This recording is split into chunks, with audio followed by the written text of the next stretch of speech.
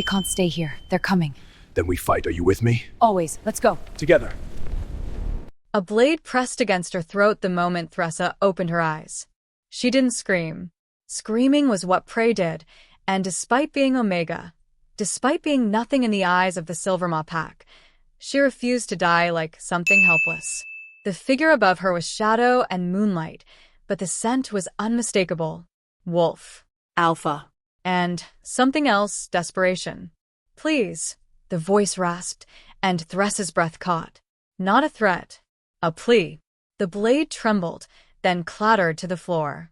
The intruder collapsed beside her bed, and in the pale light filtering through her broken window, Thressa saw him clearly for the first time. Blood. So much blood. And eyes. Silver eyes that held secrets worth killing for. "They're coming," he whispered. "And when they find me here with you, we're both dead." This story has 15 chapters. What happens next will change everything. Chapter 1. The cottage at the edge of Blackwater Forest had been Thressa's prison for 9 months. Not the kind with bars and chains. Those would have been kinder.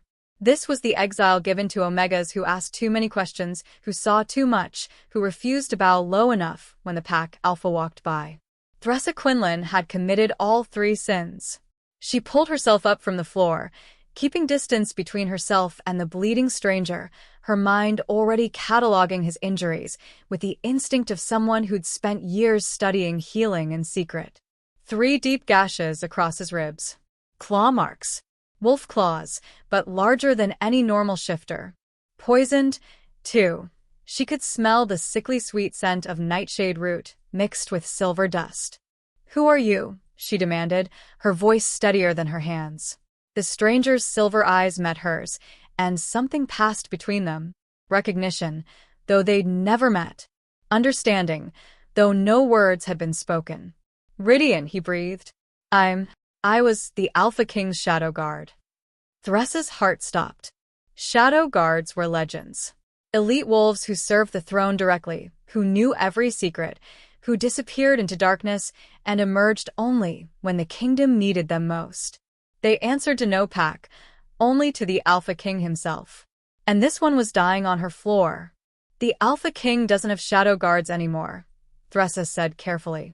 "King Lorcan disbanded them 5 years ago. Everyone knows that. Everyone knows what they were told." Rydian coughed, blood speckling his lips. "The Shadow Guard never disbanded. We went deeper into darkness. We became invisible, and I just discovered why." He tried to sit up and failed, his strength finally giving out. Thressa moved without thinking, her healer's instinct overriding survival sense. She caught him before his head hit the stone floor, her hands already glowing with a faint amber light of forbidden healing magic. "Don't." Rydian grabbed her wrist with surprising strength. "If you use that, they'll know exactly where to find us. Healing magic leaves a signature. It's how they've been tracking gifted Omegas." "You're poisoned with nightshade silver," Thressa said flatly. "Without healing magic, you'll be dead in an hour. With it, you might survive the night. Choose." Their eyes locked. In his gaze, she saw the weight of terrible knowledge. Secrets that had driven him to flee whatever safety the Shadow Guard provided. Secrets worth dying to protect. "Why did you come here?" she asked. "Why my cottage? Why me?" "Because you're the only one who might believe what I'm about to tell you." Rydian's grip on her wrist tightened. "And because 9 months ago, you were exiled for asking questions about Omega mothers who died in childbirth. You were getting close to the truth. Too close." Thressa's blood ran cold. What truth? That King Lorcan isn't killing gifted Omegas because he fears their power. Rydian's voice dropped to barely a whisper. He's killing them because he's stealing it. The words hung in the air like poison. Before Thressa could respond, before she could process what he'd just revealed, a howl split the night. Not one voice, dozens. A hunting pack, and they were close. Getting closer. "They've found my trail," Rydian said. His hand fell away from her wrist, resignation settling over his features like a shroud. "Leave me." Run. "If they find you helping me, they'll kill you. Or worse." Thressa looked at the bleeding Shadow Guard. at the broken window where he'd entered, at her own hands, still faintly glowing with the healing power she'd been forbidden to use. 9 months of exile had taught her that survival meant keeping her head down, meant to accept injustice because fighting it only brought more pain, meant dying slowly in this forgotten cottage because she dared to ask why so many Omega mothers never came home from the birthing chambers. She'd survived by being silent, by being invisible, by being nothing. But looking at Rydian, at this warrior who'd risked everything to expose a truth that someone very powerful wanted buried, Thressa made a choice that would doom them both or save them. She pressed her glowing hands against his wounds. "I didn't survive 9 months of exile just to start being smart now," she muttered. The amber light intensified, spreading from her palms into his torn flesh. Rydian's back arched as the healing magic flooded his system, fighting against the nightshade poison. It was a battle happening inside his body, her gift trying to knit tissue and bone while the silver-laced toxin fought to corrupt and destroy. The howls outside grew louder. Closer. They had minutes at most. "Tell me," Thressa commanded as she worked. "Tell me what King Lorcan is doing. If I'm going to die for helping you, I deserve to know why." Rydian's silver eyes locked onto hers, and she saw the moment he decided to trust her with a secret that had already cost him everything. "The Alpha King is dying," he said. "It has been 2 years. A blood curse that's eating him from the inside out. The royal healers tried everything. Nothing worked. So Lorcan found another solution." Thressa's hands trembled, but didn't stop their work. "What solution?" "Gifted Omegas carry pure life force. Untainted magic that flows directly from the moon goddess herself. Lorcan discovered that if he drains that life force at the moment of birth, when an Omega mother is most vulnerable, most open, he can absorb it, extend his own life." Horror crashed over Thressa like a wave. The mothers who died in childbirth weren't dying from complications. Rydian finished. They were being sacrificed. Drained. Murdered so the Alpha King could steal a few more years of life. The amber glow from Thressa's hands flickered as rage threatened to break her concentration. 47 mothers. That's how many she'd documented before her exile. 47 Omega women who'd gone into the royal birthing chambers healthy and come out dead. 47 families told their loved ones had died from natural causes. 47 murders disguised as tragedy. "How do you know this?" Thressa demanded. "Shadow guards serve the king. Why would he let you discover?" "He didn't." Rydian's laugh was bitter. "I was assigned to guard the birthing chambers 3 months ago. Standard rotation. I wasn't supposed to see anything. But I have a gift too. I can sense lies. It's why I was recruited for Shadow Guard in the first place. And every time they told a family their daughter died naturally, every time the royal healers explained away another death, I felt the deception. The poison was losing its battle against Thressa's healing magic. She could feel his body starting to repair itself, cell by cell, the nightshade silver being pushed out through his pores like sweat. "So I started investigating," Rydian continued. "Found the hidden chambers beneath the birthing rooms. Found the ritual circles. Found the bodies." His voice cracked. So many bodies. Mothers they'd already drained. Children born alive but killed because they witnessed. The door to the cottage exploded inward. 6 wolves poured through the opening, their eyes glowing with predatory focus. Not shifted, they didn't need to be. Even in human form, they were death incarnate. At their head stood a woman Thressa recognized immediately. Commander Iskira Vane, the king's huntress. The most feared warrior in the kingdom, known for tracking prey across entire territories and never, ever returning without her kill. Well, Iskira's voice was silk over steel. The traitor Shadow Guard and the exiled Omega healer. How convenient. Thressa stood slowly, positioning herself between Rydian and the hunters. Behind her, she felt him trying to rise, his partially healed body struggling to respond. "This doesn't concern you, Omega," Iskira continued, her golden eyes fixed on Thressa with predatory interest. "Step aside, and we'll make your death quick. Merciful. The king doesn't want witnesses, but he understands accidents happen. Nothing about this is an accident, Thressa said quietly. No, Iskira agreed. It's not. The Alpha King has given me very specific orders regarding traitors who betray the crown, and Omegas who practice forbidden magic. Her smile was cruel. You've done both tonight. The 5 hunters behind Iskira began to spread out, circling like wolves around prey. Thressa's mind raced through options. She was Omega, no combat training, no warrior strength, nothing but her healing magic and 9 months of learning to survive on scraps and stubbornness. Rydian was wounded, poisoned, barely able to stand. They were going to die here. Unless— I know what King Lorcan is doing, Thressa said loudly. I know about the murders. The ritual chambers. The life force he's stealing from Omega mothers. And if you kill us, that knowledge doesn't die. Iskira's expression didn't change, but something flickered in her eyes. Calculation. Is that supposed to frighten me? The huntress asked. You're a disgraced Omega living in exile. He's a traitor with no proof. Who exactly do you think will believe your wild accusations? The Council of Elders, Thressa said. The other packs. The families of 47 dead mothers who deserve to know their daughters were murdered. Bold words from someone about to die. Iskira took a step forward. Last chance, Omega. Step aside. Thressa's hands began to glow again. Not with healing light this time, but with something else.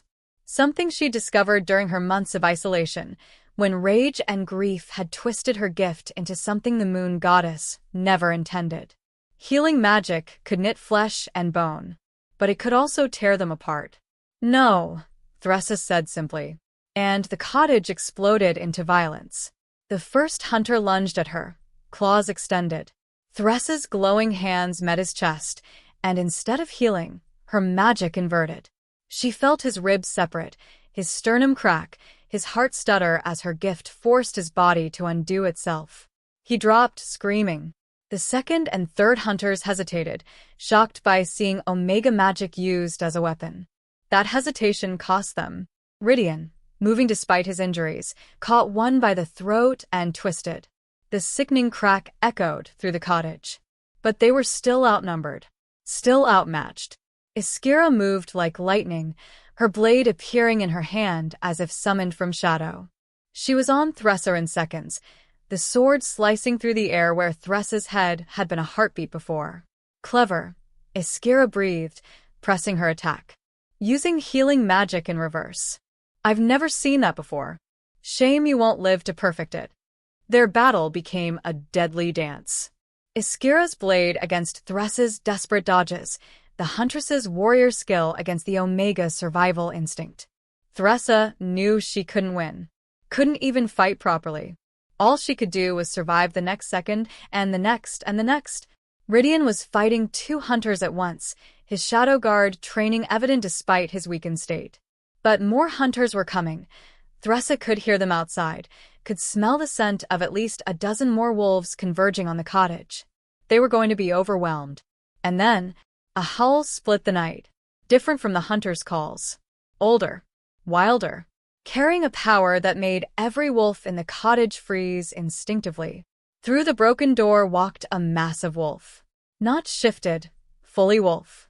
Its fur was silver-white like moonlight, its eyes the deep amber of ancient forest. And around its neck— Impossible, Iskira whispered. Around its neck was a collar of woven starlight. The mark of the moon goddess herself. A divine wolf. They existed only in legends, in stories told to pups about the time when the goddess walked among her children. Beings of pure magic, neither fully mortal nor fully divine, who appeared only when the balance of the world had been catastrophically broken. The divine wolf's eyes swept the cottage, taking in the scene. The wounded shadow guard. The Omega with blood on her glowing hands. The hunters froze in predatory poses. When it spoke, its voice resonated in every wolf's mind simultaneously, not heard with ears, but felt in the soul. The balance has been broken. The shepherd has become the wolf. The protector has become the predator. This cannot stand. Iskira found her voice first. This is pack business. Royal business. You have no I have every right. The divine wolf's mental voice cracked like thunder. When an alpha king murders his own people, when he corrupts the gift of life into a tool of death, when he turns the sacred bond between ruler and ruled into predator and prey, the goddess herself takes notice. The wolf's amber eyes fixed on Thressa. You. Healer who learned to harm. Omega who refused to be silent. The goddess has watched your suffering. She knows your rage. And she offers you a choice. Thressa's breath caught. What choice? Run, and live in exile until Lorcan's hunters eventually find you. Or fight, and become the weapon that brings down a corrupt king. But know this, the second path leads through darkness and blood. It will cost you everything you were and forge you into something new. Something dangerous. I'm already dangerous, Thressa said quietly. I'm Omega. I have forbidden magic. I know too much. There's no safe path for me anymore. The divine wolf's eyes seemed to smile. Then hear my offer. I will bond with you, lend you my power, grant you the strength to fight. But in exchange, you must carry my purpose, expose Lorcan's crimes, free the mothers still imprisoned, end the sacrifice. And if I fail, then the bond will consume you, and you will become neither wolf nor human, neither mortal nor divine. You will be lost between worlds for eternity. Thressa looked at Ridian, who watched her with those knowing silver eyes. Looked at Iskira and the hunters, who would kill them both the moment the divine wolf left. Looked at her own glowing hands, stained with blood from defending herself. She thought of 47 dead mothers, of the families who deserved truth, of the Omega children who would grow up being told their gifts were curses. I accept, Thressa said. The divine wolf stepped forward, pressing its nose against her forehead.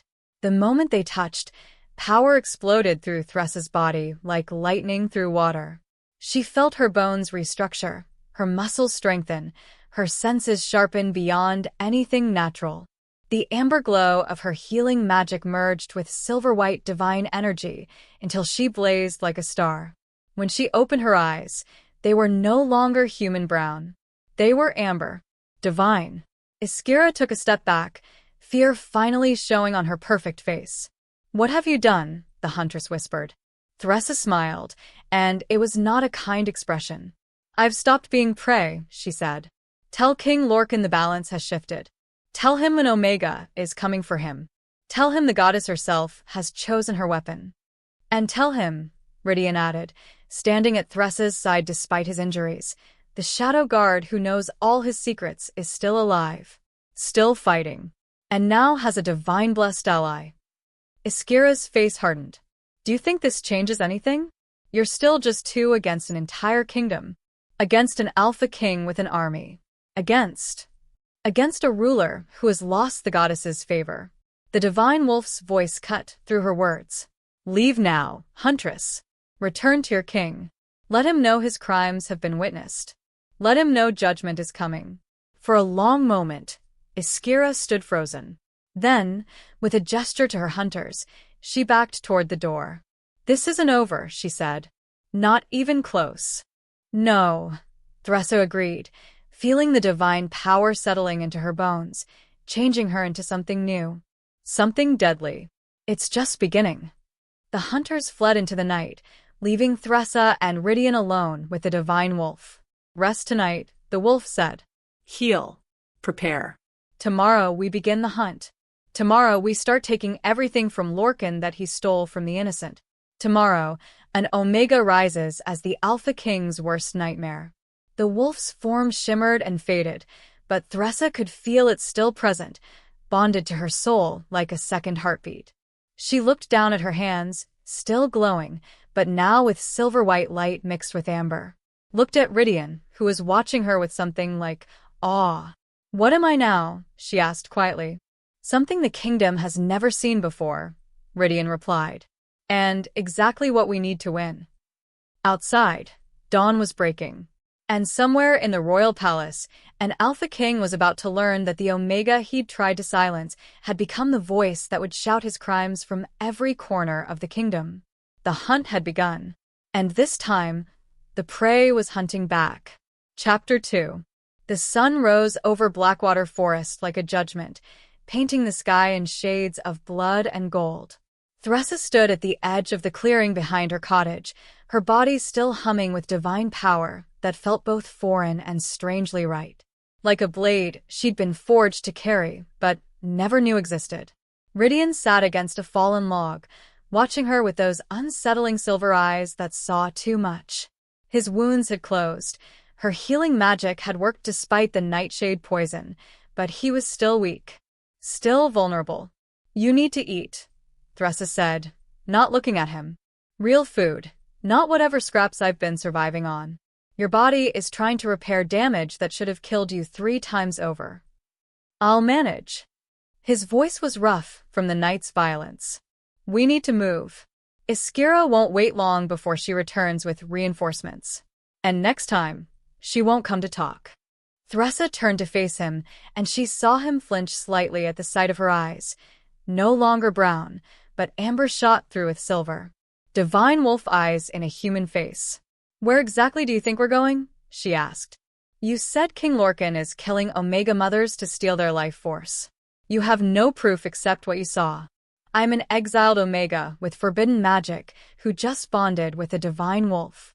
We're both marked for death, which is why we need allies." Rydian stood carefully, testing his balance. There are others. Pack members who've lost mothers, daughters, sisters to Lorcan's complications. They don't know the truth yet, but they know something is wrong. They know the numbers don't add up. "And you think they'll believe us?" Thressa's laugh was bitter. "I tried to raise concerns 9 months ago. Tried to show the Council of Elders the patterns.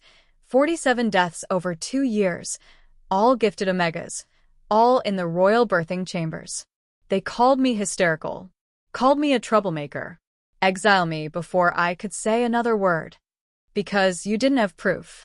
Rydian took a step toward her. "I do. There's a Shadow Guard vault beneath the palace. Hidden archives where we keep records of everything, including the king's secrets. If we can reach it, we can get the evidence that proves what Lorcan is doing." Thressa stared at him. "You want to break into the royal palace, the most heavily guarded building in the kingdom, to steal documents from a secret vault that only Shadow Guards can access?" "Yes. That's insane." "Probably." Rydian's expression didn't change. "But it's also our only chance. Words won't convince anyone. Accusations will be dismissed. But official records, signed orders, ritual diagrams showing exactly how the life-draining ceremony works, that's evidence no one can ignore." The divine wolf's presence stirred in Thressa's mind, a warmth that felt like approval. "He speaks truth, healer. The balance cannot be restored with words alone. The corruption must be exposed completely. Cut out at the root." "And how exactly do we get into this vault?" Thressa asked. "I assume it's not just sitting there waiting for anyone to walk in." "The vault requires 3 things to access." Rydian held up fingers as he counted. "First, Shadow Guard blood, which I have. Second, a ritual key forged from starlight metal, which is kept in the Shadow Guard armory.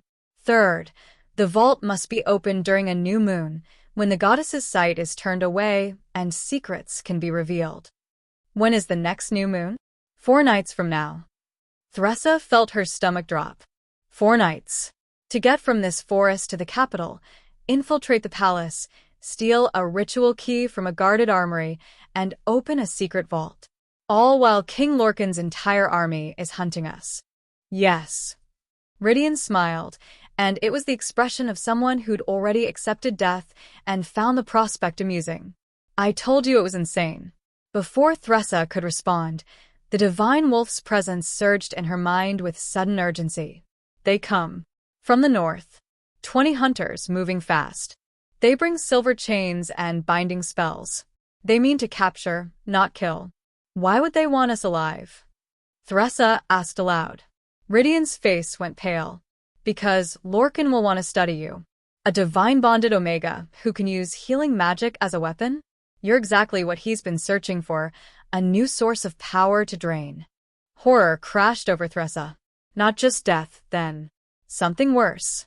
being kept alive and harvested like the mothers before her. Her divine enhanced life force feeds a corrupt king's extended existence.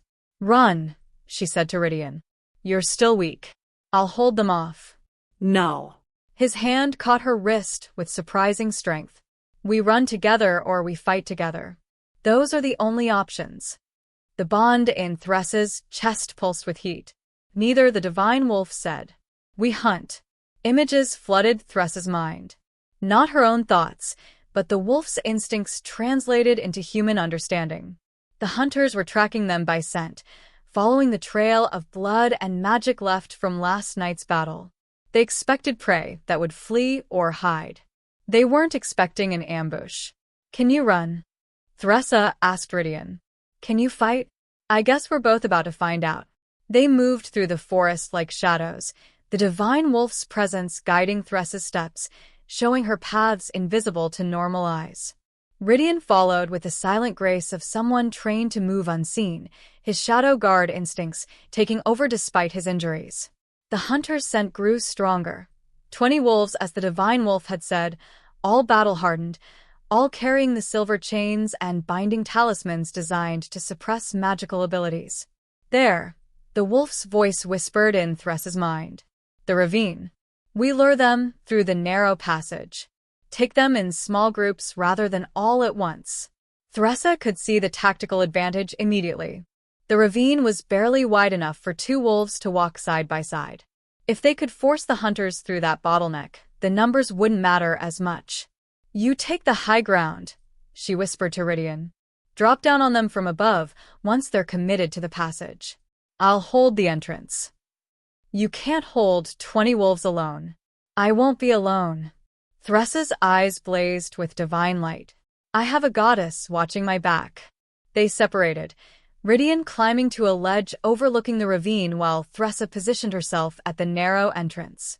Her heart hammered against her ribs, fear and divine power warring in her chest. She'd never fought before, never trained as a warrior. Everything she knew about violence had been learned in the desperate moments of last night's battle, her healing magic twisting into something deadly by pure instinct and rage. But the divine wolf's presence was stronger now, feeding her knowledge that felt ancient and new at once. How to move, where to strike, when to dodge. "Trust yourself," the wolf whispered. "Trust me. We are one now, healer. My strength is yours." The hunters appeared through the trees like wraiths. 20 wolves in human form, moving in coordinated silence. At their head was someone Thressa didn't recognize, a massive male with scars covering half his face and eyes that burned with zealot's conviction. "Omega." His voice boomed through the forest. "We know you're here. We can smell the divine taint on you. Surrender now, and King Lorcan promises mercy." Thressa stepped into view at the ravine entrance. "Mercy," she said quietly. "Like he showed mercy to 47 mothers? Like he'll show mercy when he drains my life force to extend his own cursed existence." The scarred hunter's expression didn't change. "The king does what is necessary for the kingdom's survival. You cannot understand the burden he carries. The sacrifices required." "Sacrifices?" Thressa's voice cracked like a whip. "You mean murders? You mean stealing life from innocent women? You mean corrupting the goddess's gift into a tool of death?" "Enough words." The hunter gestured, and his pack began to advance. "Take her. Alive." "The king wants her intact." They came at her in a rush, expecting an omega to break, to flee, to fold under the pressure of superior numbers and force. Instead, Thressa smiled, and the divine wolf surged to the surface. Her body didn't shift, not fully, but power exploded through her limbs, her muscles flooding with supernatural strength. The first hunter to reach her got Thressa's glowing hand to his chest, her inverted healing magic unraveling his ribs like loose thread. He dropped, screaming. The second hunter was faster, more cautious. He came in low, trying to tackle her legs. Thressa twisted with speed that shouldn't have been possible, her hand catching the back of his neck. Instead of healing, she forced his vertebrae to separate just enough to paralyze without killing. He collapsed like a puppet with cut strings. "She's divine touched," someone shouted. "Silver chains. Binding spells." Now. 3 hunters rushed forward with silver chains that glowed with suppression magic. If those chains touched her, they'd cut off her connection to the divine wolf, leaving her powerless and vulnerable. Thressa raised her hands, and for the first time since the bonding, she called on the wolf's power deliberately instead of instinctively. The air around her hands shimmered, and silver-white energy condensed into blades of pure light. Not physical weapons, but manifestations of divine will made solid. She met the chains with the light blades, and the suppression magic shattered like glass. "Impossible," the scarred hunter breathed. "Nothing is impossible when the goddess herself has chosen the battlefield," Thressa said. And then Ridian dropped from above. He landed on 2 hunters simultaneously, his shadow guard training making him deadly despite his weakened state. His hands found pressure points, his strikes precise and brutal. 2 more hunters down before they even knew he was there. But they were still outnumbered, still surrounded. The scarred hunter's eyes burned with fanatic light. Fine. The king said to take her alive. He said nothing was intact. He shifted, the first hunter to do so. His human form exploded into a massive wolf, easily twice the size of any natural creature. An alpha, ancient bloodline. Power that made the air itself feel heavy. The other hunters shifted as well, surrounding Thressa and Ridian in a circle of teeth and claws and silver chain-wrapped limbs. "Now we show them what divine favor truly means," the wolf whispered in Thressa's mind. And for the first time since the bonding, Thressa felt her own body beginning to shift. Not into a normal wolf. She'd never been able to shift before, her omega blood too weak to trigger the transformation. But the divine wolf's power changed everything. Her bones restructured with sounds like breaking ice. Her muscles tore and reformed, larger and stronger. Fur erupted across her skin, not brown or gray like normal wolves, but silver-white shot through with veins of amber light. When the transformation was completed, Thressa stood on 4 legs for the first time in her life. She was massive, larger than the alpha hunter. Her fur rippled with divine energy, and when she opened her jaws, her teeth gleamed like starlight. The hunters hesitated, uncertainty cracking their assault formation. And in that moment of hesitation, Thressa attacked. She moved with speed that defied physics, her divine-enhanced body crossing the distance to the alpha hunter in a heartbeat. They collided with a sound like thunder, 2 massive wolves crashing together in a tangle of claws and teeth. The alpha was skilled, experienced, trained. But Thressa had something he didn't. Righteous fury. Every mother who died screaming in the birthing chambers. Every family lied about. Natural complications. Every omega told their gifts were curses. Every life stolen to feed a king's unnatural existence. All of it poured through Thressa like fire, and the divine wolf amplified it until she blazed with power that made the other wolves whimper and back away. Her jaws found the alpha's throat. She didn't kill. The goddess had blessed her as a healer, and that core remained even transformed. But she tore enough to make her point, her teeth sinking deep before she released and stepped back. The alpha hunter collapsed, choking on his own blood but alive. Thressa shifted back to human form, standing naked and unashamed among the carnage, her body still glowing with divine light. "Go back to your king," she said, her voice carrying a supernatural resonance that made it impossible to disobey. "Tell him an omega has risen. Tell him the goddess knows his crimes. Tell him the balance will be restored, and every drop of innocent blood he's spilled will be accounted for." The hunters fled. All except the alpha, who lay bleeding and broken, his eyes fixed on Thressa with something that looked like religious awe. You're the divine retribution," he whispered. "The old prophecy. When the shepherd becomes the wolf, when the innocent rise bears the goddess's wrath, we always thought it was just a story." "What prophecy?" Thressa demanded. But the alpha's eyes had already closed, consciousness fleeing from blood loss and shock. Ridian appeared at her side, carrying the tattered remains of her clothing from where the transformation had shredded it. His face was carefully neutral as he helped her dress, his eyes averted with the automatic courtesy of someone trained never to acknowledge a lady's vulnerability. "There's a prophecy about divine retribution?" Theresa asked, as she pulled on what was left of her shirt. "An old story," Ridian said, "supposedly given by the moon goddess herself thousands of years ago. When corruption reached the highest throne, when innocent blood fed the powerful, a divine wolf would choose a champion from among the powerless. That champion would rise bearing the goddess's wrath and restore the balance." "You didn't think to mention this earlier?"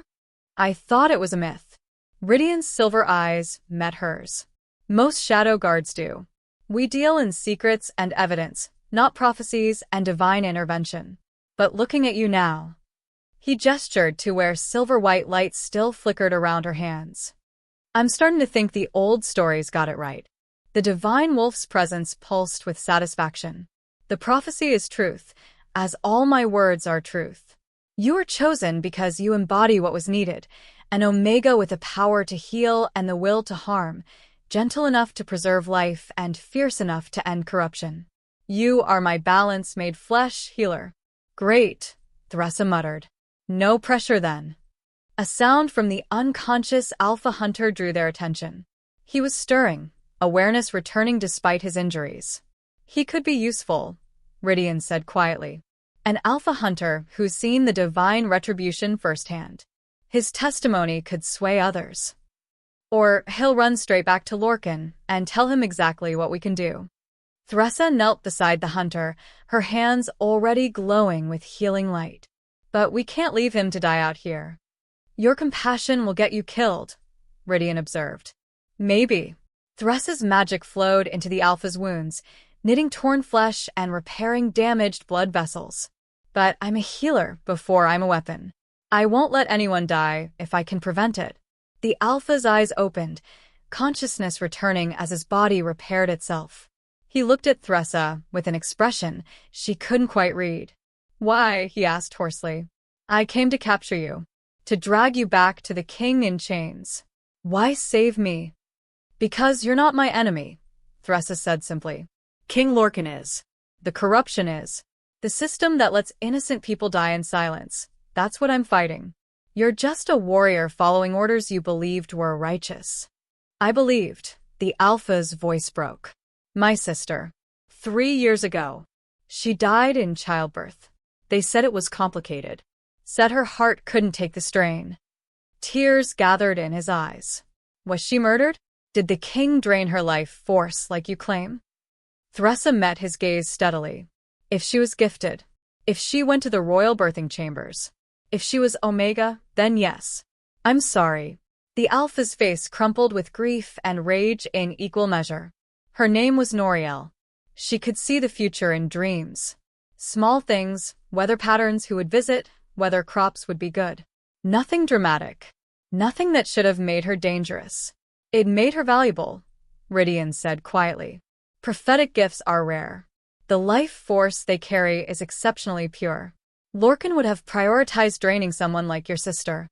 The Alpha, who still hadn't given his own name, looked between Theresa and Ridian with anguished eyes. "I served him. I hunted for him. Followed his orders without question. And all that time, he'd murdered my sister, and I never knew." "You know now," Theresa said. "What you do with that knowledge is your choice." The Alpha was silent for a long moment. Then he stood, testing his newly healed body.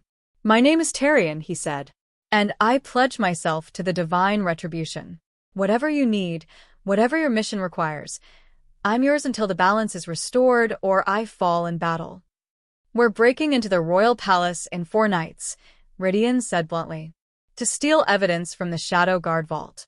It's a suicide mission that will probably get us all killed." Tarian smiled, and it was a wolf's expression, all teeth and promised violence.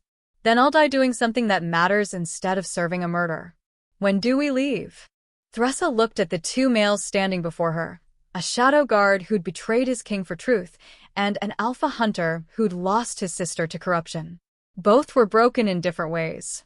Both had chosen to stand against impossible odds. Both were exactly what she needed. "We leave now," she said. We have 4 days to reach the capital, plan an infiltration, and expose a king's crimes. Along the way, we need to gather allies, avoid Iskira and every other hunter Lorcan sends after us, and somehow survive long enough to make this matter. You forgot the part where we have no resources, no safe houses, and no plan beyond steal documents from an impenetrable vault, Rydian pointed out. I'm working on that, Thressa replied. There are those who will help, the divine wolf whispered in her mind. The goddess has other servants. Other wolves who have waited for this moment. I will guide you to them. Images flooded Thressa's consciousness, a map of the kingdom laid out in silver-white light, with specific locations blazing like stars. Safe houses. Allies. Omega communities that had been hiding their gifted members for years, waiting for someone to finally challenge the system that hunted them. I know where we're going, Thressa said aloud. The Wolf's Tooth Peaks. There's a settlement there. Omegas who've gone into hiding to protect themselves and their children. The Divine Wolf says they'll help us. The Wolf's Tooth Peaks are 3 days' travel from here, Tarion said. Through territory crawling with royal patrols. We'll never make it unseen. Then we don't try to stay unseen. A plan was forming in Thressa's mind, wild and dangerous and absolutely necessary. We make ourselves visible. We let every patrol see us, chase us, try to catch us. And while Lorcan's forces are focused on hunting the divine Retribution, we spread the truth. Tell every pack we pass what the king has been doing. Plant seeds of doubt that will grow into revolution. Rydian stared at her like she'd gone mad. That's not a plan. That's a performance designed to get us killed as publicly and spectacularly as possible. Exactly.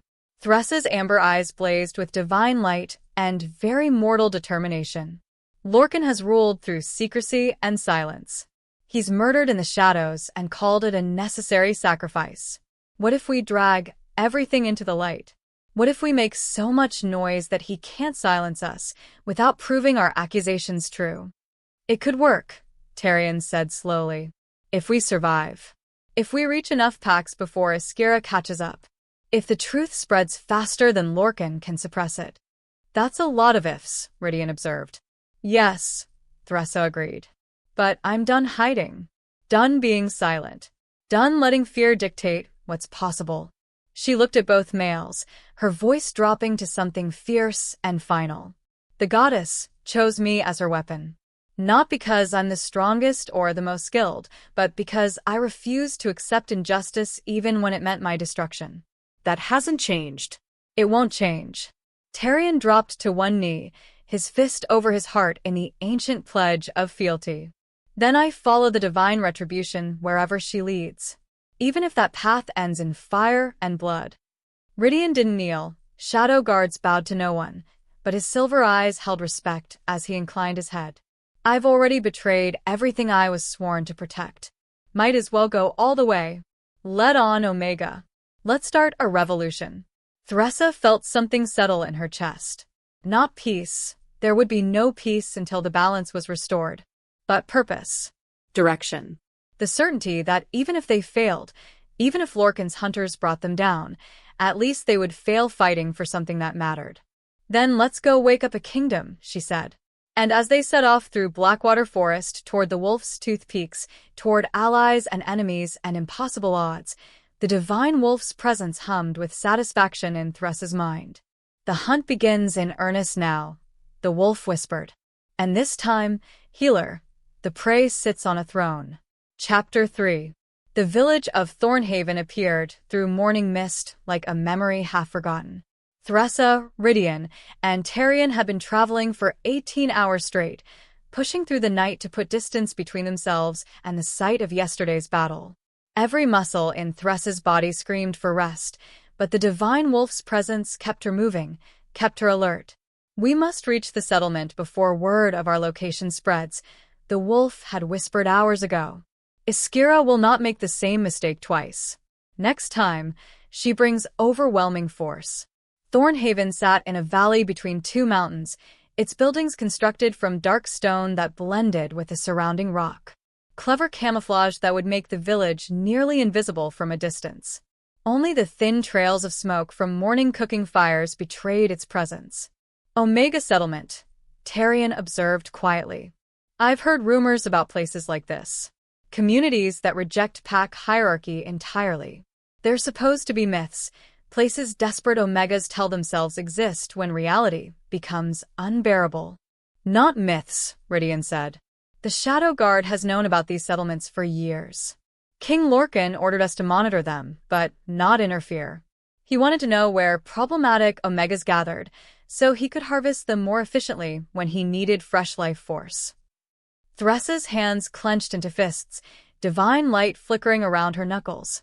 He was farming them, treating sentient beings like crops to be harvested when convenient. Yes. Rydian's voice held no emotion, but his silver eyes blazed with suppressed rage. There are 12 settlements like Thornhaven scattered across the kingdom. Most hold between 50 and 200 Omegas, families, children, gifted individuals who fled before Lorcan could claim them. The Shadow Guard kept detailed records of every settlement, every resident, every gift they possessed. Records in the vault we're going to steal, Thressa said, understanding dawning. Exactly. If we can get those records, we can warn every settlement. Give them time to scatter or fortify before Lorcan tries to round them up in response to our exposure of his crimes. They approached Thornhaven's outskirts carefully, hands visible and non-threatening. Thressa could feel eyes watching from concealed positions, guards, probably armed with whatever weapons desperate Omegas could scrape together. A figure stepped into the road ahead of them. Female, older, with gray-streaked hair and eyes that had seen too much suffering. She carried a bow, an arrow nocked but not drawn. That's far enough, the woman said. Her voice was steady despite the slight tremor in her hands. We don't welcome strangers here. Especially not. Her eyes fixed on Tarion. Alphas. I'm not here to hurt anyone, Tarion said, raising his hand slowly. I'm here because the divine Retribution asked me to be. The woman's eyes snapped to Thressa, and her breath caught. You're the eyes. The prophecy said the goddess's champion would bear eyes like captured starlight. She lowered her bow, and Thressa saw tears gathering. We thought it was just a story. Just hope dressed up as destiny to help us sleep at night. It's not a story, Thressa said gently. I'm Thressa. I was exiled 9 months ago for trying to expose King Lorcan's murders.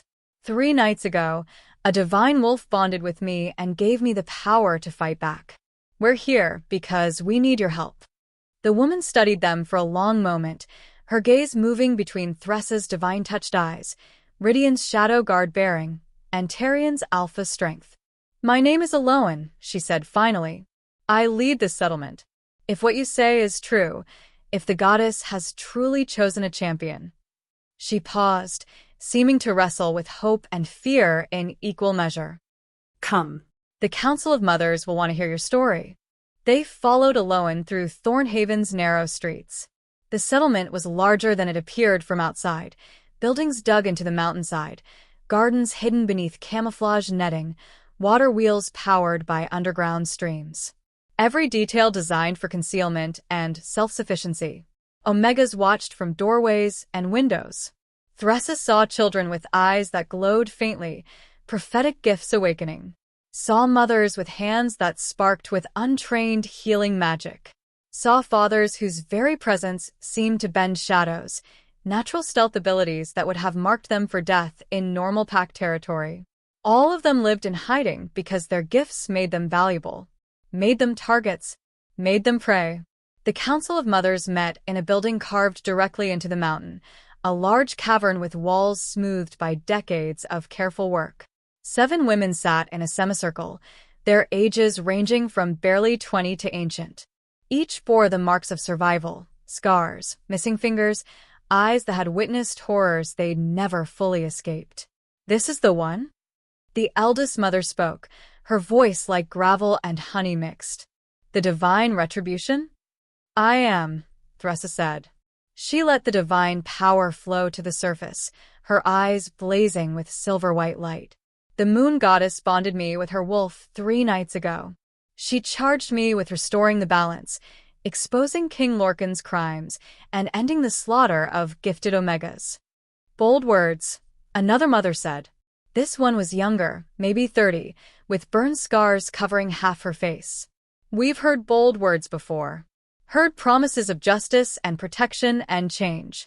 They always ended the same way, with Omega blood feeding the king's extended life. I'm not offering promises, Thressa said. I'm offering war. A chance to fight back instead of hiding. A chance to expose what Lorcan has been doing so the entire kingdom knows the cost of his continued existence. War. The eldest mother's laugh was bitter. We're Omegas. We have no armies, no weapons, no training. What war could we possibly wage against an Alpha King with the full might of the Royal Guard behind him? Rydian stepped forward. A war of truth. I'm Shadow Guard. Or was before I discovered what my king was really doing. I know where he keeps the evidence of his crimes. Ritual diagrams. Signed orders.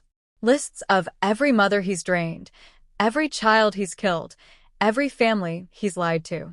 If we can get that evidence and spread it throughout the kingdom, the packs would turn against him, Tyrion finished. Not all of them. Lorcan has loyalists who'd support him, even knowing the truth. But enough. Enough to break his power base. Enough to make him vulnerable. And you think we should help you with this suicide mission? The scarred mother's voice dripped with skepticism. Risk everything we've built here. Risk our children. Risk exposure and destruction. All on the chance that maybe evidence will convince people who've spent years ignoring the pattern of dead Omegas? No, Thressa said quietly. I think you should help because you're tired of hiding. Tired of watching your children grow up knowing they'll never be safe, never be free, never be anything but prey waiting to be harvested. I think you should help because the goddess herself has offered you a chance to change that. Silence fell over the council chamber. The eldest mother studied Thressa with eyes that seemed to see through flesh to the truth beneath. You were exiled. You survived what should have killed you. You bonded with a divine wolf and gained power you never had before. But you're still Omega at your core, aren't you? Still the healer who tried to save mothers no one else cared about. Yes, Thressa said. Good. The eldest mother smiled, and it transformed her ancient face into something fierce and beautiful. Because we don't need another alpha telling us what to fight for. We need an Omega who understands what we've lost.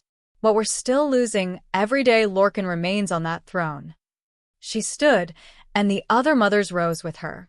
I am Mireia, the eldest mother said. I lost 3 daughters to Lorcan's birthing chambers. I was told each death was natural, unavoidable, the tragic cost of difficult births. I believed those lies because the alternative, that my king was murdering my children, was too monstrous to accept. The scarred mother spoke next. I am Azria. I survived one of Lorcan's draining rituals because the healer performing it got interrupted. I escaped with my life, but not my face, not my gift. The prophetic sight I was born with was torn from my soul and fed to a king who used it to consolidate his power. One by one, the mothers introduced themselves and shared their losses. Daughters drained to death.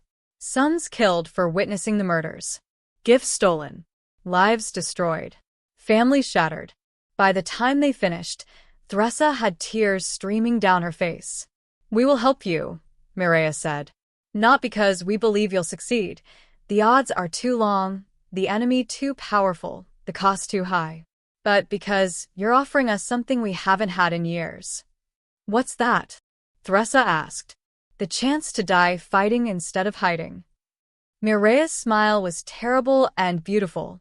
If the goddess has chosen you as her weapon, then we will be your army.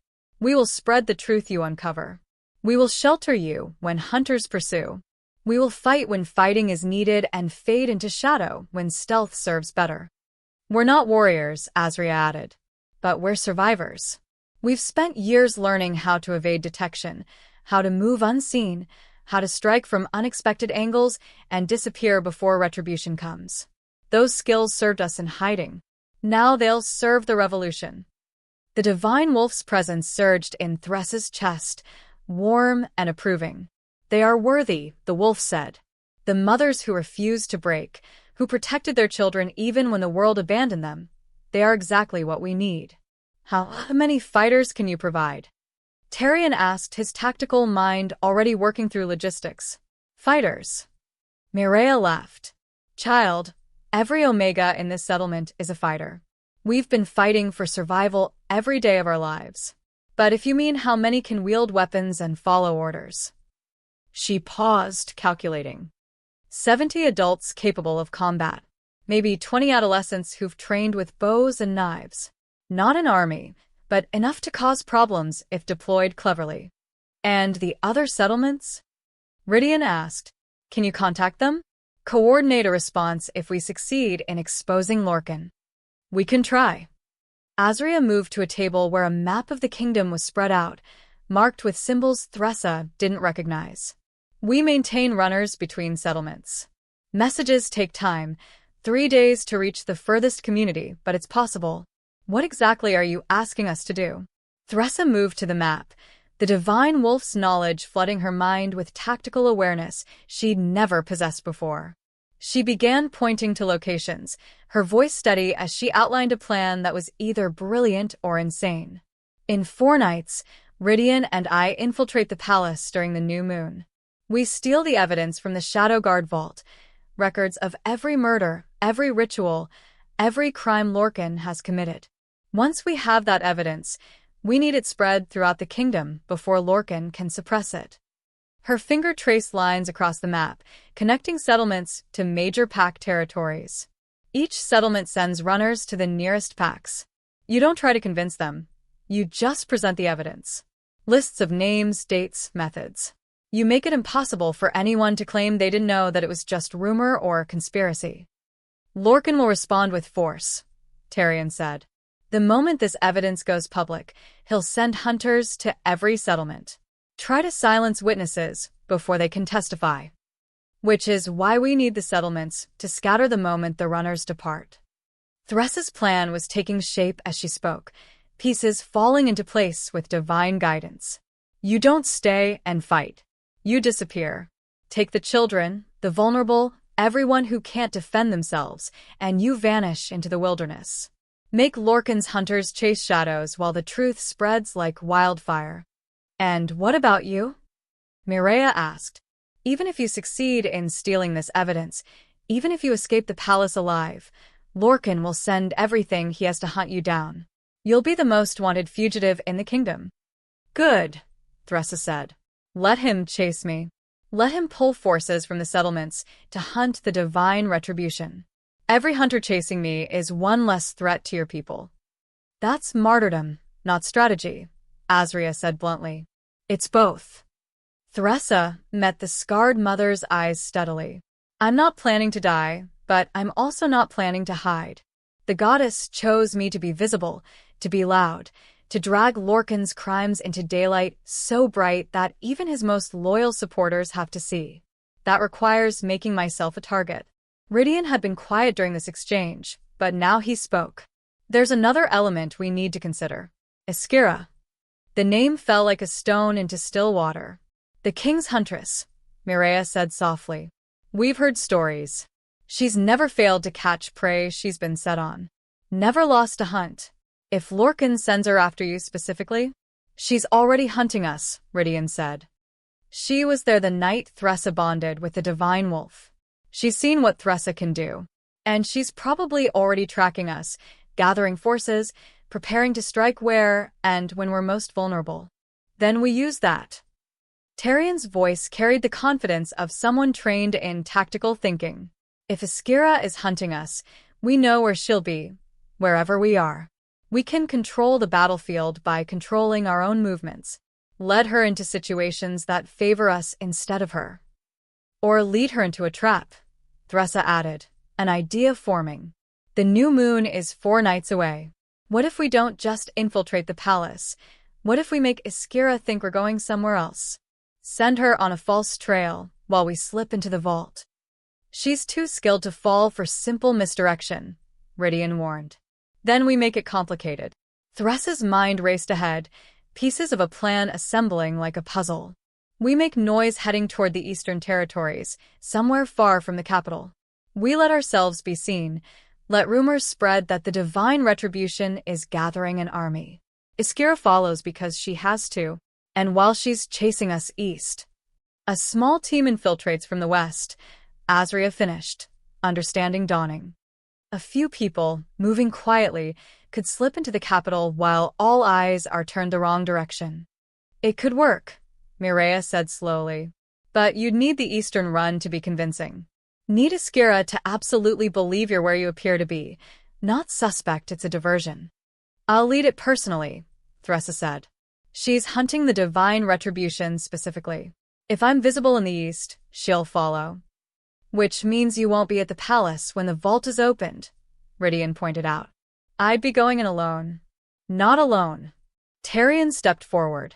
I was an alpha hunter before I learned the truth. I know the palace layout, the guard rotations, the weak points in security. I can get us in and out. Us. Rydian's eyebrow raised. You need someone to watch your back while you're cracking that vault. Someone who can fight if things go wrong. Someone expendable, if it comes to that. No one is expendable, Thressa said firmly. We all matter. We all have value. That's the entire point of what we're fighting for. Tyrion smiled, and for the first time since joining their cause, it reached his eyes. Spoken like someone who's never been told she's worthless her entire life. I appreciate the sentiment, but pragmatically speaking, I'm the logical choice. Former hunter who knows the territory, turning against his king. If I'm caught, it proves nothing except that one soldier went rogue. If you're caught, he gestured to Thressa. It proves the divine Retribution can be stopped, can be killed. That demoralizes everyone counting on you. The logic was sound even if Thressa hated it. Fine, she said. But you don't go in planning to die. You go in planning to succeed, planning to escape, planning to survive long enough to see Lorcan answer for his crimes. Understood. Understood, Tyrion said. Mireia moved to a large chest in the corner of the council chamber. When she opened it, Thressa saw weapons inside, bows, knives, even a few swords that looked ancient but well-maintained. We've been collecting these for years, the eldest mother said. Hoping we'd never need them. Hoping we could stay hidden until Lorcan died naturally and his successor might be Kinder. She pulled out a bow that seemed to glow faintly in the dim light. But hope without action is just another form of surrender. If you're offering us a chance to fight back, we'll take it. Other Omegas began filing into the chamber. The 70 fighters Mireia had mentioned, plus others too old or young to fight but determined to contribute somehow. They came with offers of supplies, information, and skills. A young male who could track anything by scent alone volunteered to scout routes. An elderly female whose gift was perfect memory offered to memorize every detail of the stolen evidence in case the physical documents were lost. A mother with prophetic dreams described a vision she'd had, Thressa standing before a crowd of thousands, divine light blazing from her eyes as she spoke truth that shattered a kingdom's foundations. When did you have this vision? Thressa asked. 3 years ago, the mother said. Before you were even exiled. I didn't know who you were then, just that someone with your eyes would come. Someone who would change everything. The divine wolf stirred in Thressa's mind. The goddess has been preparing this moment for years, the wolf said. You were not chosen randomly, healer. You were shaped by every injustice you witnessed, every patient you couldn't save, every time you spoke the truth and were punished for it. All of it led here. To this moment. To this choice. Thressa looked around the chamber at the faces watching her with hope and fear and desperate determination. These were her people. Not by blood or pack or rank, but by shared suffering and shared purpose. We leave at dawn, she said. Those of you leading the Eastern diversion with me, prepare for 3 days of hard travel. We need to be visible and need to draw attention. Make Iskira absolutely certain she's found us. And those of us staying? Azria asked. You coordinate with the other settlements. Get runners ready to move the moment we send word that we have the evidence. Prepare your people to scatter if hunters come. And... Thressa paused, the weight of what she was asking settling over her. Prepare to fight if scattering isn't enough. I don't want anyone dying for this cause, but I won't lie to you. Some of us probably won't survive what's coming. We've been dying in silence for years, Mireia said quietly. At least now we'll die making noise. The meeting dissolved into organized chaos as Omegas prepared for war. For the first time in living memory, they weren't just surviving. They were fighting back. Theresa found a quiet corner and sat, suddenly exhausted beyond measure. The divine power sustained her body, but her mind and heart were still mortal, still overwhelmed by the responsibility of leading people into danger. Rydian appeared beside her, silent as shadow. He sat without asking permission, his presence somehow comforting despite his lethal nature. "Having second thoughts?" he asked. "Having all the thoughts." Theresa's laugh was hollow. "I'm an exiled Omega who was barely surviving in a cottage 3 days ago. Now I'm planning military operations and leading people into battles I'm not qualified to fight. What if I'm wrong? What if this gets everyone killed and achieves nothing? Then you'll have failed trying to do something right instead of succeeding at doing nothing." Rydian's silver eyes reflected the chamber's torchlight. "I've spent years following orders I never questioned, serving a king I never doubted. I was very good at it, very successful. And every day, I was complicit in genocide." He turned to face her fully. "You asked questions when questioning made you a target. You tried to save mothers when trying meant your destruction. You've been fighting since before you had power, since before you had allies, since before you had any hope of winning. That's not someone who's unqualified to lead. That's exactly who we need." Theresa felt tears threatening again. "I'm scared." "Good. So, am I? Fear means we understand the stakes. It's the ones who aren't afraid, the ones like Lorcan who believe their cause justifies any cost. Those are the dangerous ones." They sat in comfortable silence while chaos organized itself around them. Tomorrow they will split up. Theresa would lead a diversion east, drawing hunters away from the capital. Rydian and Tarion would infiltrate during the new moon, stealing evidence that could topple a kingdom. And somewhere, Iskira was hunting, getting closer, Preparing to strike. But tonight, for just a few hours, there was peace. And in Theresa's chest, the divine wolf hummed with satisfaction. "Rest, champion," the wolf whispered. "Tomorrow we begin the performance that ends a tyrant's reign. Tomorrow we show the kingdom what happens when the powerless refuse to stay silent. Tomorrow the balance shifts." Chapter 4. The eastern road stretched before them like a scar across the landscape. Theresa led a group of 20 Omega fighters from Thornhaven, 8 volunteers from a neighboring settlement that had sent aid overnight, and Tarion, who'd insisted on accompanying the diversion despite being more useful at the palace infiltration. "Rydian needs someone who knows the vault security," Tarion had argued that morning. "But you need someone who knows how Iskira hunts. I've worked with her before. I know how she thinks." Now, as they marched openly along a road most fugitives would avoid, Theresa was grateful for his presence. "She'll have scouts tracking us by now," Tarion said, keeping his voice low enough that only Theresa could hear. "Iskira never commits her main force until she knows exactly what she's facing. She'll watch us for at least a day, maybe 2, gathering information before she strikes." "Good," Theresa replied. "That gives Rydian and his team time to reach the capital. The longer we keep Iskira's attention, the better their chances." Behind them, the Omega fighters moved with surprising discipline. These weren't trained warriors, but they'd spent years surviving against odds that would have broken most people. That kind of resilience created its own form of strength. Theresa recognized some faces from Thornhaven. Aloan, the settlement leader, walked near the front with a bow across her back and determination in her weathered features. Beside her, a young male named Silas carried a pack that clinked with glass vials. "Alchemist," he'd explained. "Poisons, acids, anything that could level the field between Omega cunning and Alpha strength." "There's a village ahead," Tarion said, pointing to smoke rising in the distance. "Millbrook. Maybe 300 residents. Logging community, loyal to the crown, but not fanatics. They'll report our presence, but they might listen if we're smart about it." Then we give them something to report, Thressa decided.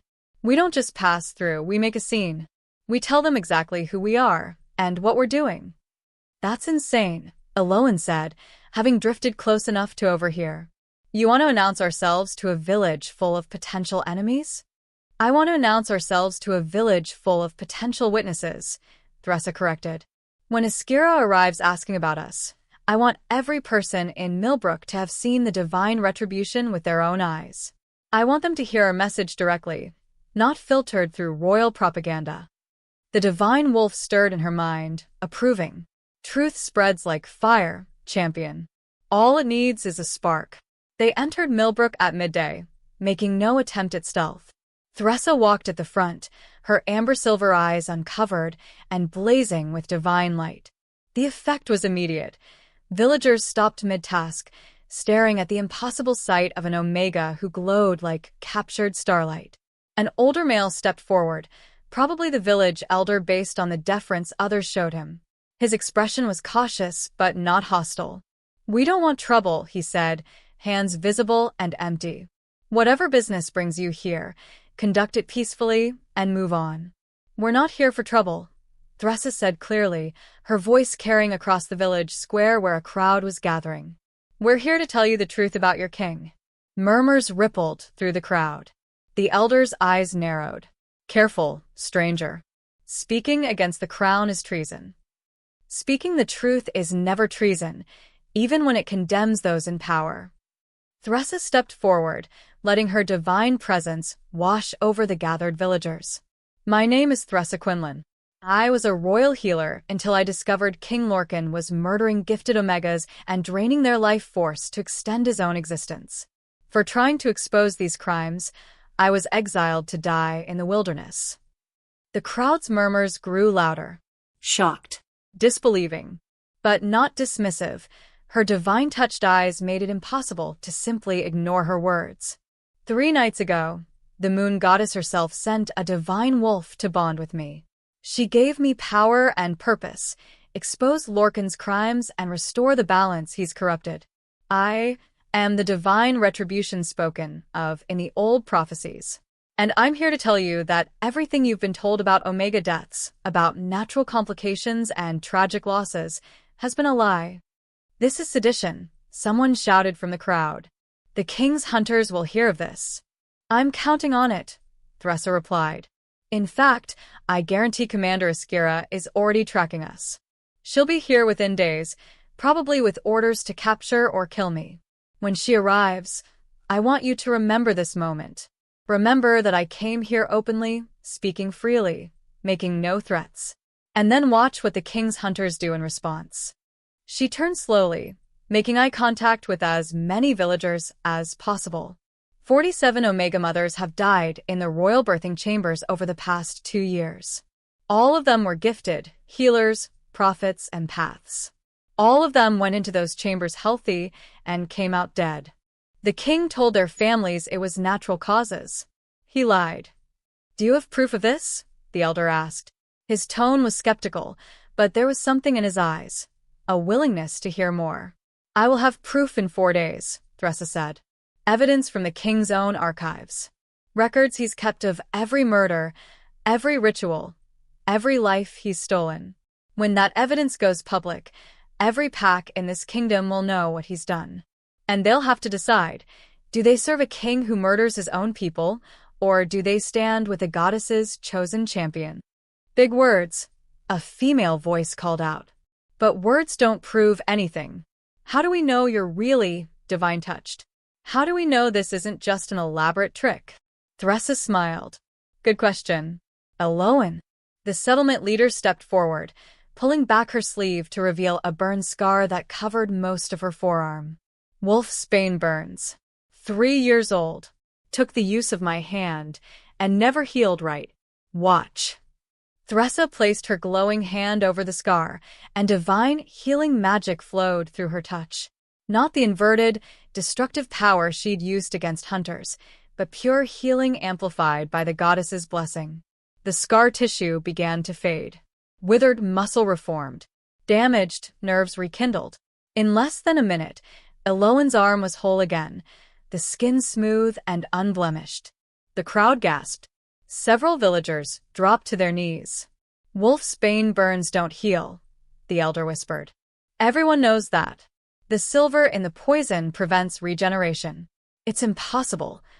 The goddess makes the impossible real when her purpose requires it, Thressa said. This is what I am.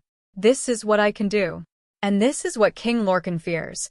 An Omega with power he can't control, speaking truths he can't silence, showing his people that the natural order he claims to protect is actually corruption dressed as tradition. She let the moment settle, let the reality of what they'd witnessed sink in. We're traveling east, Thressa continued, making ourselves visible so the king's hunters can find us. We're not hiding because we're not ashamed. We're not criminals, Lorcan is. And in 4 days, the entire kingdom will know it. The hunters will kill you, a young male said from the crowd. Even with divine power, you can't fight the entire royal army. Maybe not, Thressa agreed. But I can make them work for it. I can make enough noise that people pay attention. I can die in daylight instead of darkness, and sometimes that's all truth needs, witnesses willing to see it. She turned to leave, then paused and looked back at the elder. When Iskira comes asking about us, tell her exactly what you saw. Tell her the divine Retribution is heading for the eastern peaks. Tell her we're gathering an army of Omegas and gifted outcasts. Tell her we'll make our stand there in 3 days' time. The elder's eyes narrowed. Why would you tell me to say that? You're giving away your position. Because Iskira needs to believe she knows where we'll be. Needs to commit her forces to one location. Needs to be absolutely certain she's got us cornered. Thressa's smile was sharp. Hunters are predictable that way. They chase what runs. As they left Millbrook behind, Tyrion moved up beside her. You just painted a target on our backs visible from 3 territories away, he observed. That was the idea. And when Iskira shows up with overwhelming force to crush this army we're supposedly gathering, then we give her a fight worth remembering. Thressa's hand moved to the knife at her belt, a simple weapon, but one that felt right in her grip. We don't need to win. We just need to be loud enough, visible enough, dramatic enough that everyone's looking east while Ridian slips into the palace from the west. A performance, Tyrion said. You're staging a performance designed to fail. I'm staging a performance designed to matter. Thressa corrected. There's a difference. They traveled for 3 more hours before making camp in a clearing that offered good visibility in all directions. No fire, too visible, but the Omegas unpacked supplies with efficient practice. Silas approached Thressa as she was checking her weapons. He still carried that clinking pack of vials. I have something for you, he said, pulling out a bottle filled with dark liquid. Concentrated wolf's bane. Not enough to kill. I'm not good at making lethal doses, but enough to disorient. If you throw this and it breaks, anyone who breathes the fumes will lose their sense of smell for hours. Shifters rely on scent more than they realize. Take that away, and they're half blind. Thank you, Thressa said, accepting the bottle carefully. How many of these do you have? 15. Plus 8 acid vials that'll eat through metal, 5 smoke bombs that'll create cover, and 3 of these. He held up a vial that glowed faintly green. I call it truth serum. It's not really, I'm not that good, but it makes people very suggestible for about 10 minutes. They'll answer questions honestly, without really thinking about it. Thressa stared at the young alchemist with new appreciation. You made all this while living in hiding? I had to do something with my time. Couldn't fight like the warriors, couldn't heal like you, but I could mix things. Figure out what worked and what exploded. His smile was shy. Turns out lots of useful things explode if you combine them right. As night fell, Thressa posted sentries in rotation and tried to rest. The divine wolf's presence meant she needed less sleep than normal, but her mortal body still required some recovery time. She was drifting into uneasy dreams when Tyrion shook her awake. We have visitors, he said quietly. Not hostile yet. But you need to see this. Thressa followed him to the camp's edge where Aloan stood with her bow drawn, aimed at 3 figures who'd emerged from the darkness. Not hunters. Not royal soldiers. Omegas. 2 females and 1 male, all young, maybe 16 or 17. They wore traveling clothes stained with mud and blood, and their eyes held the desperate hope of people who'd gambled everything on finding help. "Please," the male said, his voice cracking. "We heard rumors. Stories about a divine-touched Omega heading east. We've been walking for 2 days trying to find you. Who are you?" Thressa asked gently. "I'm Kaylee's. This is my sister Varia and our friend Amaris. We're from Clearwater, a village about 30 miles south. 3 days ago, the king's hunters came." His voice broke. "They took our mother. She's gifted, can speak to animals, nothing dramatic, just small things. But they said she was needed for royal service." "We all know what that means." Varia was crying silently, tears streaming down her face. "They'll kill her. Drain her like they've killed all the others. We tried to stop them, but we're just Omegas. We're nothing." "You're not nothing," Thressa said fiercely. "And your mother isn't dead yet. Where did they take her?" "The capital. To the birthing chambers. She's pregnant. 6 months along. They said the baby shows signs of powerful gifts. They're going to wait until she gives birth and then—" Kaylee's couldn't finish the sentence. The divine wolf's presence surged in Thressa's chest, hot and righteous. The wolf whispered, "4 days until the new moon. 4 days until Rydian infiltrates the palace. This mother will be drained during the same window when we plan to steal evidence of Lorcan's crimes." Thressa's mind raced. They couldn't save this one mother without compromising the entire mission. Couldn't risk exposure before Rydian was in position. But looking at these 3 young Omegas, at the desperate hope in their eyes. "What's your mother's name?" she asked. "Serenia," Varia whispered. "Serenia Kaylee's. She's all we have left." "Our father died 2 years ago. If they take her too—" Thressa made a decision that was either inspired or insane. "Tyrion," she said. "How many hunters typically guard the birthing chambers?" 6 on active duty. Another 12 in the surrounding wings. "Why?" "Because we're going to save Serenia Kaylee's." The camp went silent. Every Omega staring at Thressa, like she'd lost her mind. "We can't," Eloan said firmly. "The birthing chambers are in the heart of the palace. We have to fight through hundreds of guards just to reach them. And even if we succeeded, we'd compromise Rydian's infiltration. The palace would go into lockdown. The vault mission would fail." "Then we don't fight through the guards," Thressa said. "We go in the way the mothers go in, through the front door, pretending to be exactly what we appear to be. Pregnant Omegas seeking the king's protection for difficult births." "You're not pregnant," Tyrion pointed out. "But Varia is." Thressa had noticed the slight swell of the young female's belly, the protective way she held herself. "How far along?" 3 months, Varia said quietly. "I was going to hide it, going to run before anyone noticed. But then the hunters came for Mother, and I couldn't just abandon her." "You won't have to." Thressa turned to address the entire camp. "We split our force. Most of you continue east, making noise and drawing attention exactly as planned. But a small team, myself, Tyrion, Varia, and maybe 2 others, we went to the capital. We walk into the birthing chambers claiming Varia needs royal healing. Once we're inside, we find Serenia, and we get her out." "That's suicide," Silas said. "Even if you get in, how do you plan to get out?" "The moment they realize what you're doing." "The moment they realize what I'm doing, I stop pretending to be helpless." Thressa's eyes blazed with divine light. "I'm the divine Retribution.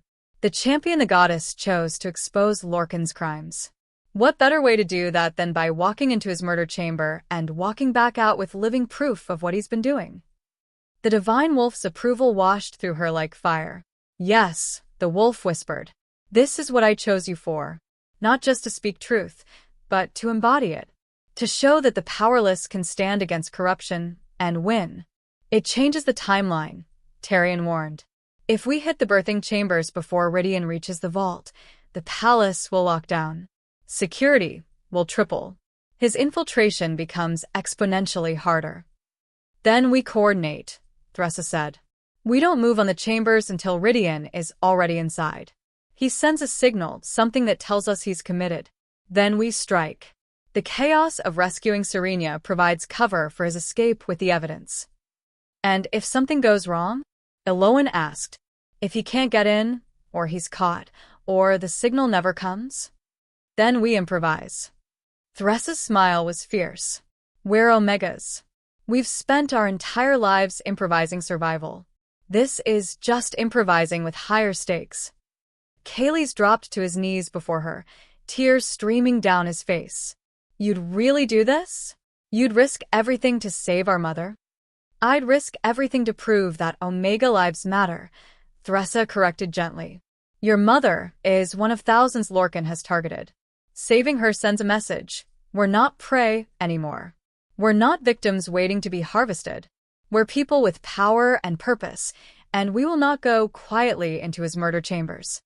She helped Kaylee's to his feet and addressed the camp.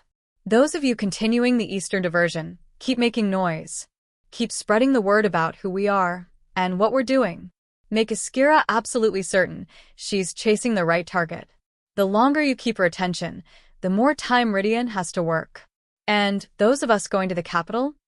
Tyrion asked. We leave at first light. We travel fast and quietly. We reach the palace the same day Ridian does, in 2 days' time. We coordinate our strikes to maximize chaos and minimize casualties. And we walk out of there with Serena alive and evidence that ends a king's reign. That's a lot of variables that have to align perfectly, Eloan observed. Yes, Thressa agreed. But I have faith in our ability to make impossible things real. The goddess does too. That's why she chose me. The planning continued late into the night. Who would lead the Eastern diversion in Thressa's absence? What signals Ridian would send to indicate he was in position? How they'd create enough chaos in the birthing chambers to cover both a rescue and an escape. Through it all, the divine wolf hummed with satisfaction in Thressa's chest. You understand now, the wolf said. This was never about just stealing evidence or exposing crimes. It's about showing the entire kingdom that change is possible, that the powerless can rise, that the goddess stands with those who fight for justice even when the odds are impossible. As Thressa finally settled in to grab a few hours of sleep, she felt the weight of what she'd committed to pressing down on her shoulders. In 2 days, she would walk into the heart of Lorcan's power, would stand in the chambers where 47 mothers had been murdered, would face the king's guards and healers and hunters with nothing but divine power and stubborn determination.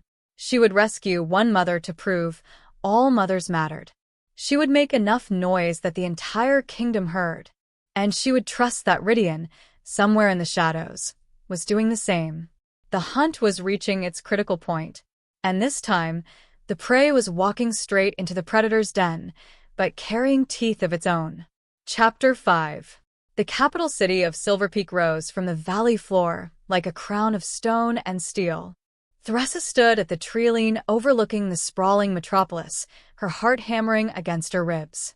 2 days of hard travel had brought her small team here, herself, Tyrion, Varia, Kaylee's, and Amaris. 5 Omegas and 1 reformed alpha hunter, about to walk into the most heavily guarded location in the kingdom. It's bigger than I imagined, Varia whispered beside her. The young female's hand rested protectively over her barely visible pregnancy. How do we even find the birthing chambers in something that size? I know the way, Tyrion said quietly. I've escorted pregnant Omegas there before, back when I believed I was protecting them instead of delivering them to slaughter. His voice carried the weight of guilt that would probably never fully lift. The chambers are in the eastern wing, 3 floors below ground level, accessible through the healer's entrance. Security? Thressa asked. 6 guards at the main entrance. Another 4 in the corridor leading to the chambers themselves. Inside, there'll be at least 2 royal healers and probably 1 shadow guard observer. Tyrion paused. That was standard protocol when I last visited. Could have changed since Ridian's defection. The divine wolf stirred in Thressa's chest, its presence pushing outward like a living radar. I sense wolves below, the wolf whispered. Imprisoned. Suffering. Your prey. The mother's Lorcan plans to drain, they're there. 12 of them. All pregnant. All gifted. All scheduled to die when their children are born. 12 mothers. 12 families who would be told the deaths were natural. 12 more crimes added to Lorcan's ledger. We can't save them all, Thressa said aloud, hating the words even as she spoke them. Not today. Not without compromising everything. But we can save Serenia. And we can gather evidence that saves the others later. My mother is in there, Kaylee said, his voice tight with barely controlled emotion. After 2 days of traveling, of hoping, of praying to the goddess that we'd reach her in time, she's right there, below us. And we'll get her out, Thressa promised. But we have to be smart. I have to wait for Rydian's signal. If we move too soon. A bird call echoed across the valley. 3 sharp notes followed by 2 long ones. Not a natural sound. Too precise, too rhythmic. Tarian's head snapped up. That's the signal. Shadow Guard communication. Rydian's inside the palace. Thressa's pulse quickened. Already? We weren't supposed to coordinate until nightfall. Plans change, Tarian said. Maybe he found an opportunity. Maybe something went wrong and he had to move early. Either way, the signal means he's committed. We need to move. They descended from the tree line using a narrow path that wound through residential districts. Thressa had hidden her divine-touched eyes behind a hood, and Varia walked with exaggerated discomfort, one hand on her belly, playing the role of pregnant Omega in distress. Citizens gave them barely a glance. Pregnant Omegas seeking the royal birthing chambers were common enough not to draw attention, especially when accompanied by an alpha escort. The palace loomed larger as they approached, its walls carved from mountain stone and reinforced with centuries of defensive magic. Guards stood at regular intervals, their eyes scanning crowds with professional efficiency. Act natural, Tarian murmured. We're here for legitimate medical care. Nothing suspicious. Nothing that warrants attention. They passed through the outer gates without incident. The guards gave Varia a cursory glance, noted her visible pregnancy, and waved them through with the bored efficiency of men who'd processed hundreds of similar cases. The healer's entrance was less grand than the main doors, a simple archway marked with the caduceus symbol of medical practitioners. 2 guards stood watch here, older males with the weathered look of career soldiers. State your business, one said, his tone professional but not hostile. Pregnant Omega experiencing complications, Tarian replied smoothly.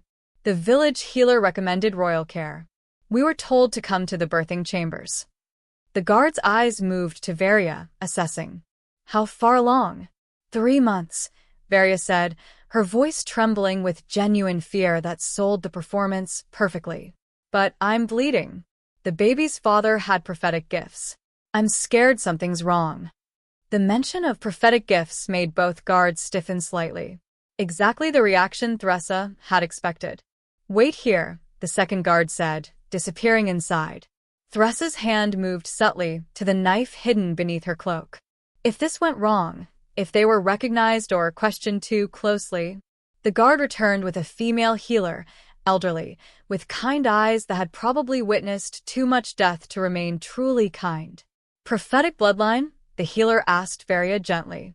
Yes, ma'am. The father could see storms coming days in advance. Nothing major, but the gift was real. And now I'm bleeding and I'm terrified. Shoo, child. You've come to the right place. The healer's smile was meant to be comforting. Thressa saw only the smile of a predator luring prey. The royal birthing chambers are specially equipped to handle high-risk pregnancies, especially those involving gifted bloodlines. Come, we'll examine you immediately. They were led inside, down a corridor lined with tapestries depicting the kingdom's history. Past paintings of former kings and queens. Past guards who watched with casual disinterest. And then down. Stone stairs spiraling into the earth. The temperature drops with each step. The air grew heavier, thicker, carrying scents that made Thressa's stomach turn. Blood. Old and new. Fear.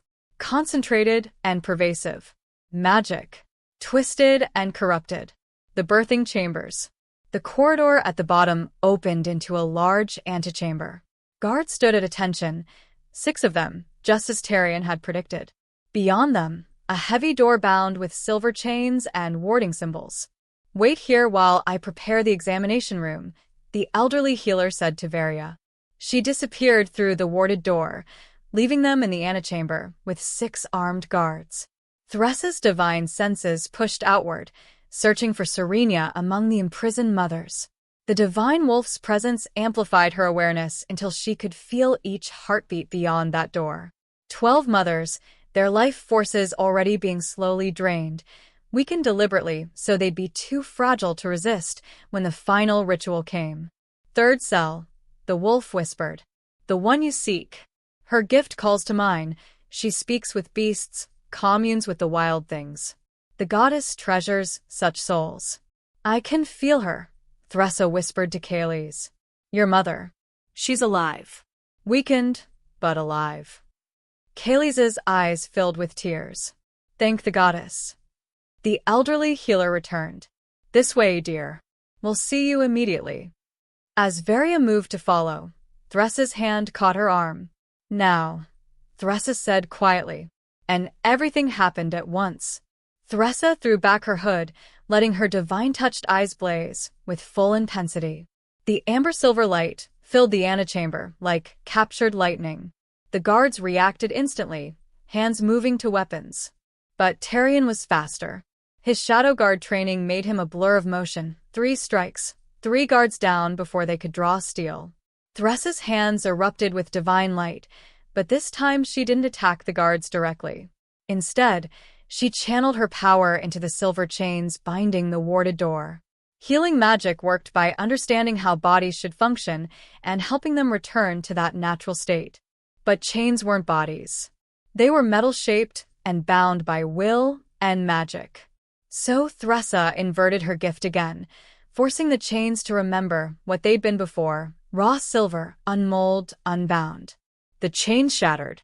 The wards collapsed. The door swung open. Beyond it lay a nightmare dressed as a medical facility. 12 cells, each holding a pregnant Omega. Each mother was connected to a ritual circle carved into the stone floor, their life force slowly bleeding away through corrupted magic. The elderly healer's kind expression melted into something cold and reptilian. "You're the divine Retribution. The one Iskira is hunting. And you're a murderer hiding behind healer's robes," Thressa replied. "How many mothers have you drained? How many children have you stolen from before they could take their first breath?" "I serve the kingdom's survival," the healer said. "King Lorcan's continued existence ensures stability. The sacrifice of a few Omegas is a small price." Thressa's hand shot out, her inverted healing magic touching the healer's chest. "Their names. Tell me their names. All of them. Every mother you've murdered." The healer's eyes went wide as Thressa's power flooded her system, forcing her body to remember every life she'd taken. The divine magic turned memory into physical sensation. The healer felt each mother's terror, each child's stolen breath, each family's grief, as if it were happening to her own body. She screamed, and collapsed, broken by the weight of her own crimes made tangible. "Kayleigh," Thressa shouted. "Third cell. Get your mother." The young male ran to the indicated cell, Amorous close behind. They found Serenia unconscious, her body connected to the draining ritual by threads of corrupted magic. "Don't touch the threads," Tyrion warned, engaging 2 more guards who'd responded to the commotion. "They'll drain you too if you break them wrong." Thressa moved to the cell, her divine senses analyzing the ritual magic. It was elegant in its cruelty, designed to drain life force so slowly the victim barely noticed until it was too late. And it was anchored to something beyond this chamber, some central reservoir where all the stolen energy pooled.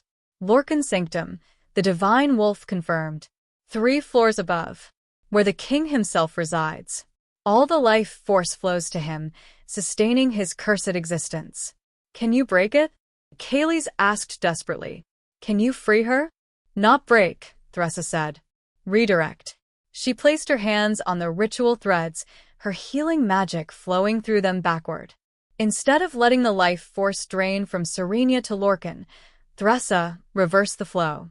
For just a moment, she connected to the reservoir of stolen energy, felt the accumulated life force of 47 murdered mothers, all their power stored and corrupted. And she claimed it. Not for herself. The divine wolf wouldn't allow such corruption to taint their bond. But she claimed it for Serenia and the other imprisoned mothers, returning to them what had been stolen. The ritual circle exploded in a flash of silver-white light. Serenia's eyes snapped open, gasping as strength flooded back into her weakened body. Around the chamber, the other 11 mothers began stirring, the draining magic disrupted by Thressa's interference. "What did you do?" Varia breathed. "I gave back what was stolen," Thressa replied. But it won't last. "Lorcan will feel the disruption. He'll send everything he has to stop us." As if summoned by her words, alarms began blaring throughout the palace. Heavy footsteps thundered in the corridor above, dozens of guards responding to the breach. And through it all, Thressa felt something else. A presence, ancient and malevolent, awakening from its weakened state 3 floors up. King Lorcan had noticed. "Tarion," Thressa called. "Get these mothers moving. Anyone strong enough to walk, get them out through the healer's entrance." "We'll never make it through the guards," Tarion shouted back, still fighting the soldiers who kept pouring into the chamber. "Yes, we will." Thressa's eyes blazed brighter, divine power flooding her system until she felt like she might burn from the inside out. "Because I'm going to give them something much more important to worry about." She reached for the divine wolf's power, pulling more than she'd ever attempted before. Her body began to shift, not into the silver-white wolf she'd become when fighting hunters, but into something else. Something larger. Something that blazed with divine light like a second sun. The divine wolf itself manifested through her, using Thressa's mortal form as a vessel. For just a few moments, the goddess's creature stood fully in the mortal realm. The guards froze, terror overriding training. The mothers stared in religious awe. Even Tarion, who'd seen impossible things in his years as Shadow Guard, looked shaken. "Run!" The divine wolf's voice echoed in every mind simultaneously. Not a suggestion. A divine command impossible to disobey. The guards fled. Tarion grabbed Serenia, supporting her weight. Kaylee's and Amaris helped 2 other mothers who were conscious but weak. Varia moved among the cells, helping others stand, whispering encouragement. "This way." Thressa's voice came out doubled, her own human tones mixed with the wolf's otherworldly resonance. "Follow me." She led them back through the warded door, up the spiraling stairs, through corridors now emptied of guards who'd fled the divine manifestation. But they weren't alone. At the top of the stairs, blocking their path to freedom, stood a figure Thressa recognized from descriptions. King Lorcan himself. He looked exactly as she'd imagined, tall, broad-shouldered, with the bearing of someone born to rule. But his eyes told a different story. They were sunken, rimmed with dark circles, carrying the weight of a man fighting his own death through stolen life. "So," Lorcan's voice was rough, damaged. "The divine retribution. I wondered when you'd come for me directly." "I'm not here for you," Thressa said, the wolf's power still blazing around her like an aura. "I'm here for them." She gestured to the mothers behind her. "I'm here to stop you from killing anyone else." "Noble." Lorcan's smile was cruel, but ultimately futile. "You think freeing a dozen mothers changes anything? I've drained 47 already. Their power sustains me for years yet. And when it finally fades, I'll simply take more. That's what kings do. We make the hard choices lesser beings can't stomach." "You're not making hard choices," Thressa said. "You're committing murder and calling it a necessity. You're corrupt. And the goddess herself has condemned you." "The goddess?" Lorcan laughed, and the sound was like breaking glass. "Where was the goddess when I was dying from a blood curse? Where was her mercy when I begged for healing? She abandoned me. So, I found my own solution." He raised his hands, and corrupted magic blazed around them.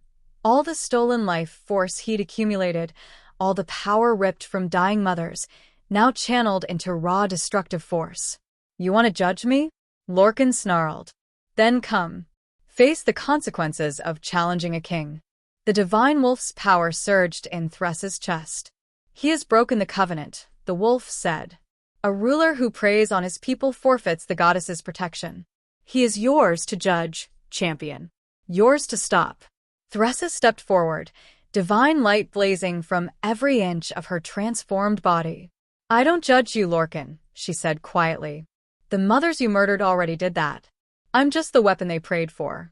The answer the goddess sent. And then she attacked. The battle that followed would be spoken of in whispers for generations. Divine power against corrupted magic. Healing turned into a weapon against a stolen life force. Champion of the goddess against a king who'd sold his soul for a few more years of existence. They clashed in the corridor with force that cracked stone walls and shattered windows. Lorcan's corrupted magic was powerful, 47 lives worth of stolen energy focused through desperate will. But Thressa had something he didn't. She had righteousness. She had a purpose. She had the goddess's blessing channeled through a vessel that refused to break. Every strike Lorcan landed, Thressa's divine healing was repaired instantly.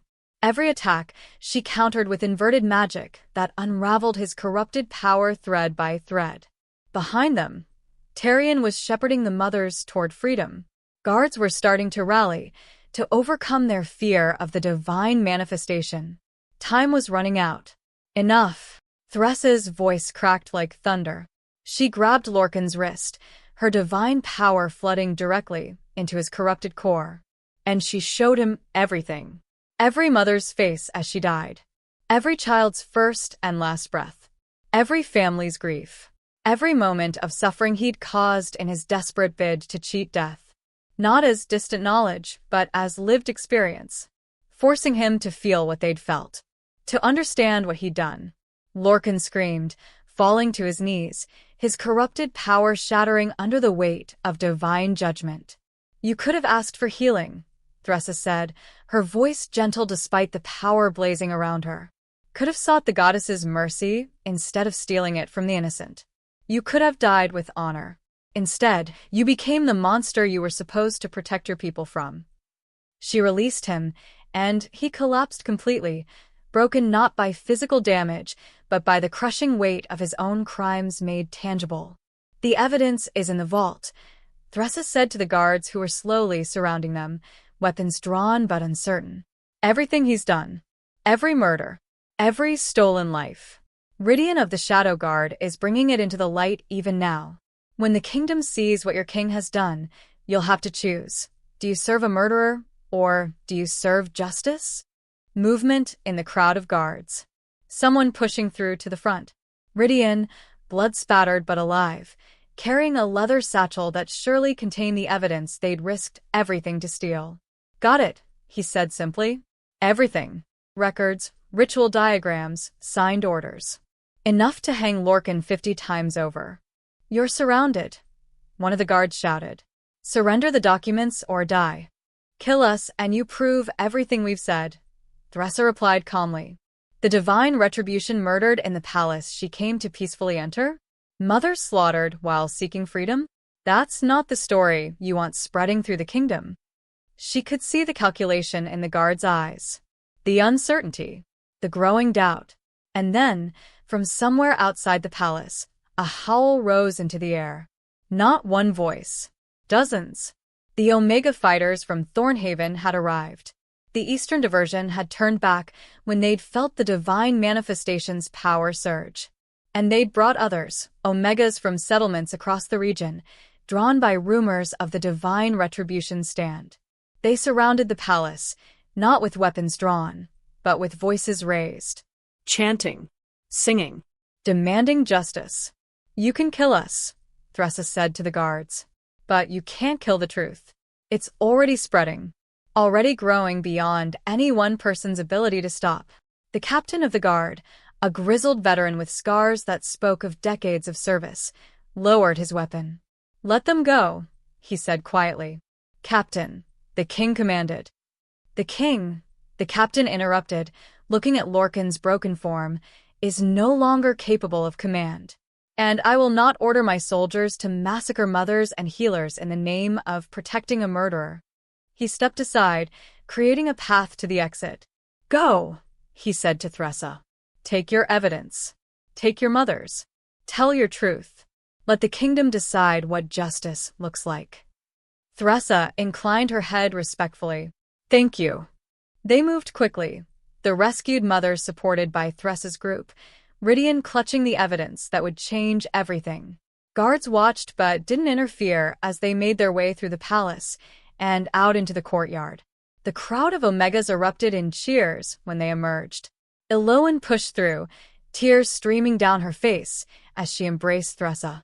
You actually did it, the settlement leader breathed. You walked into the king's stronghold and walked back out. You saved them. We saved 12, Thressa corrected. 47 are already dead. That's 47 too many.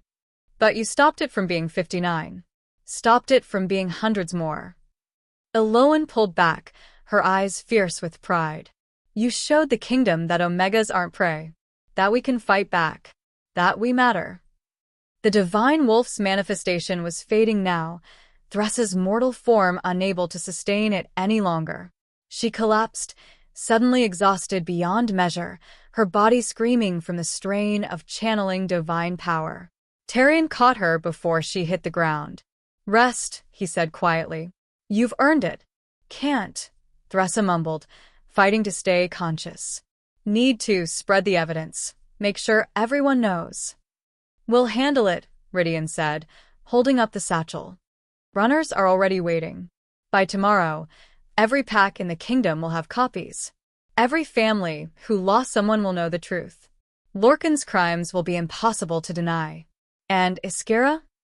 Thressa asked. She was hunting us. She broke off the pursuit when she felt the divine manifestation, Tyrion reported. Probably returning to the capital to assess the situation. But she'll come for us again. She always does. Let her come, Thressa said, finally allowing unconsciousness to claim her. Next time, we'll be ready. She dreamed of mothers reunited with their children, of Omegas standing proud instead of cowering, of a kingdom where gifts were treasures instead of death sentences. And in her dreams, the divine wolf walked beside her, satisfied but not yet finished. You have done well, champion, the wolf said. But the balance is not yet restored. Lorcan is broken, but not judged. The corruption runs deeper than one king. There are others who enabled his crimes. Others who profited from Omega suffering. Rest tonight. Tomorrow, we continue the hunt. Tomorrow, we ensure the balance shifts permanently. Chapter 6. Thressa woke to the sound of voices arguing. She was in a tent, large enough to stand in, but clearly temporary. Through the canvas walls, she could hear the unmistakable sounds of a camp, footsteps, murmured conversations, the crackle of fires being tended. Her body ached like she'd been trampled by a herd of wild horses. The divine wolf's presence was still there, warm in her chest, but quieter now, recovering from the manifestation that had nearly burned through her mortal form. You push too hard, the wolf chided gently. Divine power is not infinite, even for my chosen champion. You must learn your limits. Noted, Thressa muttered, sitting up carefully. Every muscle protested the movement. The tent flap opened, and Varia entered carrying a tray with food and water. The young female's face brightened when she saw Thressa wake. Thank the goddess, Varia said, setting the tray down. You've been unconscious for 18 hours. Rydian said you'd wake when your body had recovered enough, but I was starting to worry. 18 hours? Thressa accepted the water gratefully, her throat parched. What's happened? The evidence, did it spread? It's spreading. Varia's smile was fierce. Runners left yesterday with copies for every major pack. By now, at least half the kingdom knows what Lorcan did. The other half will know by tomorrow. And the response? Varia's expression grew complicated, mixed. Some packs are calling for immediate justice, trials, executions, complete restructuring of royal power. Others claim it's propaganda, lies designed to destabilize the kingdom. And some, She paused. Some say they don't care. That Omega lives aren't worth disrupting the established order. Thressa's hands clenched around the water cup. They saw the evidence. The signed orders. The ritual diagrams. How can they claim it's lies? Because accepting the truth means accepting they were complicit, a new voice said from the tent entrance. Ridian stepped inside, his silver eyes shadowed with exhaustion that mirrored Thressa's own. He looked like he hadn't slept since they'd escaped the palace. I've been coordinating with contacts throughout the kingdom, he continued. Former shadow guards who defected when they learned what Lorcan was doing. Healers who suspected but couldn't prove. Pack members who lost loved ones and never got answers. They're all coming forward now, adding their testimonies to the evidence we stole. That's good, Thressa said. The more voices speaking truth. It's also creating chaos, Ridian interrupted. 3 packs have already declared independence from the crown. 2 others are on the verge of civil war, members who want justice fighting members who support Lorcan's loyalists. The kingdom is fracturing. Thressa absorbed this, her mind working through implications. Where's Lorcan now? Still in the palace. Under guard, his own guards, ironically. They're holding him until the Council of Elders can convene to decide his fate. Ridian's expression was grim. But the council is compromised. At least 5 of the 12 elders benefited directly from Lorcan's crimes. They took bribes to stay silent and used the stolen Omega gifts for their own purposes. They'll fight any attempt to truly hold him accountable. Then we expose them too, Thressa said simply. We don't have evidence against the council members, Ridian replied. The Shadow Guard vault had records of Lorcan's crimes, but the elders were careful. They covered their tracks. But they're afraid now. Thressa stood, ignoring her body's protests. Afraid we'll find evidence. Afraid the truth will reach them next. Fear makes people sloppy, makes them vulnerable. She moved to the tent entrance and pushed through, blinking in the bright afternoon sunlight. The camp sprawled across a valley floor, easily 500 Omegas, maybe more. Tents and cooking fires and training areas where fighters practice with weapons. Children played under watchful eyes. Mothers who'd been rescued from the birthing chambers sat together, sharing their stories. This wasn't just a camp anymore. It was a movement. How many have joined us? Thressa asked. 643 as of this morning, Varia reported, following her outside. More arriving every few hours. Omegas from settlements across 3 territories. Some gifted, some not, all willing to fight for change. Eloan appeared from between tents, her expression urgent. Thressa. We have a problem. Just one. Thressa asked wryly. A big one. Eloan gestured toward the eastern edge of camp. Iskira. She's here. Alone. Asking to speak with you under a flag of truce. Thressa's hand moved instinctively to where her knife should be, only to find it missing. Someone had disarmed her while she was unconscious, probably wise given how she'd been thrashing in fevered dreams. Truce. Ridian's voice was skeptical. Iskira doesn't do truces. She hunts. She kills. That's her entire purpose. Which is why her requesting a parley is so strange, Eloan said. She's standing at the perimeter right now. Unarmed. Waiting. The divine wolf stirred in Thressa's chest. She comes with truth, the wolf said.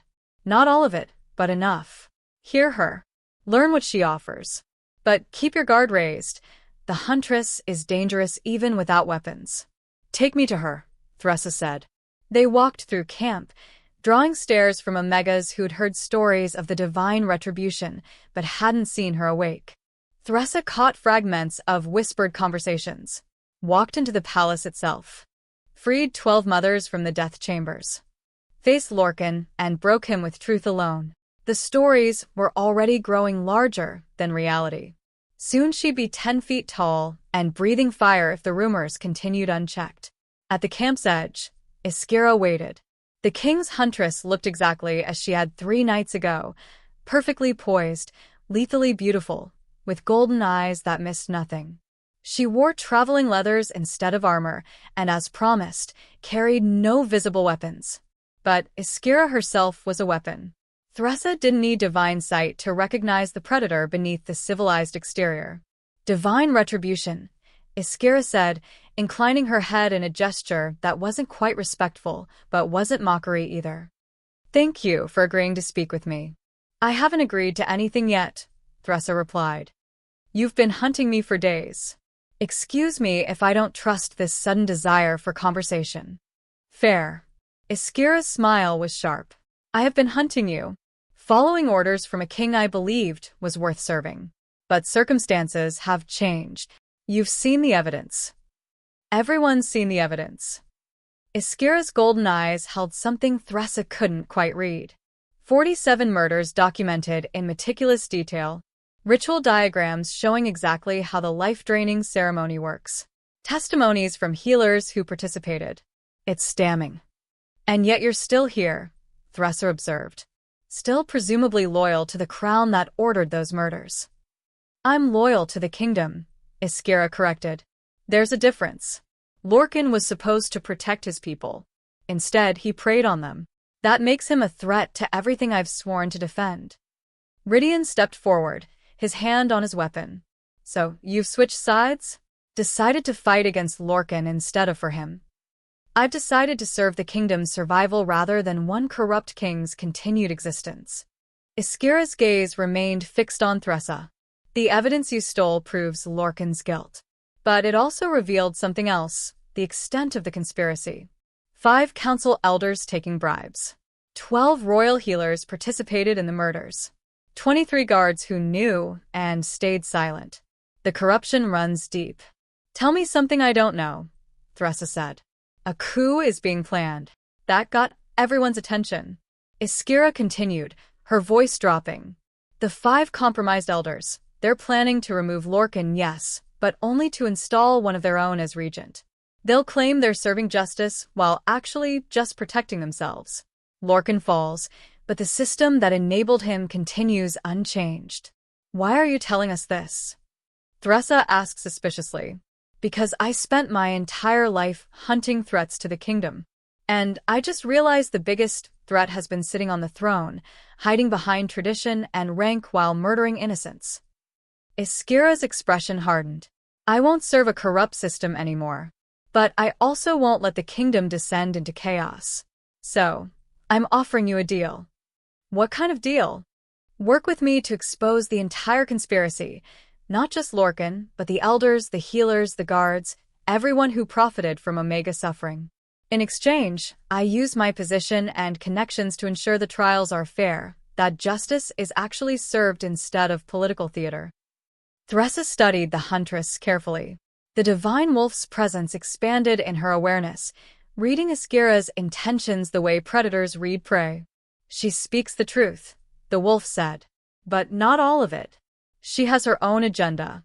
Her own reasons for this sudden change. Use her carefully, champion. She is an ally of convenience, not conviction. What's in it for you? Thressa asked bluntly. Why risk your position, your reputation, everything you've built by helping us? Iskira was quiet for a long moment.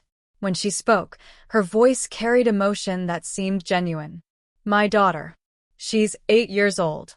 She's showing signs of prophetic gifts, small things, like sensing when storms are coming or knowing who's at the door before they knock. Under Lorcan's system, that makes her valuable, makes her a target. The huntress's golden eyes blazed. I won't let her end up in those birthing chambers. Won't let her become the 48th name on a list of murdered mothers. So yes, I'm protecting my own. But our interests align. You want to destroy the system that kills gifted Omegas. So do I. The admission hung in the air like smoke. Tarion, who'd been silent until now, spoke up. How do we know this isn't a trap? That you're not leading us into an ambush? You don't, Iskira said simply. You have to decide whether the potential benefit outweighs the risk. I'm offering insider knowledge of the coup being planned, connections to loyalists who'll support real reform, and tactical expertise from someone who's spent 20 years hunting the kingdom's most dangerous threats. In exchange, I'm asking you to trust me long enough to see the full conspiracy exposed. Trust is earned, not given, Thressa said. Then let me earn it. Iskira reached into her jacket slowly, giving everyone time to react if they suspected treachery. She pulled out a rolled parchment and handed it to Thressa. This is a list of every elder, healer, and guard who participated in Lorcan's crimes. Names, dates, specific actions. Information you won't find in the Shadow Guard vault because it was kept separate in my own records as Huntress. I've been documenting everything, planning to expose it when the time is right. Thressa unrolled the parchment, her eyes scanning the detailed entries.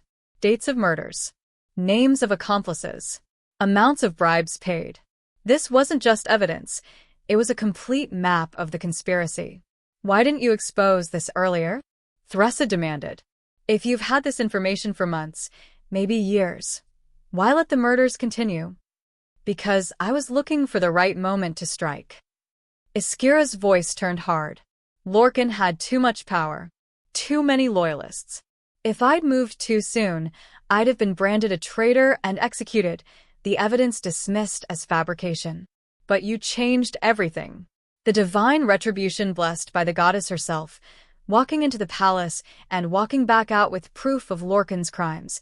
That's not something his supporters can easily dismiss. You created the opening I needed. The Divine Wolf's assessment was clear. She is using you as much as you might use her. But the Alliance serves both purposes. Accept her aid, but watch her carefully. Fine, Thressa said. We'll work together. But the moment I suspect betrayal, you'll unleash divine wrath upon me. I understand. Iskira's smile was genuine for the first time. I wouldn't expect anything less from the goddess's champion. So, what's the plan? Rydian asked, his tactical mind already working through possibilities. How do we expose the full conspiracy before the elders can execute their coup? The Council of Elders convenes in 3 days to decide Lorcan's fate, Iskira said. They'll hold the trial in the Great Hall, public proceedings, meant to show the kingdom that justice is being served. But it's all theater. The 5 compromised elders have the votes to control the outcome. They'll condemn Lorcan for his crimes while protecting themselves, then install Elder Merrick as regent. Elder Merrick? Thressa's mind raced through what she knew about the council. The one from the Western Territories? The same. He's been Lorcan's primary beneficiary, took the largest bribes, used stolen Omega gifts to extend his own life and power. If he becomes regent, nothing changes except who sits on the throne. Then we interrupt the trial, Thressa said. Present evidence of the elders' crimes publicly, in front of the entire kingdom. Make it impossible for them to hide. That's suicide, Tarion protested. The Great Hall will be surrounded by guards. You'll never get close enough to speak, let alone present evidence. She won't need to get close. Iskira's eyes gleamed with strategic thinking. The trial is public, which means anyone can attend, including witnesses. We fill the hall with Omegas, mothers who survived the birthing chambers, families who lost loved ones, gifted individuals who've been hiding for years. And when the elders try to control the narrative, we have those witnesses speak. Tell their stories. Name names. The guards will shut it down, Rydian said, the moment we try to disrupt proceedings. Not if we have the support of key nobles, Iskira interrupted. Not everyone in the kingdom's power structure is corrupt. There are lords and ladies who've suspected something was wrong but lacked proof. Give them that proof beforehand, get them on our side, and they'll demand the witnesses be heard. The elders won't be able to silence them without revealing their own guilt. It was bold, dangerous, dependent on too many variables aligning perfectly. It might actually work. How many nobles can you bring to our side? Thressa asked. 5 for certain. Maybe 8 if we're persuasive. Not enough to control the council, but enough to force genuine proceedings instead of political theater. And what about Lorcan's loyalists? Varia asked. The soldiers and hunters who still believe he did nothing wrong? They're fracturing, Iskira said. Half are questioning their orders after seeing the evidence. The other half are doubling down, claiming it's all fabricated. But even the true believers will hesitate to act against direct divine intervention. They saw what happened when Thressa manifested the divine wolf in the palace. That kind of power isn't easily dismissed. Thressa felt the weight of what was being discussed settling on her shoulders. 3 days. 3 days to coordinate witnesses, persuade nobles, prepare for a confrontation that would determine the kingdom's future. 3 days to either restore justice or watch it be buried under political maneuvering. I need to speak with my people, Thressa said to Iskira. The Omegas who've joined this movement, they deserve a voice in what we do next. This isn't just my fight anymore. Agreed. Iskira inclined her head. I'll wait at the camp perimeter. When you've decided, send a word. The huntress withdrew, moving with that predatory grace that marked her as something more than human even without weapons. Thressa turned to find herself surrounded by concerned faces. Rydian, Tarion, Eloan, Varia, and dozens of others who'd gathered during the conversation. So, Eloan asked quietly, do we trust her? We use her, Thressa corrected. There's a difference. She has information and connections we need. But we never forget that she spent years hunting Omegas on Lorcan's orders. She has her own agenda, and it doesn't fully align with ours. What is our agenda? A voice asked from the crowd. An older male, scarred and weathered. Are we trying to destroy Lorcan, or are we trying to rebuild the entire system? It was the question Thressa had been avoiding. Destroying Lorcan was clear. Simple. The corrupt king who'd murdered 47 mothers deserved justice. But what came after? How did they ensure the next ruler didn't just continue the genocide under a different name? The divine wolf stirred in her chest, and suddenly Thressa understood. This was never just about one king. It was about changing the fundamental structure that made Omegas vulnerable in the first place. Both, Thressa said firmly. We destroy Lorcan and everyone who enabled his crimes. And then we rebuild. We create a system where Omegas have power instead of just being powerless. Where gifts are protected instead of exploited. Where rank doesn't determine worth. That's a revolution, someone said. You're talking about overturning centuries of tradition. Yes, Thressa agreed. I am. Because tradition that enables genocide isn't worth preserving. She looked around at the faces watching her, hope and fear and desperate determination all mixed together. In 3 days, we will go to the capital. We attend Lorcan's trial. And we don't just testify to what he did. We demand systemic change. We demand Omega representation on the Council of Elders. We demand protections for gifted individuals. We demand that never again will mothers be murdered for the convenience of those in power. They'll fight us, Eloan said. The elders, the nobles, everyone who benefits from the current system, they'll resist with everything they have. Let them fight. Thressa's eyes blazed with divine light. The goddess chose me to restore balance. That doesn't mean just punishing the guilty. It means creating a system where such crimes become impossible, where power is held accountable, where the vulnerable are protected. She raised her voice, so everyone could hear. I won't lie to you. The next 3 days will be dangerous. The trial itself could turn violent. Some of us might not survive what's coming. But I promise you this, if we succeed, if we expose the full conspiracy and force real change, then every Omega child born after this moment will grow up in a world where they're valued instead of victimized. That's worth fighting for. That's worth risking everything. Silence fell over the camp. Then, slowly, people began to kneel. Not in submission, Thressa recognized that now. They were kneeling in solidarity, in commitment, in shared purpose. First Eloan, then Varia, then Tarion, Rydian, and dozens of others, until the entire camp was kneeling, not before Thressa, but with her, united in a cause larger than any individual. The divine retribution wasn't just one Omega blessed by the goddess anymore. It was a movement, and in 3 days, that movement would walk into the kingdom's heart and demand justice. Or burn everything down trying. Chapter 7. The Great Hall of Silver Peak had been built to inspire awe and intimidation in equal measure. Thressa stood at its entrance, looking up at stone columns that reached toward a ceiling painted with scenes of the kingdom's founding. Every surface gleamed with wealth, gold inlay, crystal chandeliers, tapestries worth more than most Omegas earned in a lifetime. This was where power lived, where it displayed itself without shame or subtlety. And today it will be challenged. Ready? Rydian asked beside her, his voice low. Thressa nodded, though her stomach churned with anxiety. Behind them, 200 Omegas waited. Witnesses, survivors, families of the murdered. They wore simple clothes, carried no weapons, but their presence was a weapon all its own. Truth embodied. The past 3 days had been a whirlwind of preparation. Iskira had delivered on her promises, bringing 5 nobles to their cause, lords and ladies who'd suspected corruption but lacked proof. With the evidence from the Shadow Guard vault and Iskira's own records, they'd become fierce advocates for genuine justice. But 5 nobles weren't enough to control the Council of Elders.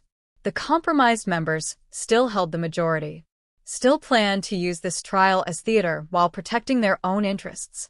Unless Thressa could disrupt their script. The goddess walks with you, Eloan whispered, squeezing Thressa's hand.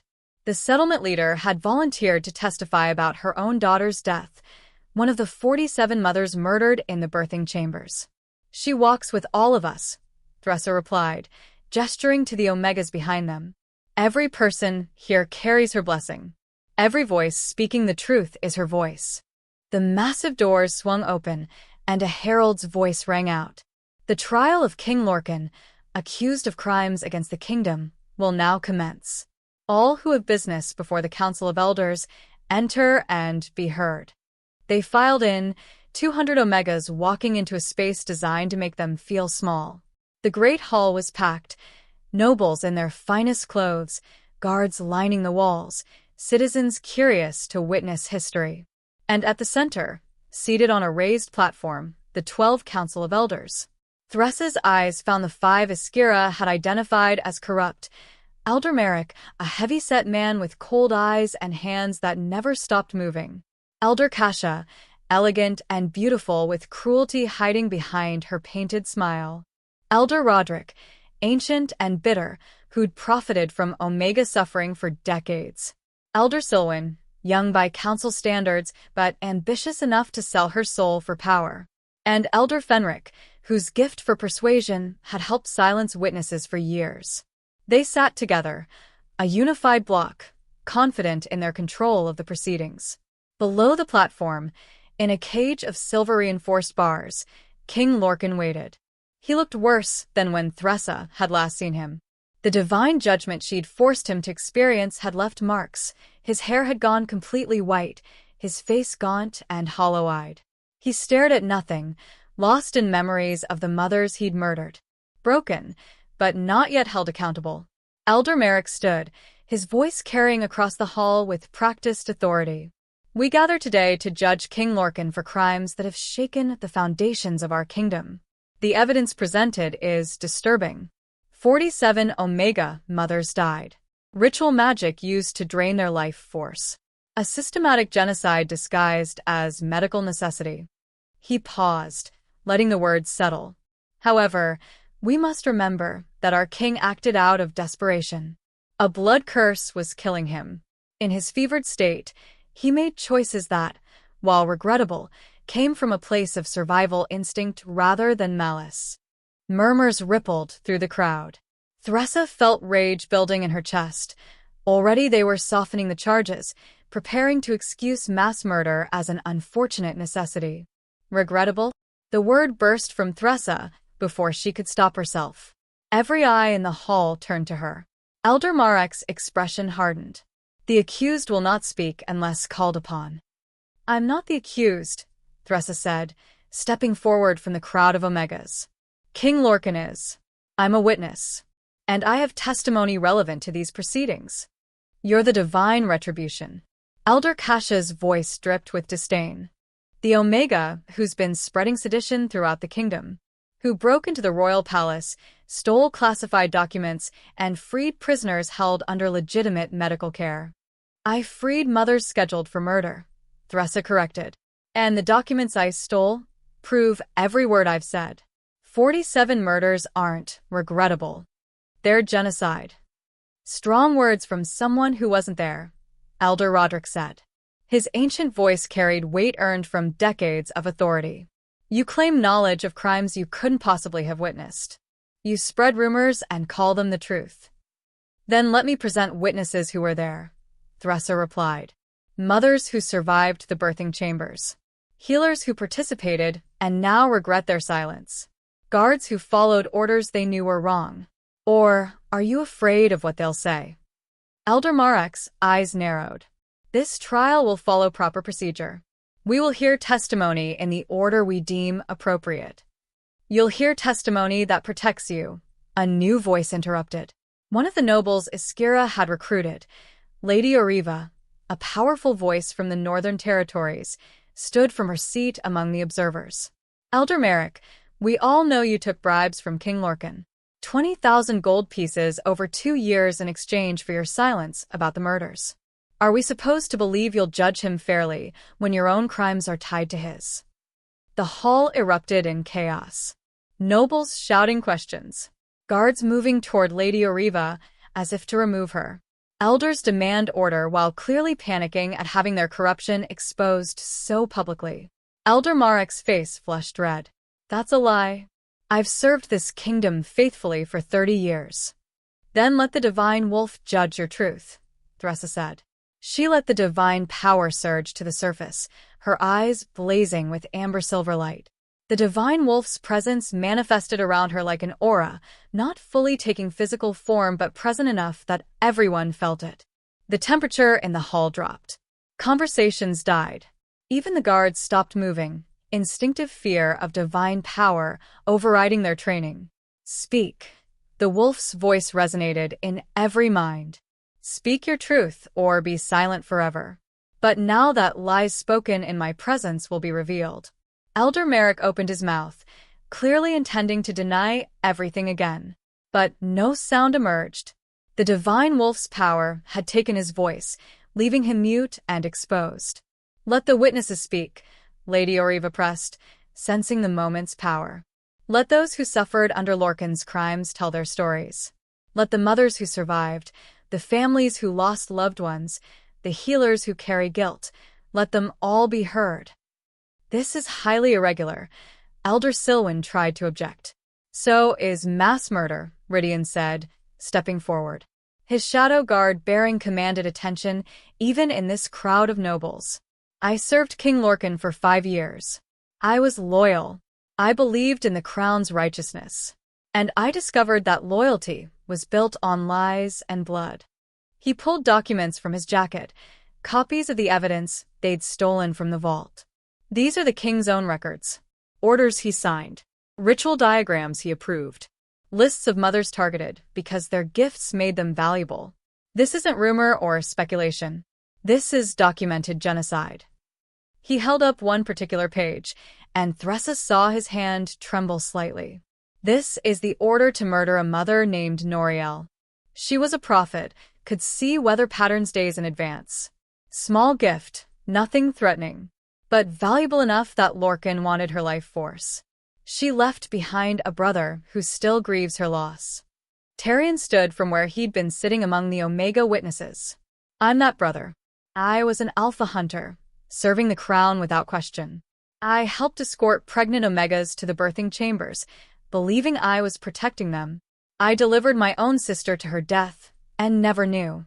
His voice cracked with emotion Thressa had never heard from him before. I want justice for Noriel. But more than that, I want a system where no other brother has to unknowingly participate in his sister's murder. Where no other hunter follows orders without questioning. Where truth isn't buried beneath rank and tradition. One by one, witnesses began standing. Coming forward. Speaking. Eloan described watching her daughter go into the birthing chambers healthy and come out dead. Being told it was natural causes. Never being allowed to see the body. Living with grief and unanswered questions for 3 years until the truth finally emerged. Serenia, the mother they'd rescued, spoke of the draining ritual. Of feeling her life force being pulled away while healers chanted and drew symbols in her blood. Of knowing she was meant to die so a king could live a few more years. A healer, elderly and trembling, confessed to participating in 12 murders. I told myself it was necessary, that the king's survival mattered more than individual Omegas. But the truth is I was a coward. I stayed silent because speaking up would have cost me everything. I chose my comfort over their lives. The testimonies piled up, each one adding weight to the evidence. Mothers, fathers, siblings, children, all of them carrying grief that had been dismissed as natural tragedy until now. And through it all, Elder Merrick sat mute, unable to speak in his own defense. The divine wolf's power had exposed his lies before he could voice them. Finally, when the last witness had spoken, Thressa stepped forward again. "You've heard the testimony," she said, her voice carrying a divine resonance that made it impossible to ignore. "You've seen the evidence. King Lorcan murdered 47 mothers, drained their life force to extend his own cursed existence. And he didn't do it alone." She turned to face the Council of Elders directly. "5 of you took bribes to stay silent. Used stolen Omega gifts for your own benefit. Helped cover up murders because it served your interests. You're not judges of Lorcan's crimes. You're accomplices to them. This is outrageous." Elder Kasha finally found her voice. "We serve the kingdom. Everything we did was to maintain stability." "You served yourselves," Thressa interrupted. "And now you're trying to control this trial, to condemn Lorcan while protecting your own positions. You want to install Elder Merrick as regent, let him continue the system that makes Omegas prey." She held up a document, one of Askira's records showing the bribes in meticulous detail. "But we have proof, not just of Lorcan's crimes, but of yours. And the goddess herself stands witness." The divine wolf's presence intensified, its power filling the great hall like gathering storm clouds. When it spoke, every person present heard the words directly in their mind. "I judge not just the king, but all who enabled his corruption. The shepherd who becomes the wolf forfeits divine protection. But so do those who watch the wolf feed and do nothing." The wolf's consciousness touched each of the 5 compromised elders, and they gasped as their own crimes were laid bare, not just to themselves, but to everyone in the hall. Shared visions that left no room for denial or rationalization. Elder Merrick took gold from Lorcan's treasury. Elder Kasha uses stolen prophetic gifts to advance her family's fortunes. Elder Roderick ordered guards to silence witnesses. Elder Silwyn falsifies records to hide the murder count. Elder Fenric using his persuasion gift to convince families their grief was misplaced. All of it is visible. All of it is undeniable. "They must recuse themselves," Lady Oriva said firmly, seizing the moment. "These elders are compromised. They cannot sit in judgment of crimes they participated in." "Agreed." Another noble voice joined, Lord Bastion from the Eastern Reaches. 5 seats vacant means the remaining 7 elders hold the majority. Let them judge, without corruption influencing the verdict. The uncorrupted elders looked at each other, clearly shaken by everything they'd witnessed. Elder Mireia, the oldest of the untainted council members, stood slowly. "In my 40 years serving the kingdom, I've never witnessed such a profound betrayal of trust," she said, her voice heavy with sorrow and rage both. "King Lorcan, you murdered your own people. You corrupted the sacred duty of protection into predation. There can be only one sentence for such crimes." She turned to the other 6 uncorrupted elders. "I call for an immediate vote. Death. Execution within 3 days. All in favor." 6 hands rose in unanimous agreement. "And what of the compromised elders?" Lord Bastion asked. "Do they face justice as well?" "They do," Elder Mireia confirmed. "But their trials will come after. First, we deal with the king who started this corruption." Lorcan, who'd been silent throughout the proceedings, finally stirred. His hollow eyes found Thressa across the hall. "You won," he said, his voice barely audible. "I'm dead either way, the blood curse or your justice. But tell me, divine retribution, what comes after? You've torn down a king, exposed the council's corruption, and convinced the kingdom that Omegas matter. What happens when the next crisis comes? When the next desperate ruler looks for solutions and finds the same terrible answer I did?" It was the question Thressa had been asking herself for days. Destroying corruption was necessary, but preventing it from returning required more than punishment. It required structural change. What comes after, Thressa said clearly, is a new system. One where Omegas have representation on the Council of Elders, where gifts are protected by law instead of exploited, where rank doesn't determine worth or vulnerability. A fantasy, Lorcan laughed bitterly. You think the nobles will accept Omegas as equals? That centuries of tradition will vanish because you exposed one corrupt king. Not one, Thressa corrected. Dozens. Because the evidence we stole doesn't just document your crimes, it shows a pattern going back decades. You weren't the first ruler to prey on Omegas. You were just the most recent, the most egregious, the one who finally got caught. She addressed the entire hall now, her voice carrying both human determination and divine authority. The Council of Elders will be restructured. 3 seats reserved for Omega representatives, elected by Omega communities rather than appointed by nobles. All decisions regarding gifted individuals must have Omega approval, and any ruler who targets vulnerable populations faces immediate removal and trial. You're demanding revolution, Elder Kasha said, her voice shaking with barely controlled fury. I'm demanding justice, Thressa replied. True justice, not the performance you were planning. And the goddess herself supports these changes. The divine wolf's presence pulsed with confirmation. The balance requires power to be distributed, not concentrated, the wolf said. When shepherds become wolves, the flock must have teeth of their own. Elder Mireia looked troubled but thoughtful. These are significant changes. Unprecedented. The council would need time to consider. You have 3 days, Thressa said. The same 3 days until Lorcan's execution.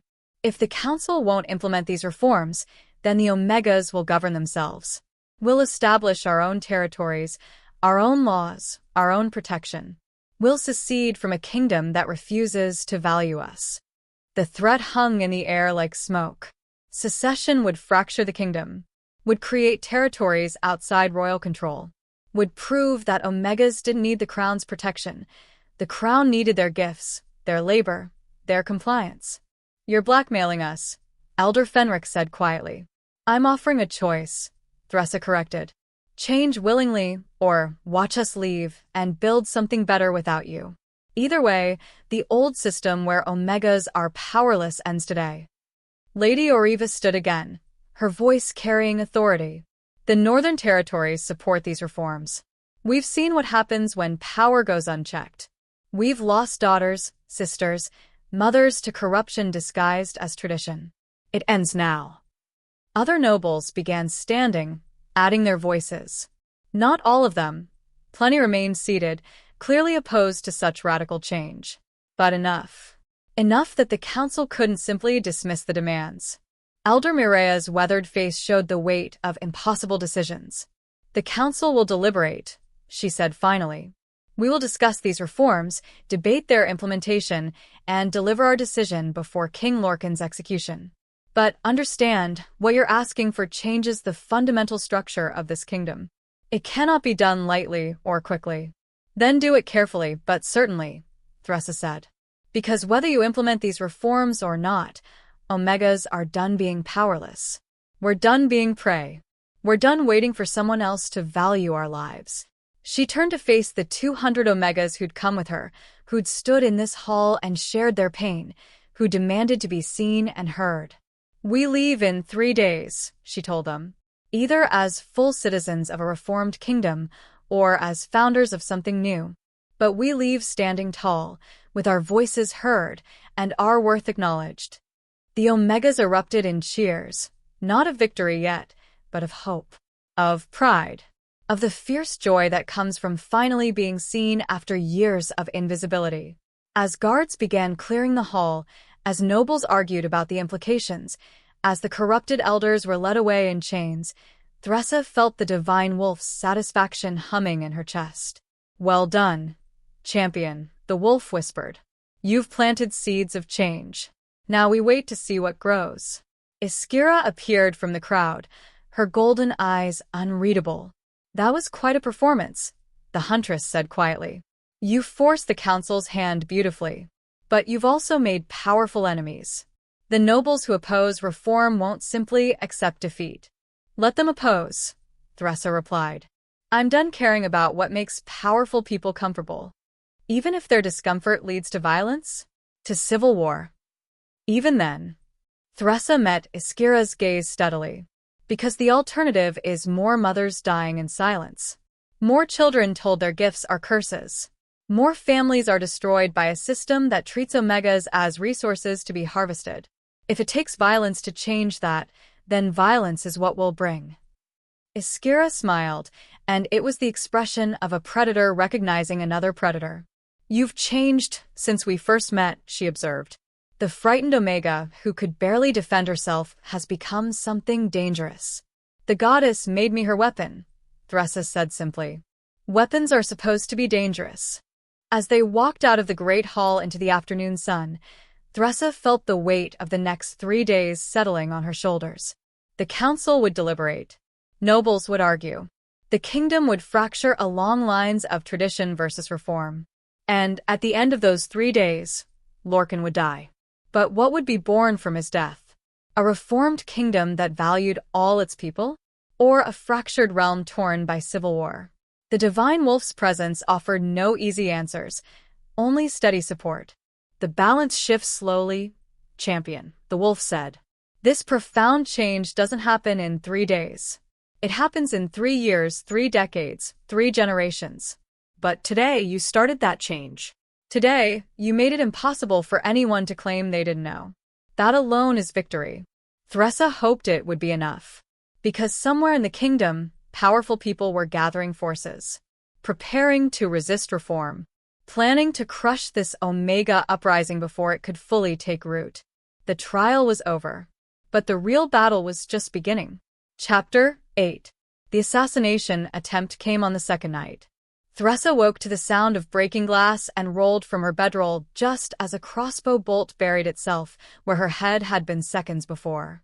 The Divine Wolf's warning had saved her life, a surge of instinctive alarm that pulled her from sleep into combat readiness.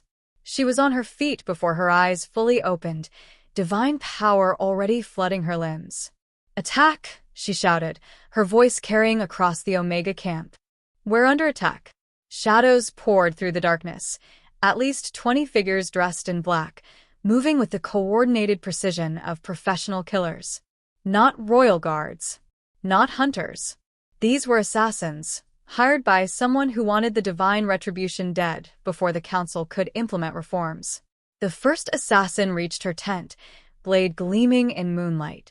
Thressa's hand shot out, her inverted healing magic unraveling his shoulder joint with a touch that looked almost gentle. He dropped, screaming, his arm useless. The second came from behind, silent as death. But the Divine Wolf's presence gave her awareness beyond normal senses. She twisted, caught his wrist, and used his own momentum to send him crashing into a tent pole. Around the camp, chaos erupted. Omegas who'd been sleeping scrambled for weapons. Fighters who'd kept watch engaged the assassins with desperate courage. Thressa heard Tarian's roar from across camp and heard the distinctive sound of Rydian's shadow-trained combat. But the assassins were professionals. They'd chosen their moment well, late enough that most were asleep, early enough that the night watch was tired. And they were targeting specific individuals. Thressa saw an assassin heading for the tent where Serenia and the other rescued mother slept. Saw another moving toward where Eloan coordinated camp defenses. They weren't just trying to kill her. They were trying to eliminate anyone who could testify, anyone who could lead, anyone who represented the movement's strength. Thressa shifted partially, not full wolf form, but enough to enhance her speed and strength. She crossed the camp in bounds that defied gravity, reaching Serenia's tent just as the assassin raised his blade. Her hand caught his throat, lifting him off the ground with divine-enhanced strength. "Who sent you?" she demanded, her voice resonating with the wolf's power. The assassin's eyes showed no fear, only cold professionalism. He opened his mouth, and Thressa realized too late what he intended. The poison took him in seconds, self-administered, hidden in a false tooth. He died rather than risk revealing his employer. Damn it. Thressa dropped the corpse and spun to assess the battle. The Omegas were fighting back, with surprising effectiveness. Silas had thrown several of his alchemical concoctions, and acrid smoke now filled portions of camp, disorienting assassins who relied on sight. Varia, despite her pregnancy, was coordinating defensive positions with tactical precision. But they were still outnumbered and outmatched. An explosion rocked the northern edge of camp. Then another. Someone was using blast charges to create chaos and casualties. The children, the Divine Wolf's voice cut through Thressa's awareness. They're herding everyone toward the eastern edge, where more explosives wait. This isn't just assassination, it's massacre.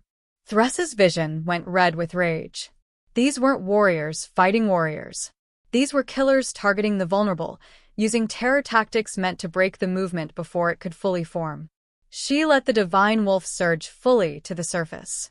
Her transformation was faster this time, more complete. In seconds, she stood as the massive silver-white wolf, divine light blazing from her eyes like captured stars. The roar that emerged from her throat shook the earth itself. Every assassin froze. Every Omega looked up. The very air seemed to still as divine power manifested in its purest form. Enough, the wolf's voice crashed through every mind like thunder. You come to slaughter the innocent? To murder children in their sleep? Then face the goddess's wrath. The divine power exploded outward in a wave of silver-white light. Where it touched assassins, it didn't harm. Instead, it revealed. Their faces became visible despite the darkness. Their concealing clothes ignited and burned away. Their weapons glowed like brands. Nowhere to hide. Nowhere to disappear. All their professional anonymity stripped away in an instant. Take them alive. Thressa's human voice emerged from the wolf's throat, distorted but clear. I want them alive. The Omega fighters surged forward with renewed purpose. The assassins, suddenly exposed and facing a divine wolf that blazed like the sun, broke formation. Some tried to flee. Others attempted suicide like their companion. But Thressa was faster. Her divine power touched each one, healing their bodies even as it prevented them from harming themselves. She wouldn't let them escape into death's silence. Wouldn't let whoever hired them avoid accountability. Within minutes, the battle was over. 15 assassins captured alive, 5 dead from the fighting, and Thressa did a quick count, 23 Omegas injured. 3 critically. She shifted back to human form and immediately ran to the wounded. Her healing magic flowed, without conscious thought now, guided by the divine wolf's instincts. A male with a punctured lung, she sealed the damage, encouraged new tissue growth. A female bleeding from a severed artery, she knitted blood vessels back together, replaced lost volume.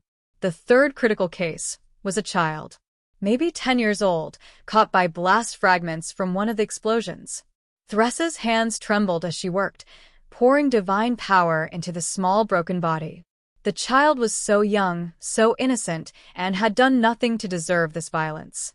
Easy, champion, the wolf whispered. Focus. Breathe. You have the power to save her. Trust yourself. The healing took longer than the others. The damage was extensive, the child's life force so fragile. But slowly, cell by cell, Thressa rebuilt what the explosion had destroyed. The child's eyes opened. She looked up at Thressa, with confusion giving way to wonder. You're glowing, the child whispered. So are you. Thressa replied, managing a smile despite the exhaustion threatening to overwhelm her. So is everyone who refuses to let violence break them. By dawn, the camp had stabilized. The wounded were recovering. The assassins were secured in a makeshift prison, one of the supply tents reinforced with silver chains and watched by rotating guards. And Thressa stood in the center of camp, looking at the damage. 3 tents destroyed by explosives. Supplies scattered. The sense of safety shattered. They'll try again, Rydian said quietly, appearing at her side. His shadow guard training had served him well. He'd taken down 4 assassins without sustaining serious injury. Whoever hired them won't stop with one failed attempt. Let them try. Thressa said, her voice harder than she'd ever heard it. Every attack proves we're a threat worth eliminating. Proves the powerful are afraid of what we represent. You sound like you're looking forward to more violence. I'm looking forward to ending it permanently. Thressa turned to face him. We've been reactive since this started, responding to Lorcan's crimes, to the Council's corruption, to assassins in the night. It's time we became proactive. Meaning we find out who hired these assassins, and we expose them the same way we exposed Lorcan. We drag their conspiracy into daylight before they can strike again. Tyrion approached, his expression grim. I interrogated 3 of the capture assassins. They're professional, trained to resist questioning. But one let something slip before he caught himself. Mentioned the coalition. Coalition? Thressa repeated. Coalition of what? Noble families who oppose the reforms, Iskira said, emerging from the shadows where she'd been observing. The Huntress had arrived during the battle, drawn by the divine manifestation's power. I've been tracking them for the past 2 days. 5 major houses, each with their own reasons for wanting the old system preserved. She pulled out a small notebook, flipping to a marked page. House Vane of the Western Reaches. They profit from Omega labor in their mines and factories. Reforms that give Omega's representation threaten their business model. House Theron from the Southern Valleys. Old blood traditionalists who believe rank is sacred and Omegas are naturally inferior. House Blackwood of the Northern Mountains. They've been using stolen Omega gifts to enhance their own family's abilities for 3 generations. House Ashford from the Eastern Territories. They supplied the ritual components Lorcan used for the draining ceremonies. And House Corvin from the Midlands. They're positioning themselves to fill the power vacuum if the kingdom collapses into civil war. Thressa felt sick listening to the litany.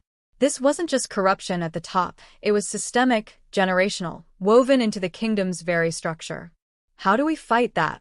Eloan asked, having joined their gathering. 5 of the most powerful houses in the kingdom, all working together against us? We do what we've been doing, Thressa said. We expose them. We gather evidence of their crimes, and we present it publicly before they can act again.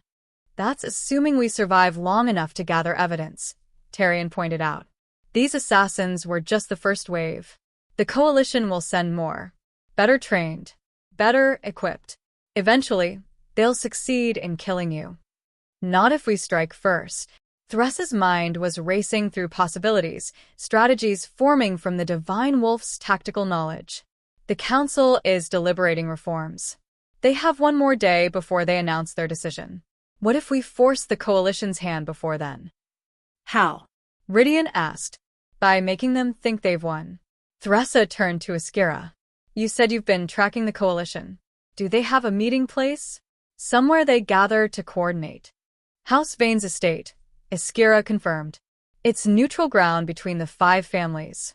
They've been meeting there every night since the trial, planning their response to potential reforms. Then tonight, we will attend their meeting. Thressa's smile was sharp. Uninvited. That's insane, Eloan protested. You want to walk into an estate full of our enemies? I want to catch them in the act of conspiracy, Thressa corrected. Get evidence of what they're planning, record their admissions of hiring assassins, document everything they say and do. Then we present that evidence to the Council tomorrow when they announce their decision. They'll kill you the moment you're discovered, Tyrion said flatly. Only if undiscovered. Thressa looked at Rydian. Shadow Guards specialize in infiltration, right? Getting into places they shouldn't be. Gathering intelligence. Disappearing without trace. Yes, Rydian said slowly, understanding dawn. You want me to teach you Shadow Guard techniques. In 1 day. I'm a fast learner. Thressa's eyes blazed with divine light. And I have the goddess helping me. Between your training and her power, I think we can manage. We. Rydian repeated. I'm not going alone. Too risky. But a small team, you, me, maybe Tyrion as backup, we slip into the estate during their meeting, document everything and slip back out with evidence that destroys the coalition before they can strike again. It was audacious. Dangerous. Dependent on too many things going right. It might be their only chance to seize the initiative instead of constantly reacting to attacks. The divine wolf's presence pulsed with approval. The predator who waits for prey eventually becomes prey themselves, the wolf said. Better to hunt than be hunted. I'll need supplies, Rydian said, already shifting into planning mode. Recording crystals to capture their conversation, the kind that can't be disputed or claimed as fabrication. Shadow cloaks for concealment. Maps of House Vane's estate layout. I can get the maps, Iskira offered. And the recording crystals, the Huntress Division has access to royal resources. But the shadow cloaks will be harder. Those are specialized shadow guard equipment. I kept mine when I defected, Rydian said. 2 of them. Thressa, and I can use those. Tarion will have to rely on natural stealth. I've been doing them my whole life, Tarion said. One more night won't kill me. They spent the day preparing. Rydian taught Thressa the basics of shadow guard movement, how to walk without sound, how to breathe without being heard, how to still her presence until even other shifters would overlook her. The divine wolf helped, lending supernatural awareness that normal training could never provide. Thressa found herself moving through camp like smoke, invisible even when standing in plain sight. You're a natural, Rydian observed with something like pride. Most trainees take months to achieve this level of concealment. You're doing it in hours. Divine cheating, Thressa replied, but she felt a fierce satisfaction. Every skill she mastered was another tool for protecting her people. By evening, they were ready. Thressa wore the shadow cloak, a garment that seemed to drink light, making her nearly invisible in darkness. Rydian wore its twin. Tarion relied on dark clothes and his hunter's training. And hidden beneath Thressa's cloak, a recording crystal pulsed with potential, ready to capture whatever the Coalition said in their assumed privacy. If something goes wrong, Eloan said as they prepared to leave, if you don't come back. Then you lead, Thressa interrupted. You continue the fight. You make sure the Council implements reforms even if I'm dead. Promise me. Eloan's eyes filled with tears, but she nodded. I promise. Good. Thressa embraced the settlement leader. But I'm planning to come back. I have too much unfinished business to die in some noble's estate. House Vane's estate sat on a hill overlooking the capital, its walls high and well guarded. Under normal circumstances, infiltrating it would be nearly impossible. But Rydian knew shadow guard techniques that made the impossible merely difficult. They approached from the eastern side, where the estate's walls bordered a forest. Rydian moved first, his steps silent as thought, finding handholds in stone that looked smooth. Thressa followed, the divine wolf's power enhancing her natural abilities until she flowed up the wall like water flowing uphill. Tarion came last, slower but steady, his hunter's experience guiding him. They dropped into the estate grounds without alarm. Guards patrolled in predictable patterns, professionals, but not expecting infiltration this deep into secure territory. The main house, the divine wolf directed. 3rd floor. The Coalition gathers in a room warded against scrying and eavesdropping. But divine power transcends such mortal protections. They moved through manicured gardens, past ornamental fountains, under balconies where nobles probably stood in daylight admiring their wealth. All of it is maintained by Omega labor. All of it built on exploitation the Coalition was desperate to preserve. The main house loomed before them. All stone and stained glass and ostentatious display of power. Rydian found a servant's entrance, its lock yielding to his practiced skill. They slipped inside, moving through corridors where centuries of Vane family history stared down from painted portraits. Voices drifted from above. The Coalition was meeting. They climbed stairs that felt too exposed, crossed hallways that seemed to stretch forever. Every moment felt like eternity, every sound magnified by adrenaline and fear. Finally, they reached the 3rd floor. A door at the corridor's end showed light beneath its frame. Voices came from within, muffled by wards, but present. Thressa pulled out the recording crystal and activated it with a touch of divine power. The wards that would block normal magic couldn't stop the goddess's blessing. And the Coalition's voices became clear. Can't believe the assassins failed. That was a male voice, aged and bitter. 20 professionals against an Omega camp, and she survives? She's divine touched. A female voice replied, younger but equally cold.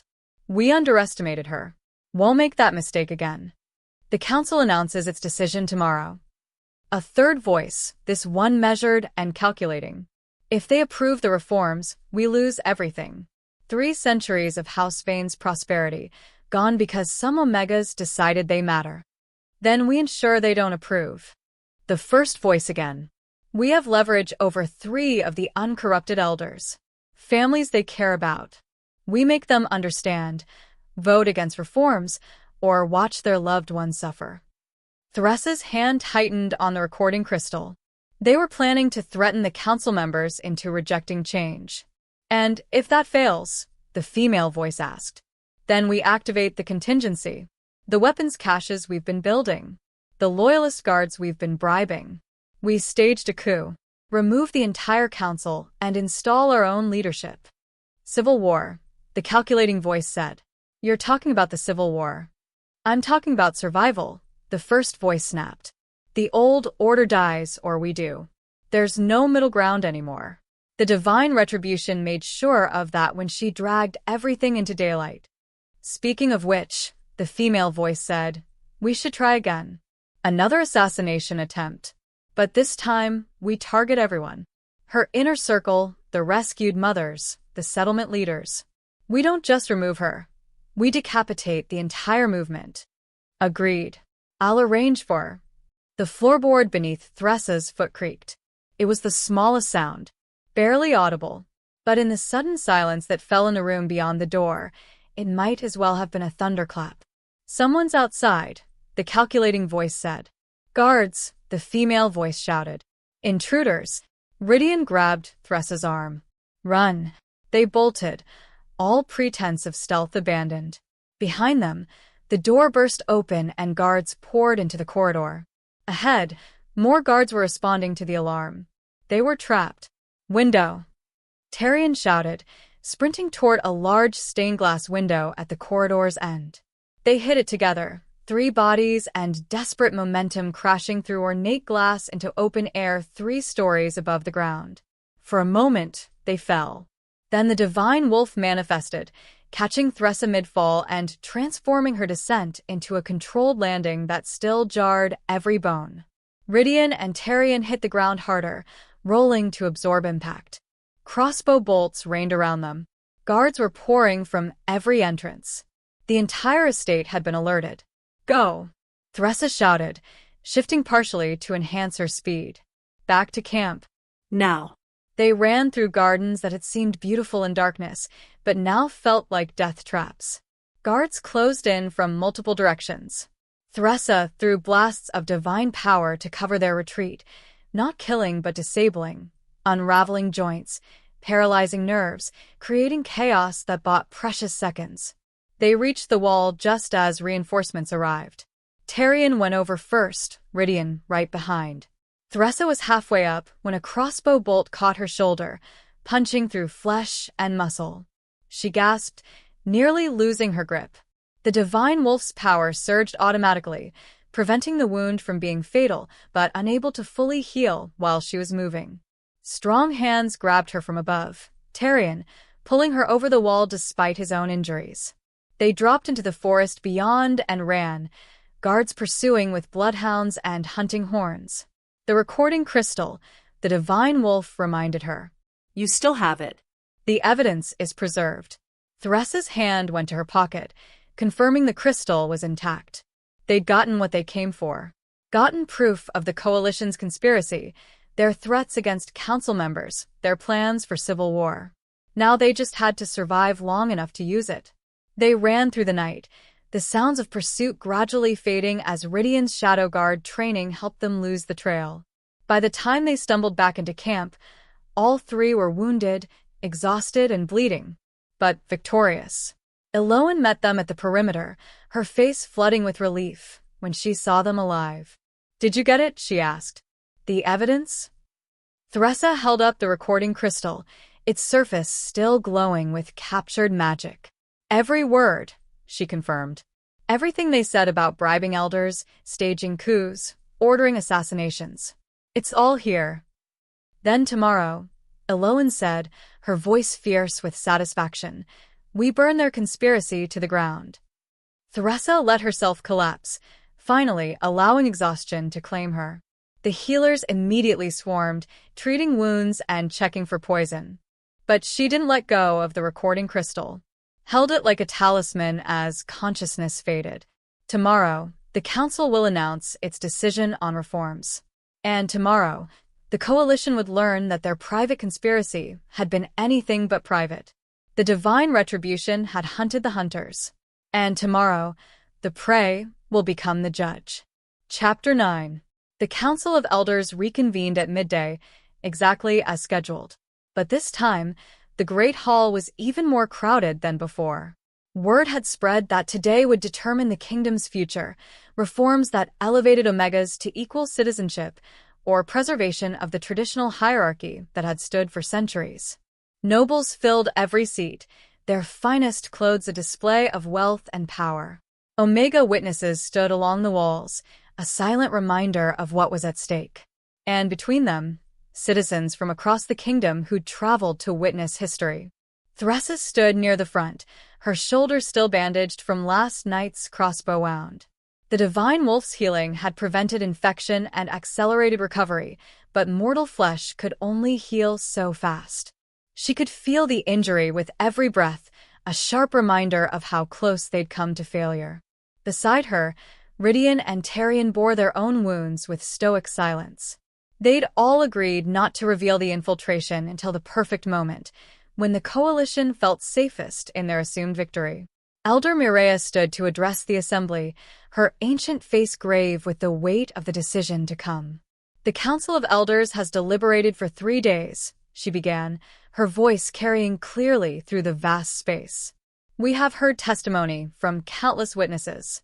We have examined evidence of crimes that shake the very foundation of our kingdom. And we have debated reforms proposed by the divine retribution, reforms that would fundamentally alter how power is distributed in this realm. She paused, letting the tension build. Before we announce our decision, we must acknowledge the difficulty of this choice. Tradition has guided this kingdom for centuries. The hierarchy of rank, Alpha, Beta, Omega, has provided stability and order. To change such fundamental structures risks chaos and division. Theresa felt her stomach drop. This sounded like a rejection was coming. However, Elder Mireia continued, tradition built on injustice is not worth preserving. Stability purchased with innocent blood is not true peace. And an order that requires the powerless to remain silent about their suffering is tyranny disguised as civilization. Hope flickered in Theresa's chest. Therefore, the Council of Elders, by vote of 6-1, approves the following reforms. 3 seats on this council will be reserved for Omega representatives, elected by Omega communities rather than appointed by noble families. All decisions regarding gifted individuals must receive Omega Council approval. Any ruler or noble found targeting vulnerable populations for exploitation will face immediate trial and removal from power. The hall erupted, half in celebration, half in outrage. Theresa felt tears streaming down her face. They'd done it. I actually did it. Changed a system that had oppressed Omegas for generations. But the victory was incomplete. From across the hall, she saw the coalition's members sitting together. House Vane's patriarch, Lord Kellinor, showed no emotion. Lady Zariah of House Theron smiled coldly. They weren't celebrating the decision. They were confident in their ability to undermine it. Because they still planned to stage their coup. Still intended to threaten council members. Still believed their conspiracy was secret and safe. It was time to destroy that belief. Elder Mireia, Theresa called out, her voice cutting through the chaos. Before we celebrate these reforms, there's something the council needs to see. She held up the recording crystal, its surface glowing with captured magic. Last night, I infiltrated a meeting of nobles who opposed these changes. 5 powerful houses calling themselves the Coalition. They gathered at House Vane's estate to plan their response to potential reforms. Lord Kellinor's face went pale. Lady Zariah's hand moved toward a concealed weapon. The other coalition members shifted in their seats, clearly panicking. This recording crystal captured their entire conversation. Theresa continued, walking toward the center of the hall, including their admission of hiring the assassins who attacked our camp, including their plans to threaten council members into voting against reforms, and including their contingency plan, a coup to remove the entire council if democracy didn't serve their interests. This is outrageous. Lord Kellinor stood, his voice booming with false authority. You broke into my estate, violated my privacy. Whatever that crystal contains was obtained illegally and cannot be. The goddess herself blessed this crystal, Theresa interrupted, her eyes blazing with divine light. Its contents cannot be falsified or disputed. Every word spoken in that room is preserved with perfect accuracy. She activated the crystal with a touch. The coalition's voices filled the great hall, clear and damning. 20 professionals against an Omega camp, and she survives? We underestimated her. Won't make that mistake again. We have leverage over 3 of the uncorrupted elders. Families they care about. We make them understand, vote against reforms, or watch their loved ones suffer. Then we activate the contingency. The weapons caches we've been building. The loyalist guards we've been bribing. We staged a coup. The recording continued, each word another nail in the coalition's coffin. Confessions of assassination. Threats against council members. Plans for civil war. All of it spoken in the conspirators' own voices, impossible to deny. When the recording ended, silence fell over the great hall like a shroud. Elder Mirea's face had gone from grave to furious. Lord Kellinor, Lady Zariah, Lords Darius, Cassius, and Evander. You stand accused of conspiracy to commit murder, threatening council members, and plotting treason against the realm. How do you answer these charges? We were protecting the kingdom. Lady Zariah's composure finally cracked. Protecting tradition and order from radical upheaval that would tear everything apart. You are protecting your own power, Theresa said quietly. Your mines that profit from Omega labor. Your factories that exploit gifted workers. Your illegal use of stolen abilities. Your supply of ritual components for draining ceremonies. Every one of you benefited directly from the system that murdered 47 mothers. Lord Kellinor's hand moved beneath his jacket. Guards, he shouted. To me, defend the true order. A dozen guards stepped forward, not royal guards but private forces wearing coalition house colors. They'd been planted throughout the hall, waiting for this moment. But they weren't the only ones who'd been preparing. Iskira appeared from the crowd, moving with the huntress's deadly grace. Behind her came royal guards still loyal to genuine justice rather than corrupt nobles. And from the Omega section, fighters emerged, the same warriors who defended their camp against assassins now ready to defend the council chambers. Stand down, Iskira commanded the coalition guards. You're outnumbered and outmatched. Surrender, and you'll face trial. Fight, and you'll die. The coalition guards looked at each other, at their employers, at the overwhelming force arrayed against them. One by one, weapons lowered. They'd been hired to fight Omegas, not the king's huntress supported by loyalist forces. Lord Kellinor snarled with rage and pulled a vial from his jacket, the same poison the assassins had used for suicide. Theresa was faster. Her divine power lashed out, knocking the vial from his hand before he could drink. It shattered on the marble floor, its contents spreading in a toxic puddle. No, Theresa said firmly. You don't get to escape death. You face justice. You answer for every crime you've committed. She turned to Elder Mireia. The coalition plotted to undermine the council's decision through violence and intimidation. They hired assassins to murder Omega witnesses. They planned a coup to seize power if democracy didn't serve them. And they did all of this believing they were above accountability. Then they will learn otherwise, Elder Mireia said, her voice carrying absolute authority. Guards, arrest these nobles.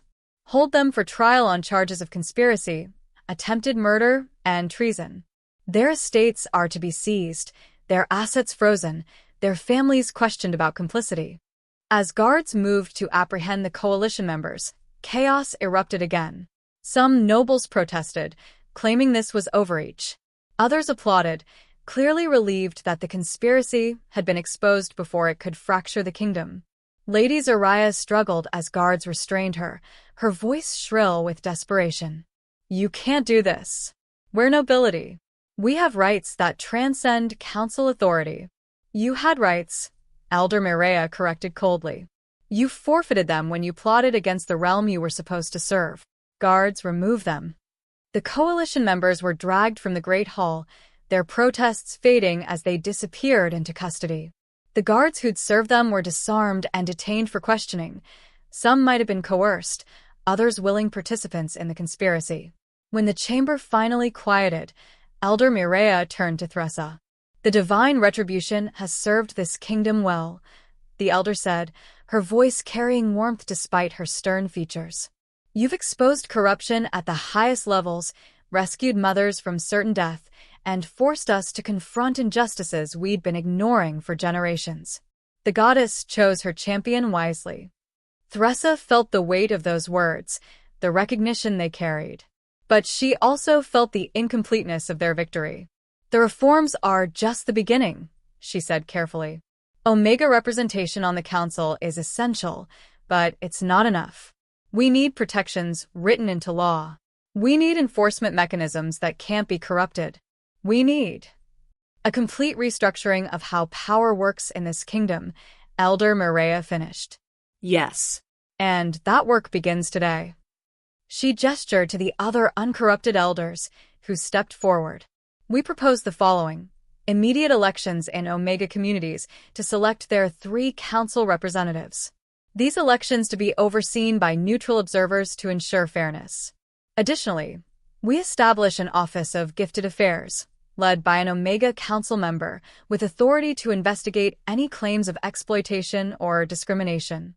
We also propose," another elder added, Elder Zephyra, who'd been quiet during previous proceedings but clearly had strong opinions, "a comprehensive review of all laws related to rank and hierarchy.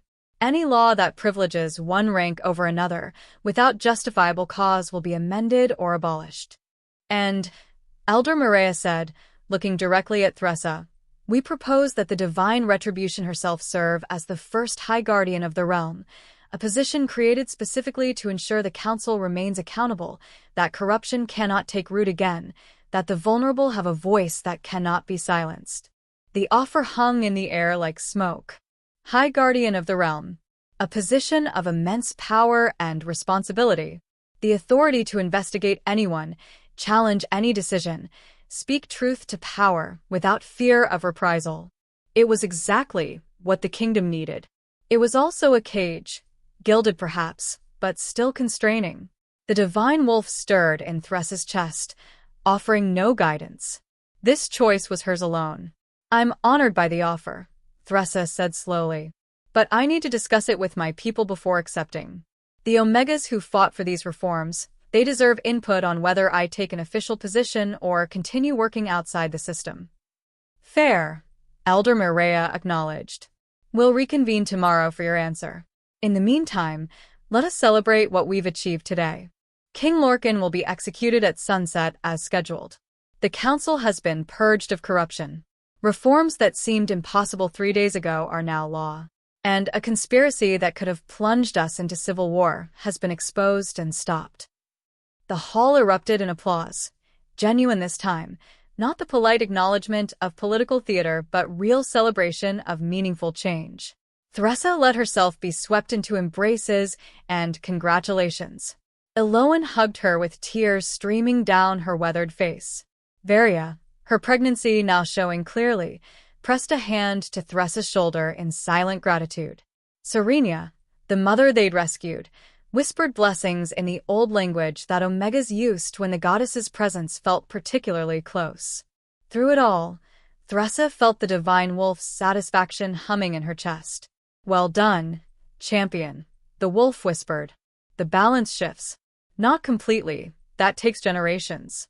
But today, you pushed it toward justice." As the celebration continued, Rydian pulled Thressa aside. "The High Guardian position," he said quietly. You're going to accept it. You sound certain.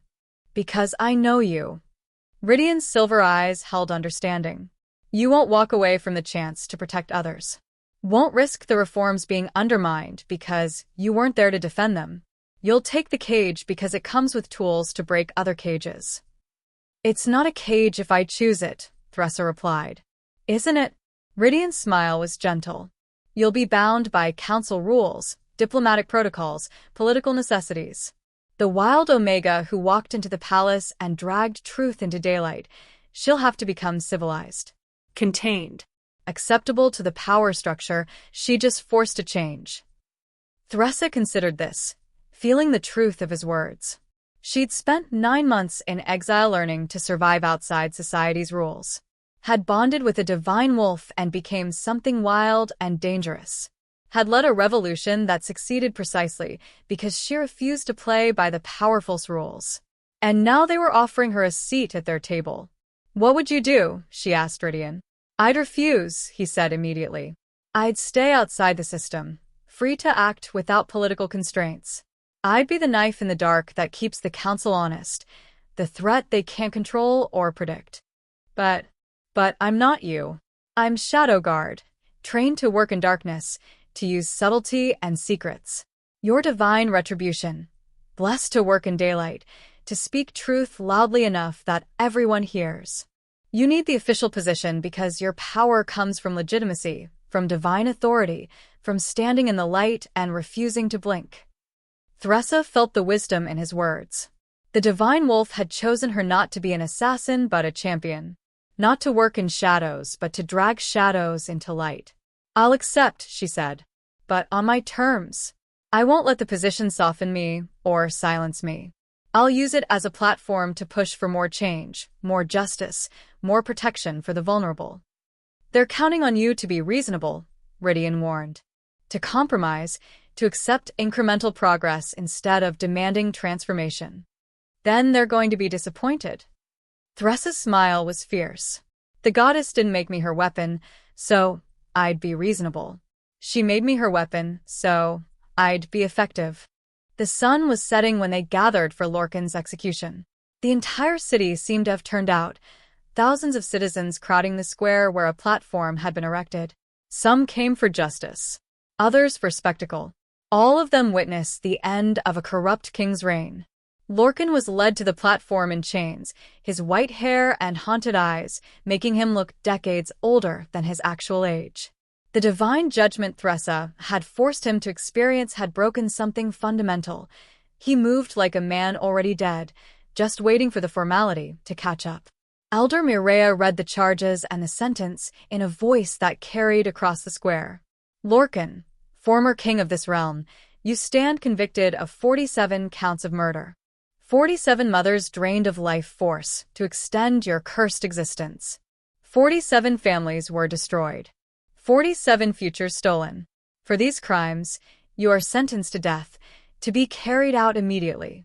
The executioner stepped forward, a massive male wielding an axe that gleamed in the dying light.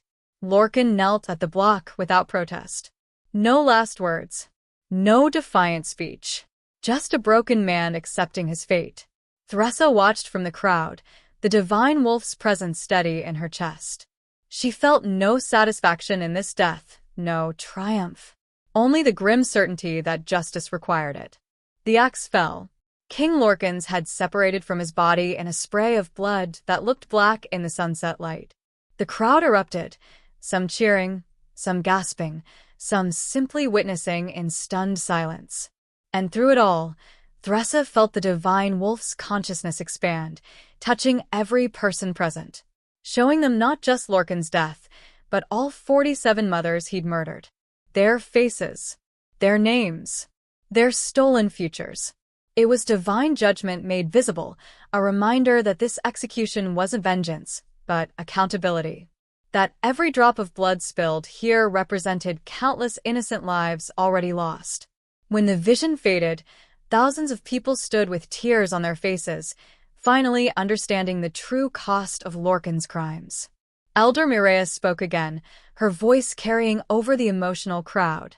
Let this day mark the end of an era of corruption and the beginning of genuine justice. Let all who would prey upon the vulnerable know that the goddess watches, that the divine retribution stands ready, that never again will such crimes be committed in silence. The crowd's response was not cheers, but something deeper, a collective commitment, a shared understanding that they all bore responsibility for ensuring this never happened again. As night fell over Silver Peak, Thressa stood with her closest allies, Rydian, Tarion, Eloan, Varia, Serenia, and dozens of others who'd fought for this moment.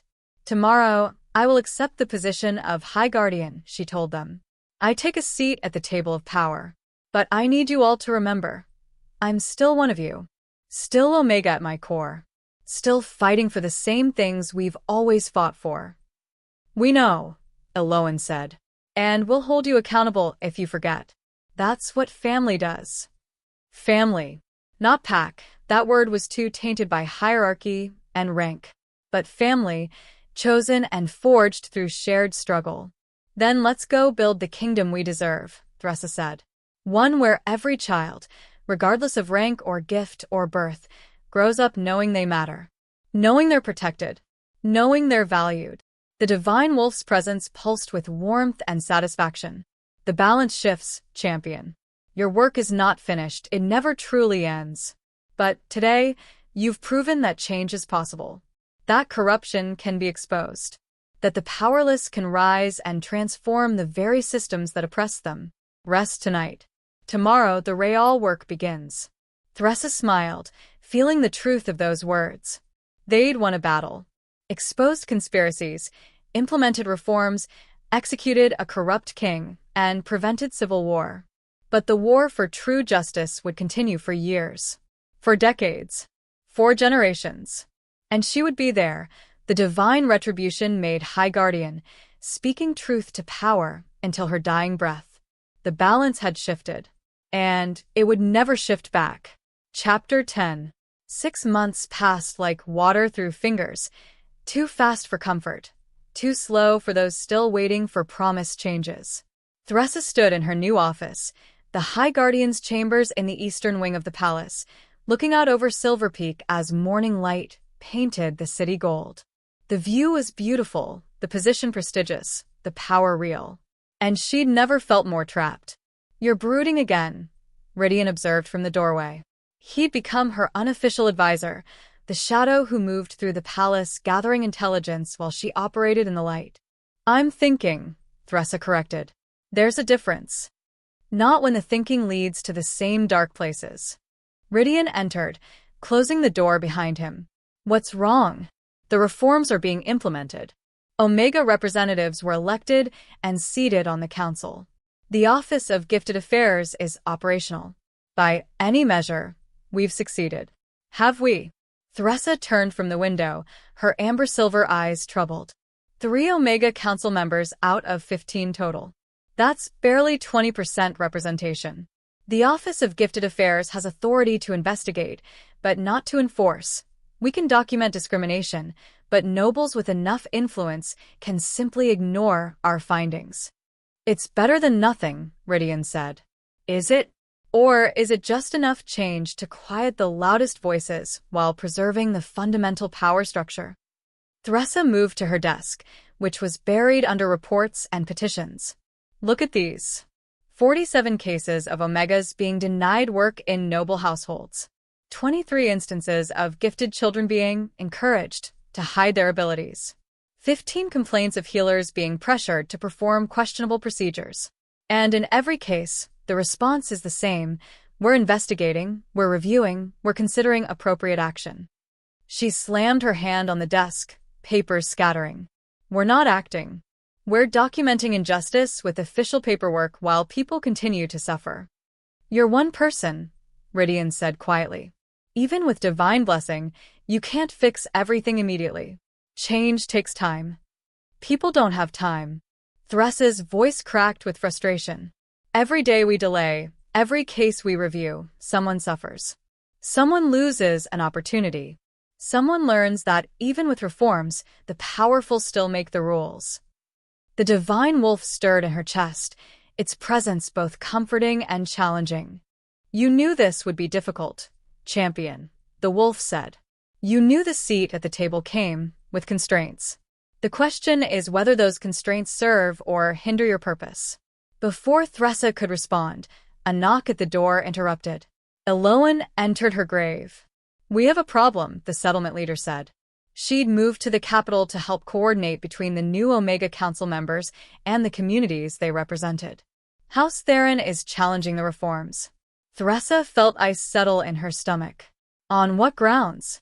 They're claiming the council exceeded its authority by implementing such sweeping changes without approval from the noble assembly. They're demanding the reforms be put to a kingdom-wide vote. "That's absurd," Ridian said. "The council has clear authority to establish its own composition and operating procedures."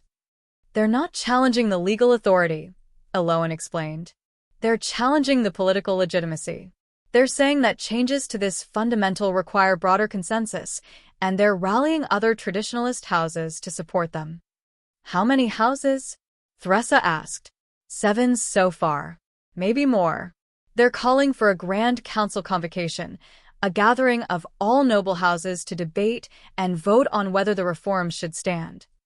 Eloan's expression darkened. If they get the majority they need, they can override the Council of Elders entirely. Thressa felt the careful progress of 6 months threatening to unravel. The Grand Council was an ancient mechanism, rarely invoked, designed to check the elders' power in extraordinary circumstances. If the traditionalist houses could rally enough support, they could undo everything. "When does the convocation meet?" she asked. 2 weeks. House Theron is hosting their estate in the southern valleys. Every noble house in the kingdom is invited to attend and vote. "Then we attend too," Thressa said. "We present our case. We show them why the reforms are necessary and just." "They won't listen," Eloan warned. "These are the families that profit most from the old system. They're not interested in justice, they're interested in preserving their advantages." "Then we make them listen." Thressa's eyes blazed with determination. "We bring witnesses. We present evidence. We force them to confront the reality of what their precious tradition has cost."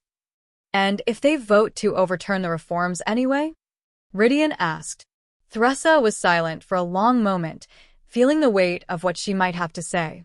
"Then we refuse to accept the vote. We declare the Omega territories independent. We create our own governance separate from a kingdom that won't value us." "That's secession," Eloan breathed. "That's a civil war." "That's self-determination," Thressa corrected. "The goddess gave us power. The reforms gave us a voice. If this kingdom chooses to silence that voice, then we choose to stop being part of this kingdom." The divine wolf's presence surged with approval. "Now you understand," the wolf said.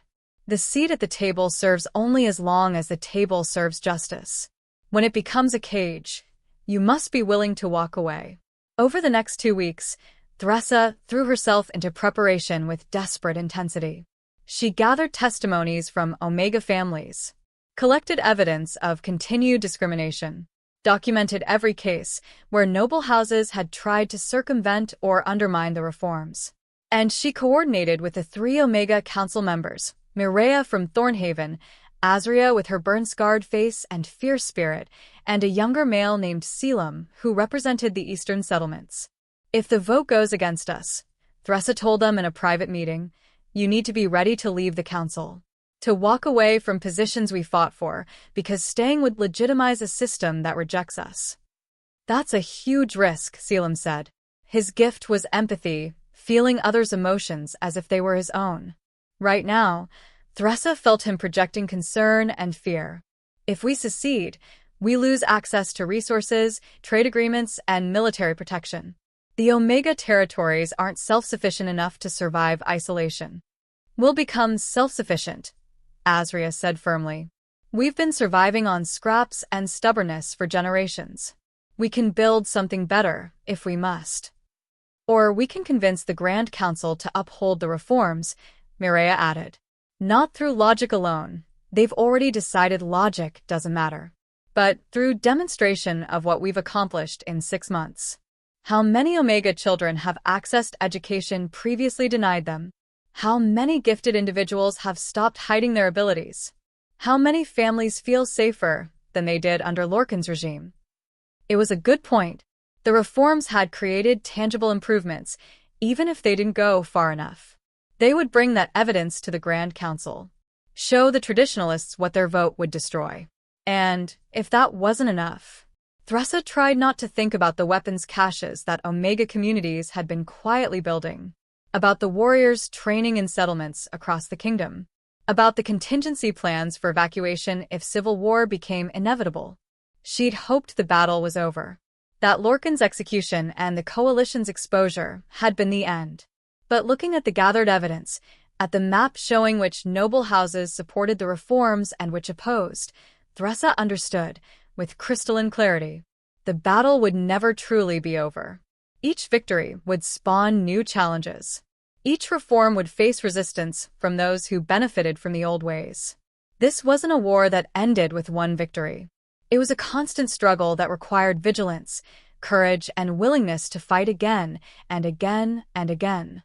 The Divine Wolf had chosen well, because Thressa was tired, frustrated, and beginning to doubt whether meaningful change was possible within the system. But she wasn't broken, and she wouldn't stop fighting. The day of the Grand Council convocation arrived with unseasonable cold, a late autumn storm that painted the southern valleys in frost and made travel treacherous. Thressa led a delegation of 50, the 3 Omega Council members, representatives from major settlements, witnesses prepared to testify, and warriors ready to defend if the convocation turned violent. House Theron's estate was even more ostentatious than House Vane's had been. All marble and gold, with centuries of noble privilege displayed in every carved column and painted ceiling. Lady Zariah Theron, who'd been released from custody after her family paid massive fines and she'd been stripped of official authority, stood at the entrance to greet arriving nobles. She wore elegant robes and a cold smile that promised retribution. Divine retribution, she said with false warmth when Thressa's delegation arrived. How gracious of you to attend. Though I'm surprised you'd show your face after the damage you've caused. Damage. Thressa repeated calmly. I exposed corruption and murdered mothers. If that's damage, then I'm proud of every bit of it. You destroyed stability, Lady Zariah corrected. Disrupted centuries of tradition. Convinced vulnerable Omegas that they deserve power they're not equipped to wield. And now the kingdom fractures because of your radical ideology. The kingdom fractures because people like you can't accept that Omegas are people, Thressa replied. That we deserve the same rights, the same protections, the same voice you've always claimed for yourselves. Lady Zariah's smile sharpened. We'll see what the Grand Council decides. Democracy, after all. The will of the majority.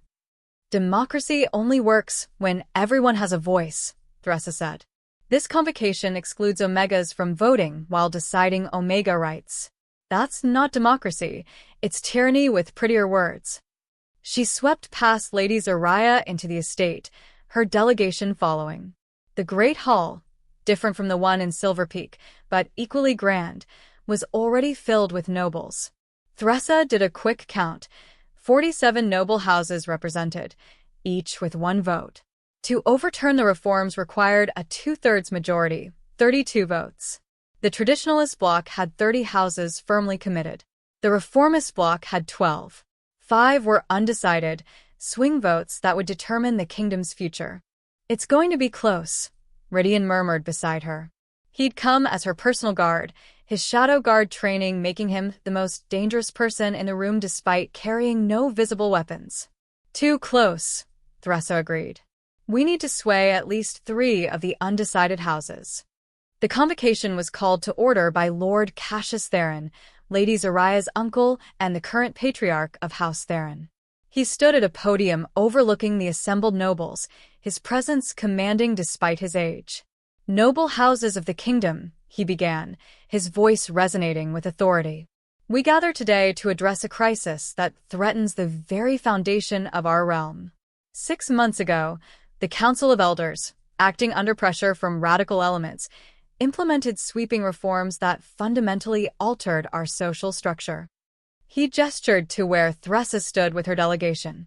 These reforms were justified as necessary to prevent future abuses like those committed by King Lorcan.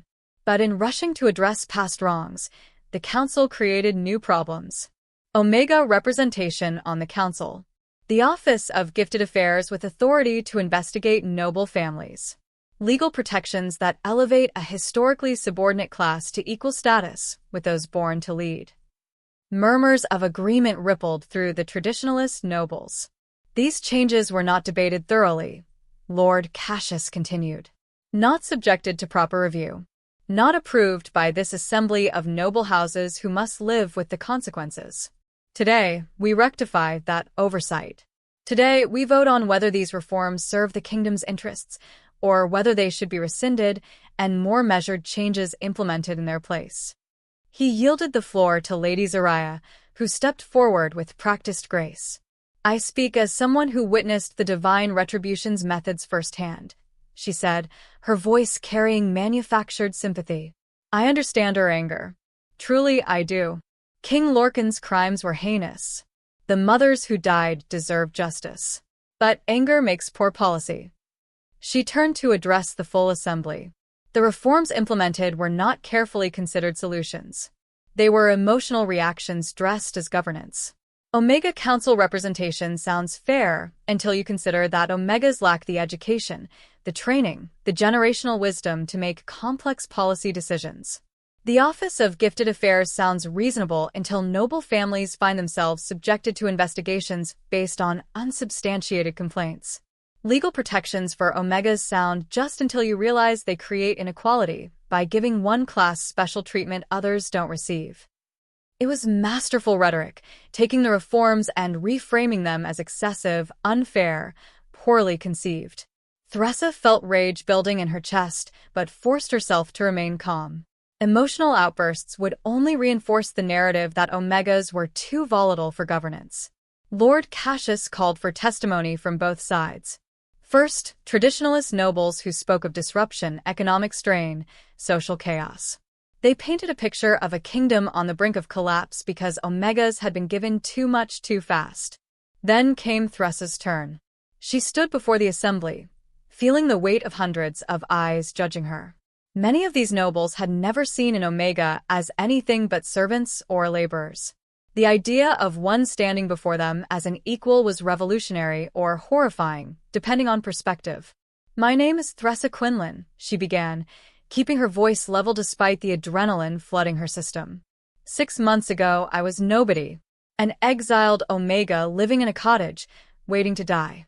Today, I'm High Guardian of the Realm, blessed by the goddess herself, standing before you to defend reforms that saved lives. She gestured to Aloan, who stepped forward. This is Aloan. Her daughter was one of the 47 mothers murdered by King Lorcan.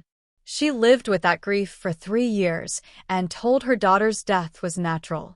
She believed that lie because questioning it meant questioning the entire system that produced it. Aloan spoke, her voice thick with emotion, describing her daughter's death. The way the healers had been so quick to dismiss concerns. The way questions had been discouraged. The way she'd been made to feel wrong for wanting answers. More witnesses came forward. Serenia described the draining ritual, the feeling of her life being pulled away while healers chanted. Azria showed her burned scars and explained how she'd been tortured for trying to escape. A young male named Silas, the alchemist who'd created defensive compounds, described hiding his gift for years because using it openly meant being targeted. Each testimony added weight. Each story made the cost of the old system impossible to ignore. Finally, Thressa stepped forward again. You've heard from people who suffered under the previous regime, she said. Now let me tell you what 6 months of reforms have accomplished. 300 Omega children now attend schools previously closed to them. 120 gifted individuals have registered with the Office of Gifted Affairs and received legal protections. 42 discrimination cases have been investigated and resolved.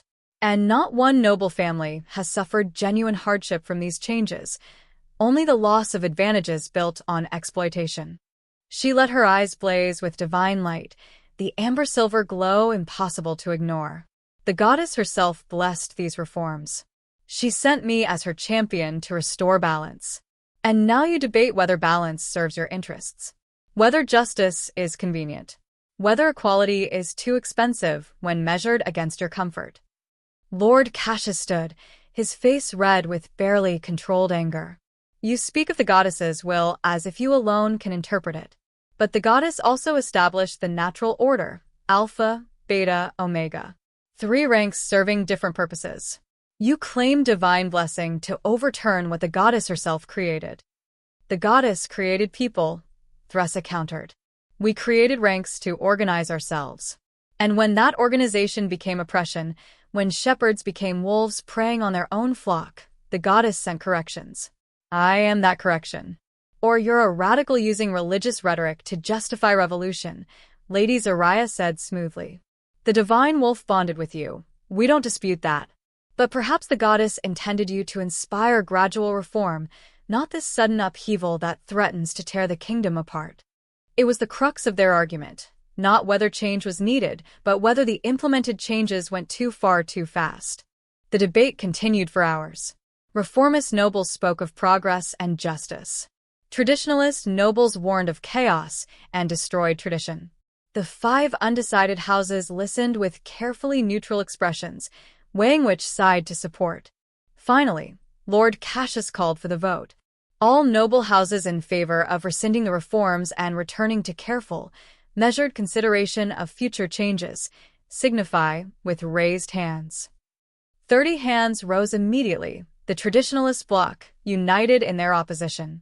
All noble houses in favor of upholding the reforms as implemented, signify.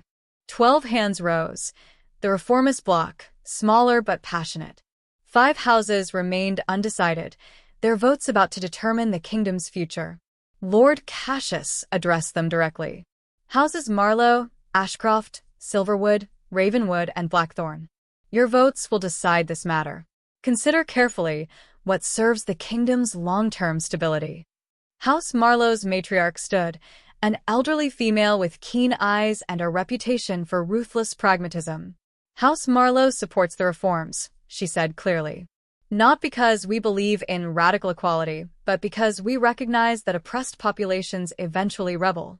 Better to grant rights willingly than to face revolution later. 1 vote for reform. 31 needed to overturn. House Ashcroft's patriarch stood next. House Ashcroft opposes the reforms. Change this swift creates instability we cannot afford. 1 vote against reform. 31 opposing, 13 supporting. House Silverwood's representative stood, a middle-aged male who looked deeply uncomfortable. House Silverwood abstains. We cannot, in good conscience, support either position fully. An abstention. Functionally meaningless, 2/3 of voting houses still required. House Ravenwood's matriarch stood. House Ravenwood supports the reforms. We've seen the evidence of past abuses. We've heard the testimonies. Justice delayed is justice denied. 2 votes for reform. 31 opposing, 14 supporting, 1 abstention. Everything came down to House Blackthorn. Their patriarch, Lord Hadrian Blackthorn, stood slowly. He was younger than most house leaders, maybe 40, with a reputation as a brilliant tactician who'd built his family's fortune through careful alliances and strategic thinking. House Blackthorn, he said, his voice measured, has listened carefully to both arguments. We recognize the validity of concerns from both sides. However, he paused, and Thressa felt her heart hammering. We cannot support rescinding reforms that address genuine injustices. House Blackthorn votes to uphold the current changes. Relief crashed over Thressa like a wave. 31 opposing, 15 supporting, 1 abstention. The traditionalists had their 31 votes, but they needed 32. 2/3 of the 47 voting houses. They'd failed by a single vote. Lord Cassius's face went purple with rage. This is unacceptable. The vote was manipulated. The divine Retribution used her influence too. The vote was fair, Elder Mireia interrupted, stepping forward from where she'd been observing. She'd come as a council representative, there to witness but not vote. The noble houses made their choice freely. The reforms stand. For now, Lady Zariah said coldly, her eyes fixed on Thressa with pure hatred. But support can change. Houses can reconsider. We will bring this to vote again and again, and again until we achieve the correction this kingdom needs. Then we'll defend the reforms again, and again and again, Thressa replied calmly. However long it takes. As the convocation dissolved into angry clusters of nobles arguing the implications, Thressa felt the divine wolf's presence pulse with satisfaction. Close, the wolf observed. Too close. You won today, but barely. The opposition remains strong. I know, Thressa murmured. This isn't victory, it's temporary survival. Rydian appeared at her side. We need to leave. Now. I'm hearing whispers of retaliation. Some of the traditionalist houses are discussing extreme measures. Let them discuss, Thressa said. We're not running. No, but we are being smart about not staying where we're surrounded by enemies. He gestured toward the exit where Tyrion and the Omega warriors had formed a protective cordon. They left House Theron's estate with dignity intact but security tight. The journey back to Silver Peak felt like marching through hostile territory. Every town they passed through was divided between those who celebrated the reform's survival and those who mourned tradition's erosion. 3 days after returning to the capital, Thressa received a message that changed everything. It came via a courier who looked terrified to be delivering it. The seal was House Blackthorn's, the family whose vote had saved the reforms. Thressa opened it with trembling hands. High Guardian, I voted to uphold the reforms not because I believe in equality, but because I recognize a more dangerous threat. While noble houses argue about Omega rights, a conspiracy far more sinister has been growing. King Lorcan's blood curse was not natural. It was inflicted deliberately by someone who wanted him desperate enough to commit atrocities. Someone who knew those atrocities would eventually be exposed, creating chaos that could be exploited. I have evidence of this conspiracy. Names, documents, proof that everything, Lorcan's crimes, the Coalition's plans, even the Grand Council's challenge, has been orchestrated by someone manipulating events from the shadows. Meet me in the Whispering Woods 3 nights from now. Come alone. Trust no one with this information until we speak. If I'm right, the true enemy has been watching us fight each other while they position themselves to seize power in the chaos. Lord Hadrian Blackthorn. Thressa read the message 3 times, her mind racing. A conspiracy behind the conspiracy. Someone who'd orchestrated Lorcan's crimes to create chaos they could exploit. It sounded paranoid. Impossible. But the divine wolf's presence stirred with recognition and alarm both. He speaks the truth, the wolf said. I have felt it, a presence watching, manipulating, moving pieces on a board we didn't know existed. The enemy you've been fighting was never the true threat. Just a distraction. Who? Thressa asked aloud.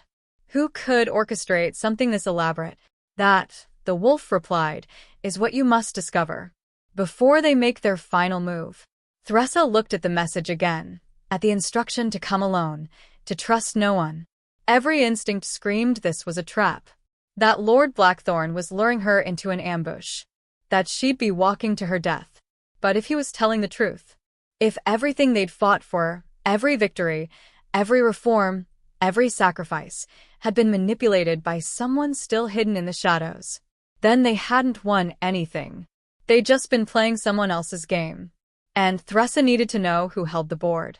The divine wolf's presence pulsed with grim determination. 3 nights, the wolf said.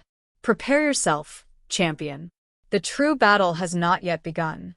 And when it does, everything you thought you knew will be tested. Chapter 11. The Whispering Woods earned their name from the way wind moved through ancient trees, creating sounds that seemed almost like voices, almost like warnings, almost like the forest itself was alive and watching. Thressa stood at the wood's edge, exactly where Lord Blackthorn's message had instructed. 3 nights had passed since receiving his letter, 3 nights of paranoid preparation and careful consideration of whether this was brilliance or suicide. She'd come alone as requested. But alone was relative when you carried a divine wolf in your soul. I sense no immediate threat, the wolf whispered. But something watches. Not hostile, curious. calculating. Be wary, champion. Thressa's hand rested on the knife at her belt, a simple weapon, but one she'd learned to wield with divine-enhanced precision. Her other hand glowed faintly with healing magic held in reserve, ready to invert into something deadly if necessary. A figure emerged from the trees. Lord Hadrian Blackthorn, dressed for travel rather than court, his aristocratic features tight with tension. He carried no visible weapons, but Thressa knew better than to assume that meant safety. "You came," he said, relief evident in his voice.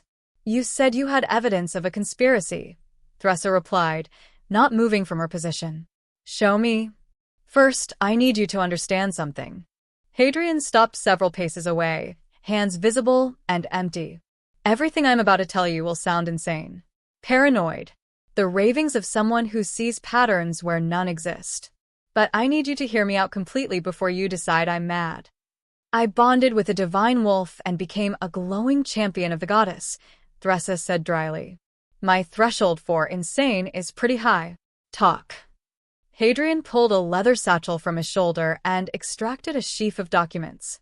3 years ago, my family scholars discovered something while researching ancient bloodlines. A reference in texts that predate the kingdom's founding. A prophecy about a time when the balance would be deliberately broken to create chaos, and from that chaos, an ancient power would return. He handed her the first document, parchment so old it was nearly transparent, covered in script that hurt to look at. "This is written in the old tongue," Thressa said, recognizing the archaic language from her healing studies. "I can barely read it." "It speaks of the Hollow King," Hadrian translated. "A ruler whose corruption would be so profound that it would crack the foundations of divine protection. When the Hollow King falls, when his crimes are exposed and the kingdom fractures in response, the seals that bind an ancient evil will weaken." Thressa felt ice settling in her stomach. "What ancient evil?" "We don't know exactly. The texts call it the Devourer, an entity that feeds on chaos, corruption, and the breakdown of divine order.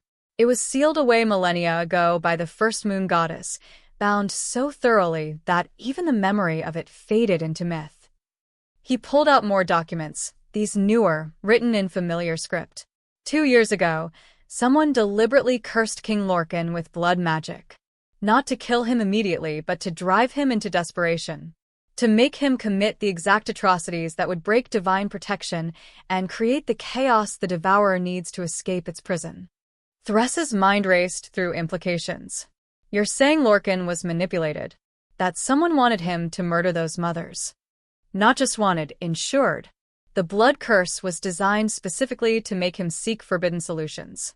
To push him toward life-draining rituals. To guarantee he'd commit crimes so heinous that divine judgment would be inevitable." "Who?" Thressa demanded. "Who would orchestrate something this elaborate?" Hadrian's expression grew grim. "That's what I've been trying to discover. Someone with access to ancient knowledge. Someone patient enough to wait years for their plan to unfold. Someone who benefits from the kingdom's current instability." He pulled out the final document, a list of names with careful annotations. "I've been tracking connections. People who were positioned to benefit from each stage of the chaos. The coalition members who profited from Lorcan's crimes. The nobles who opposed reforms. The houses that pushed for the Grand Council vote. And at the center of every connection, advising and influencing but never directly involved." He pointed to a name that made Thressa's blood run cold. "Elder Roderick." "He's in custody," Thressa said. "One of the corrupted elders was arrested after the trial. He's been imprisoned for 6 months." "Has he?" Hadrian's smile was grim. "Or has he been exactly where he needs to be, removed from direct scrutiny, while the plan's final stages unfold?" The divine wolf's presence surged with sudden alarm. "The prison," the wolf said urgently. "I should have sensed it before. There is power there. Old power. Power that has been building while we celebrated our victories.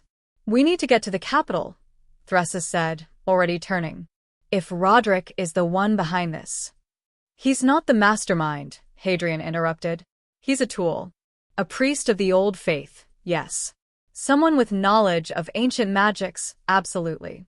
But he lacks the patience and vision to orchestrate something this complex. He's serving someone else. Who? That's what we need to discover before they make their final move. Hadrian gestured toward the woods. I have a safe house, 3 miles from here. More documents, more evidence. Everything I've gathered over 2 years of investigation. We can. The attack came without warning. Shadows erupted from the forest, not natural darkness, but something alive and hungry. They moved with predatory intelligence, reaching for Thressa and Hadrian with tendrils that seemed to drink light itself. Thressa's divine power blazed instinctively, pushing back the darkness. But there was too much of it, coming from too many directions. Devour spawn. Hadrian shouted, pulling a blade that glowed with silver runes. They've found us. The shadows weren't solid. Thressa's knife passed through them without resistance. But when they touched her skin, she felt cold deeper than winter, felt her life force beginning to drain the same way Lorcan had drained his victims. Divine fire, the wolf commanded. Channel my essence. Burn what cannot be cut. Thressa let the divine wolf's power surge through her completely. Her body erupted in silver-white flames that didn't burn her flesh, but incinerated the shadow tendrils on contact. The darkness recoiled, hissing with voices that weren't quite sound. Hadrian was fighting his own battle, his ruined blade cutting patterns in the air that created barriers of light. But he was tiring, his movements slowing as more shadows pressed in. We can't fight them all, he gasped. We need to. A howl split the night, not Thressa's voice, but something else. Something that made every shadow freeze in primal recognition. From the woods emerged a massive wolf. Not the divine wolf manifested through Thressa, but another creature entirely. Its fur was black as midnight, its eyes burning red, and power radiated from it like heat from a forge. But it wasn't attacking them. It was attacking the shadows. The black wolf tore through darkness with jaws that seemed to unmake reality itself.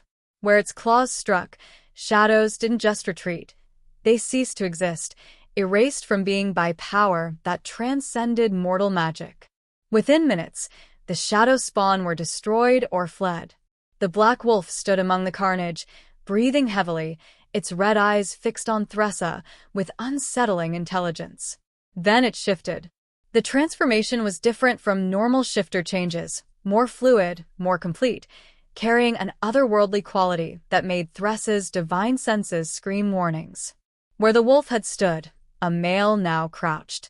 Tall, powerfully built, with hair as black as his wolf form and those same burning red eyes. He wore simple traveling clothes that somehow survived the shift, and when he stood, his presence filled the clearing like a second moon. Divine retribution, he said, his voice carrying harmonics that weren't quite human. We met at last. Thressa's power blazed brighter, preparing for attack. Who are you? I am Draven Nightshade. And before you incinerate me, you should know, I'm the one who sent Lord Blackthorn to find you. I'm the one who's been investigating the same conspiracy you just learned about. And I'm the one who can help you stop the Devourer's return. He smiled, and it was the expression of a predator offering temporary truce. I'm also the one who cursed King Lorcan. So I suppose you could say this is all my fault. The admission hung in the air like poison. Thressa's divine fire intensified, her entire body blazing with power that could unmake him where he stood. You cursed Lorcan. You caused the murders. You're responsible for 47 dead mothers. Yes, Draven said simply. And I've regretted it every day since. But I had my reasons, and if you'll let me explain before you execute me, I think you'll understand why I did something unforgivable. There is no explanation that justifies. The Devourer was already breaking free. Draven interrupted, his red eyes blazing. The seals were weakening from centuries of corruption in this kingdom. Omegas are oppressed. Gifted individuals hunted. The divine balance is eroding year by year. In 10 years, maybe 20, the Devourer would have escaped completely. And when it did, it wouldn't just consume this kingdom, it would devour the entire world. He took a step closer, and Thressa felt the divine wolf's presence analyzing him, assessing the threat. "He speaks truth," the wolf said reluctantly. "I sense no deception. But truth does not equal righteousness. Hear him, but judge carefully." "I curse Lorcan," Draven continued, "to accelerate the corruption. To make it so obvious, so heinous, so undeniable that divine intervention would be inevitable. I created the crisis that forced the moon goddess to send her champion. I orchestrated the chaos that led to you." "Why?" Thressa demanded. "Why not just warn someone? Why not reveal the Devourer's threat directly?" "Because no one would have believed me. Because change this profound requires crisis, not gentle warning. Because the divine balance needed to be completely broken before it could be properly restored." Draven's voice carried genuine anguish. "I murdered 47 mothers through Lorcan's hands. I bear that guilt. But if I hadn't, the Devourer would have killed millions. Billions. Everything that lives." Hadrian had been silent through this exchange, but now he spoke. "I've spent 2 years investigating him. Everything he's told me checks out. The ancient texts, the weakening seals, the Devourer's nature. It's all real." "Then why bring me here?" Thressa asked, her power still blazing but no longer preparing to attack. "Why reveal yourself now?" "Because the Devourer's prison isn't just weakening from corruption," Draven said. "It's being deliberately opened by someone who wants to control it. Someone who thinks they can harness its power, use it to reshape the kingdom in their image." "Elder Roderick," Thressa said. "Elder Roderick is the High Priest," Draven confirmed. "But he serves someone else. Someone whose identity I haven't yet discovered.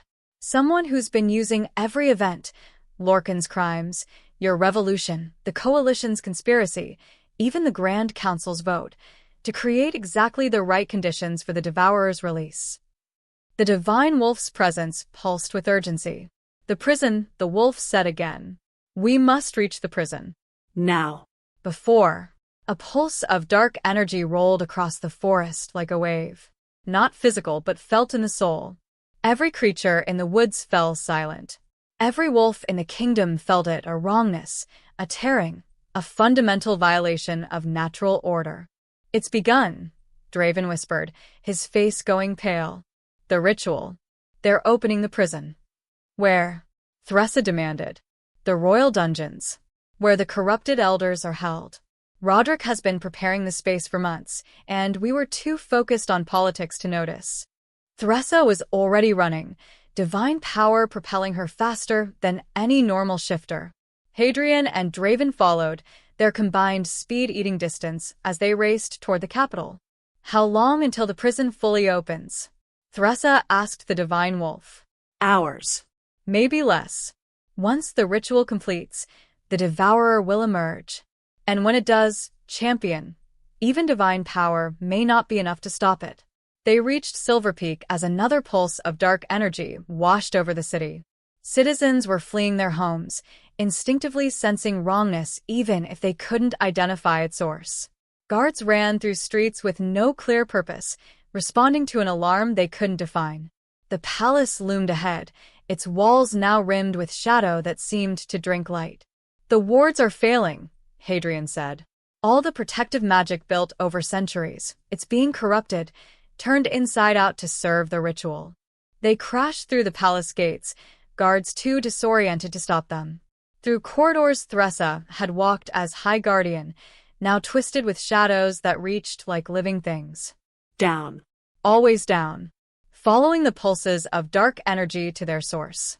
The royal dungeons had been carved from bedrock beneath the palace, cells designed to hold the kingdom's worst criminals.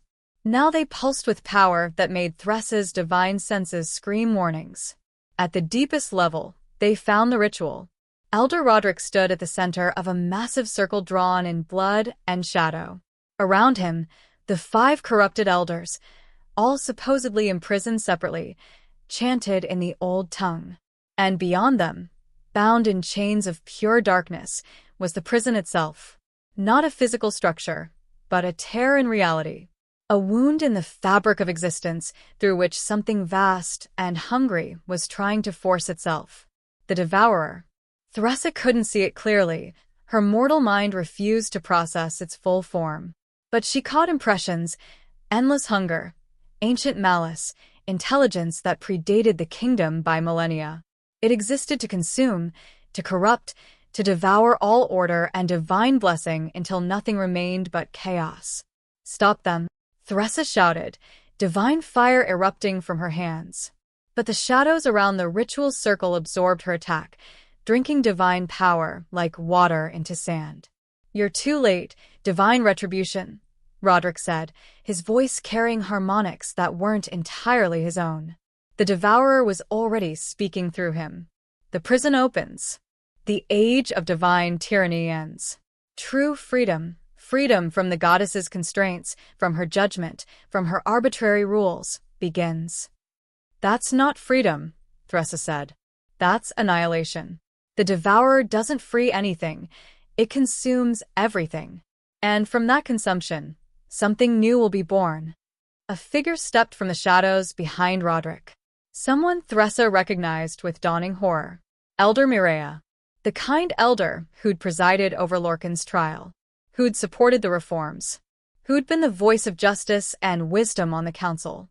"No," Thressa breathed. "Yes," Mireia said, her voice colder than Thressa had ever heard it. "Did you think I championed your cause out of kindness? I supported the reforms because they created exactly the right kind of chaos. Omega empowerment challenging noble privilege. Traditional houses fracturing from progressive ones. The kingdom dividing along ideological lines. Perfect conditions for the devourer's emergence." She smiled, and it was nothing like the warm expression Thressa remembered. "I am older than this kingdom, divine retribution. Older than the current moon goddess. I served the devourer when it last walked free, and I've waited millennia for its return. Every choice you made, every victory you won, every reform you implemented, all of it served my purpose." The divine wolf's presence exploded with rage and recognition both. "The betrayer," the wolf snarled. "The priest who turned against the goddess during the first binding. I should have sensed her. Should have known." "You played us," Thressa said, her voice shaking with fury. "Everything. From the beginning. You wanted Lorcan exposed because it would create the chaos you needed. And you performed beautifully," Mireia said. "The righteous Omega, fighting for justice, never suspecting that justice itself was my weapon. The divine champion, blessed by the goddess, accelerating the very corruption she was meant to stop." She gestured to the ritual circle, where the prison tear was widening. Something massive pressed against it from the other side. "The devourer rises. And when it emerges, I will be its high priestess in a world freed from divine constraint. You cannot stop what you helped create, child." Thressa felt despair threatening to overwhelm her. Every victory had been manipulated. Every reform had served the enemy's purpose. She'd been a tool, used to bring about the apocalypse she'd thought she was preventing. The divine wolf's presence surged through her despair like fire through darkness. "No," the wolf said fiercely. "You are not a tool. You are my champion. And yes, the enemy used your righteousness against you. But that righteousness is also what gives you power they cannot match. Fight, Thressa. Fight not because victory is certain, but because surrender is unthinkable." Thressa looked at the widening tear, at the ancient evil forcing its way through, at Mireia's confident smile. Then she looked at Draven and Hadrian beside her, both ready to fight despite impossible odds. "The ritual needs the corrupted elders to maintain the opening," Draven said. "If we can disrupt their chanting, the shadows will tear you apart before you get close," Hadrian finished. "We need a distraction. Something that draws Mireia's attention long enough to." "I'll be the distraction," Thressa said. She let the divine wolf surge to the surface, let her body transform into the massive silver-white wolf blazing with divine fire. "And you too stopped that ritual." Then she charged straight at the tear in reality, at the devourer itself, roaring a challenge that shook the dungeon's foundations. The ancient evil turned its attention toward her, and the real battle began. Chapter 12. The Devourer's attention was like drowning in ice and fire simultaneously. Thressa felt its consciousness crash against hers, ancient, vast, hungry beyond comprehension. It had existed before the first wolves walked, before the moon goddess claimed dominion over shifter kind, before the concept of divine order even existed. And it wanted to consume everything she was.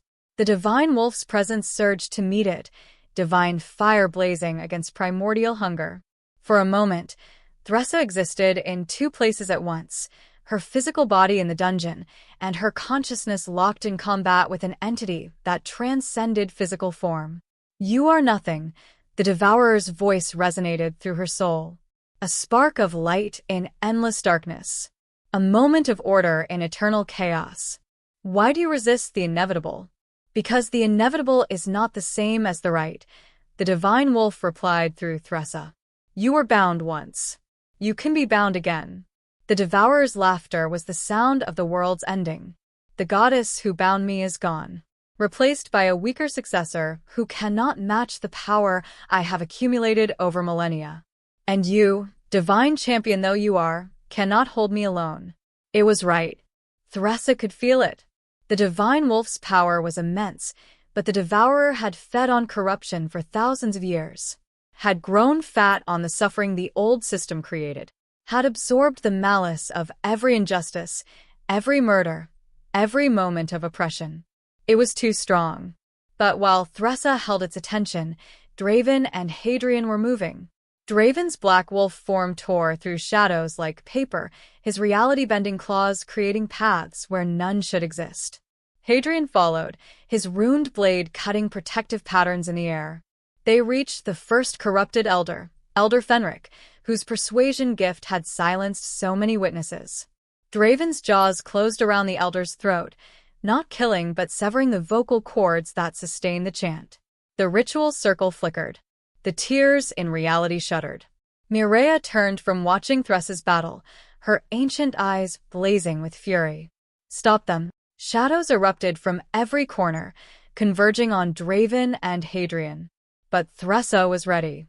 Even while locked in mental combat with the Devourer, she channeled divine fire through her physical body. The flames didn't burn the dungeon or her allies. They burned only shadow, only corruption, only the darkness that served the ancient evil. Clever, the Devourer admitted. Fighting on two fronts. Dividing your consciousness to protect your mortal allies. But division weakens you, makes you vulnerable. It pressed harder against her mental defenses, and Thressa felt her awareness fracturing. Couldn't maintain both battles much longer. Couldn't protect her allies and resist the Devourer's assault on her soul simultaneously. She had to choose. The divine wolf made the choice for her. Champion, the wolf said, its voice carrying finality. What I am about to do will sever our bond. Will leave you mortal and vulnerable. But it is the only way. What? I give you everything. All the power I carry. All the divine essence. Use it to seal the prison while your allies disrupt the ritual. But understand, once I do this, I cannot return to you. The bond will be broken permanently. Thressa felt tears streaming down her wolf form's face. There has to be another way. There is not. The Devourer speaks truth. I am not strong enough to bind it alone. But I can give you the power to do what I cannot. I can make you a divine weapon instead of a divine champion. Will you accept this gift, Thressa Quinlan? Will you become what the goddess always intended, not her servant, but her heir? Thressa looked at the tear in reality, at the Devourer forcing itself through. Draven and Hadrian fight desperately to disrupt the ritual. At Mireia preparing to unleash power that would annihilate them all. At the kingdom beyond this dungeon, Omegas who'd finally found hope, children who'd stopped hiding their gifts, mothers who'd survived when they should have died. All of it would be consumed if she failed here. I accept, Thressa said. The divine wolf's presence exploded through her like a star-going nova. Power beyond anything she'd experienced flooded her system, not borrowed, not channeled, but transferred completely. The divine wolf was pouring its entire essence into her mortal form, transforming her into something that had never existed before. Not a wolf, not human, not divine, not mortal, all of them at once. Thressa's body burned with transformation. Her silver-white fur blazed brighter until she couldn't be looked at directly. Her eyes became pure light. Her consciousness expanded until she could feel every soul in the kingdom, every heartbeat, every spark of divine blessing that the goddess had ever granted. And she understood. The devourer fed on corruption, on the breakdown of divine order, on the suffering created when balance was destroyed. But Thressa embodied balance restored. She was Omega made equal. She was powerless given power. She was the vulnerable made invincible through righteousness rather than rank. She was everything the devourer couldn't consume because she was what remained when corruption was burned away. No. The devourer's mental voice carried genuine fear for the first time. You cannot. This is not. Thressa turned her blazing attention to the terror in reality. And she sealed it. Not with force. The devourer was too strong to simply push back. But with presence. With divine essence made manifest. With the absolute certainty that corruption had no place in a world she protected. The tears began to close. Slowly. Fighting her with every millimeter. But closing nonetheless. The ritual. Mireia screamed. Complete the ritual. Now. But Draven and Hadrian had reached the second elder. Elder Kasha fell with her throat torn, her chanting silenced forever. The ritual circle cracked. The tears closing accelerated. Mireia's form began to change. Her disguise as a kindly elder melted away to reveal what she truly was, a being of shadow and corruption as old as the devourer itself. Power radiated from her in waves that cracked stone and bent reality. I will not be denied, she shrieked. Not again. Not after millennia of waiting. She raised her hands, and the remaining 3 elders began to scream. Mireia was draining them, pulling their life force, their magic, their very essence to fuel one final desperate surge of power. The tears stopped closing, began to widen again. Thressa felt the divine wolf's transferred power starting to fade. Transformation this profound couldn't be sustained indefinitely in a mortal form. She had minutes at most before she burned out completely. She had to end this now. Draven. She called through the divine connection that now linked her to every blessed soul. The curse you placed on Lorcan, can you replicate it? Target someone else? Yes. Draven's mental voice came back immediately. But it takes time to craft. Minutes I don't have. You don't need to craft it. I have the divine wolf's power. I have access to every blessing, every curse, every divine working the goddess has ever created. Tell me the curse's structure, and I'll channel it through you. Understanding blazed through their connection. Draven shifted back to human form, his hands already moving in the patterns of ancient magic. Thressa felt the structure of the curse, not designed to kill, but to corrupt. To drive the target toward their worst nature. To accelerate existing flaws into catastrophic failures. She channeled divine power through Draven, amplifying his curse work beyond anything mortal magic could achieve. And she targeted Mireia. The ancient priestess didn't notice at first, too focused on forcing the tear wider, on pulling the devourer through before Thressa could fully seal it. But then the curse took hold. Mireia had served the devourer for millennia, had fed it corruption, had orchestrated suffering and chaos across countless kingdoms. Her entire existence was built on devotion to ancient evil. The curse accelerated that devotion into obsession, into madness, into desperate need that consumed everything else. Mireia screamed and threw herself at the tear, not trying to widen it anymore, but trying to join with the devourer, trying to merge with the entity she'd served for so long. The devourer, sensing a powerful soul offering itself freely, reached through the tear and pulled her in. Mireia's body dissolved as she crossed the threshold, her essence absorbed into the ancient evil. For a moment, the devourer surged with new power, then began to scream. Poison, Thressa realized with savage satisfaction. She was corrupt, tainted with divine curse. And the devourer just consumed that corruption. The ancient evil thrashed, trying to purge the contamination. But Mirea's essence was already spreading through it like poison through water. The curse designed to corrupt was corrupting the corruption itself. The devourer began to collapse inward, feeding on itself in an endless loop of self-consumption. The tears snapped closed. The ritual circle shattered completely. The 3 remaining corrupted elders collapsed, drained to death by Mirea's final desperate gambit. And in the sudden silence, Thressa felt the divine wolf's transferred power beginning to burn through her mortal form. "You must release it," a new voice said. "Not the divine wolf, but the moon goddess herself. You were never meant to hold such power permanently. Release it, or it will destroy you." "If I release it," Thressa gasped, her transformed body already beginning to crack like overheated glass, "the divine wolf is gone. The bond is severed. I'm just mortal again." "You were always mortal, child. That was your strength, fighting with mortal courage enhanced by divine blessing, not replaced by it. The divine wolf served its purpose. Let it return to me. Let yourself remain what you always were. The balance cannot exist without both mortal and divine, without vulnerability and power, without those who struggle and those who inspire." Thressa understood. But understanding didn't make the choice easier. She'd been bonded with the divine wolf for 6 months, had relied on its power, its wisdom, its presence in her soul. Losing it felt like losing part of herself. But holding on to power meant to be temporary would destroy her completely. "Thank you," Thressa whispered to the wolf whose essence still blazed within her. "For choosing me, for believing I could be your champion." "You were never my champion," the divine wolf's fading voice replied. "You were the goddess's. I was simply the tool she used to reach you. And you, Thressa Quinlan, were always magnificent enough to stand alone." Thressa released the divine power. It exploded from her body in a wave of silver-white light that washed through the dungeon, through the palace, through the entire capital.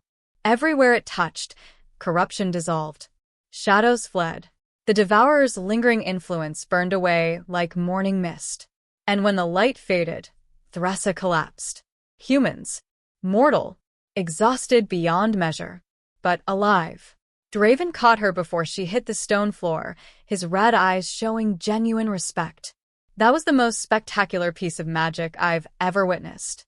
And I've lived for 500 years. "You're 500 years old?" Thressa mumbled, consciousness threatening to slip away. "Cursed with extended life by an angry which I may have annoyed," Draven said with a slight smile. "It's a long story. Rest now. You've earned it." Hadrian appeared beside them, his ruined blade still glowing faintly. "The devourer, is it destroyed?" "Banished," Draven corrected. "Forced back into its prison, weakened by consuming Mirea's corrupted essence. The seals will hold for at least another 1,000 years. Maybe longer if the kingdom maintains proper balance." "And Mirea?" Gone. Consumed by the entities she served. Ironic justice, really. Thressa felt strong hands lifting her. Rydian had arrived, leading royal guards who'd finally overcome their disorientation. The Shadow Guard's silver eyes showed relief when he saw she was alive. "You couldn't come alone like a sensible person," he chided gently. "Had to save the kingdom from ancient evil without backup." "Had backup," Thressa mumbled, gesturing weakly at Draven and Hadrian. "Good backup." "Strange backup," Rydian corrected, eyeing Draven with suspicion. "We'll discuss the part where this one cursed King Lorcan later. After you've recovered." They carried her from the dungeons, up through the palace, out into morning light that felt impossibly beautiful after the darkness below. The capital was in chaos, citizens flooding the streets, demanding to know what had happened. The pulse of dark energy everyone had felt. The wave of divine light that followed. The sense that something fundamental had changed. Elder Zephyra, one of the uncorrupted council members, took charge immediately, declaring martial law, deploying guards to maintain order, beginning the process of explaining what had occurred. And discovering that Elder Mireia had been the conspiracy's architect would shatter trust in the council all over again. But that was a problem for tomorrow. Today, Thressa simply let herself rest. She woke in her High Guardian chambers, sunlight streaming through windows she didn't remember opening. Her body ached like she'd been trampled by horses, but her mind was clearer than it had been in months. No divine wolf presence humming in her chest. No divine power waiting to be channeled. Just her own mortal consciousness, her own thoughts, her own strength. It felt strange, empty, but also right. Eloan sat beside the bed, clearly having kept vigil through the night. The settlement leader's weathered face showed profound relief when Thressa's eyes opened. "You're awake. Thank the goddess." "The goddess probably needs a break from being thanked on my account," Thressa said, her voice rough. "How long was I unconscious?" 18 hours. "The healers said you'd pushed your body beyond safe limits, but the divine power protected you from permanent damage." Eloan helped her sit up, offering water that Thressa drank gratefully. "What happened after?" "With the council, the city, everything?" "Chaos, mostly," Eloan admitted. "Elder Zephyra is holding things together, but discovering that Mireia was ancient evil working to free the Devourer has complicated things. The 2 remaining Omega Council members are calling for complete restructuring. Some nobles are claiming this proves the reforms went too far. Others are saying it proves we didn't go far enough." "So nothing's really changed," Thressa said bitterly. "Everything's changed," Eloan corrected gently. "You stopped the apocalypse, Thressa. You sealed an ancient evil that would have consumed the world. That's not nothing. It feels like nothing when people are still arguing about whether Omegas deserve basic rights. Then we keep fighting for those rights." Eloan's voice carried steel. "We keep pushing for change. We keep speaking the truth even when it's inconvenient. That's what you taught us, that the struggle doesn't end with one victory. It continues every day, in every choice, in every moment we refuse to accept injustice." A knock at the door interrupted them. Rydian entered, followed by an unexpected visitor. Princess Luella. Thressa had met her once during the reform's implementation, a young woman of maybe 19 who'd lost her mother to one of Lorcan's early experiments with life-draining magic. "High Guardian," Luella said formally, then her composure broke. "I mean, Thressa, I needed to thank you personally, to stop what my uncle started." "Lorcan was your uncle?" "Distant relation, but yes. His crimes shamed our entire bloodline. And when I learned that Mireia had been manipulating everything, had been the true architect behind the murders." Luella's hands clenched into fists. "I wanted you to know that the royal family supports the reforms completely. My father, the new king, is prepared to make them permanent law, enshrined in the kingdom's constitution where no vote can overturn them." Thressa felt hope flickering for the first time since waking. "Your father is king?" "Crowned yesterday while you recovered. He's King Lorcan's younger brother, but nothing like him. He's spent the last decade governing the Eastern Territories with wisdom and compassion. The council chose him unanimously. And he supports Omega representation?" "He insists on it," Luella said firmly. "He wants to expand it, actually. Not just 3 council seats, but proportional representation based on population. Plus legal protections for all gifted individuals, funding for Omega education, and criminal penalties for discrimination." It was more than Thressa had dared hope for. More than she'd thought possible. "Why?" she asked. "Why would a king willingly distribute his own power?" "Because he's seen what happens when power is hoarded," Luella replied. "Because my mother died from Lorcan's early experiments, and he's carried that grief for years. Because he understands that a kingdom built on oppression eventually collapses, either from internal revolution or external threats like the Devourer." She stepped closer, her young face showing wisdom beyond her years. "And because you proved that the powerless can become powerful when they refuse to accept injustice. You inspired people, Thressa. Showed them that change is possible. My father wants to honor that inspiration with lasting reform." After Luella left, Thressa sat in silence processing everything. The Devourer was sealed. Mireia was destroyed. A new king supported even stronger reforms than before. And she was still alive, still able to fight for the changes she believed in. But she'd lost the divine wolf. Lost the power that had made her special. Lost the certainty that came from carrying divine blessing. "You're wondering if you matter anymore," Rydian said quietly, reading her expression with shadow guard precision. "Now that you're just mortal again. Don't I?" The divine retribution was powerful, blessed, capable of challenging ancient evil. Thressa the Omega is just ordinary. You were never ordinary. Rydian moved to sit beside her bed. The divine wolf chose you before you had any power. Chose you because of who you were, an Omega who refused to be silent about injustice even when silence meant survival. That person still exists. That courage, that righteousness, that stubborn refusal to accept wrong as inevitable. None of that came from the wolf. It was always you. Then why do I feel so empty? Because you're grieving, Rydian said gently.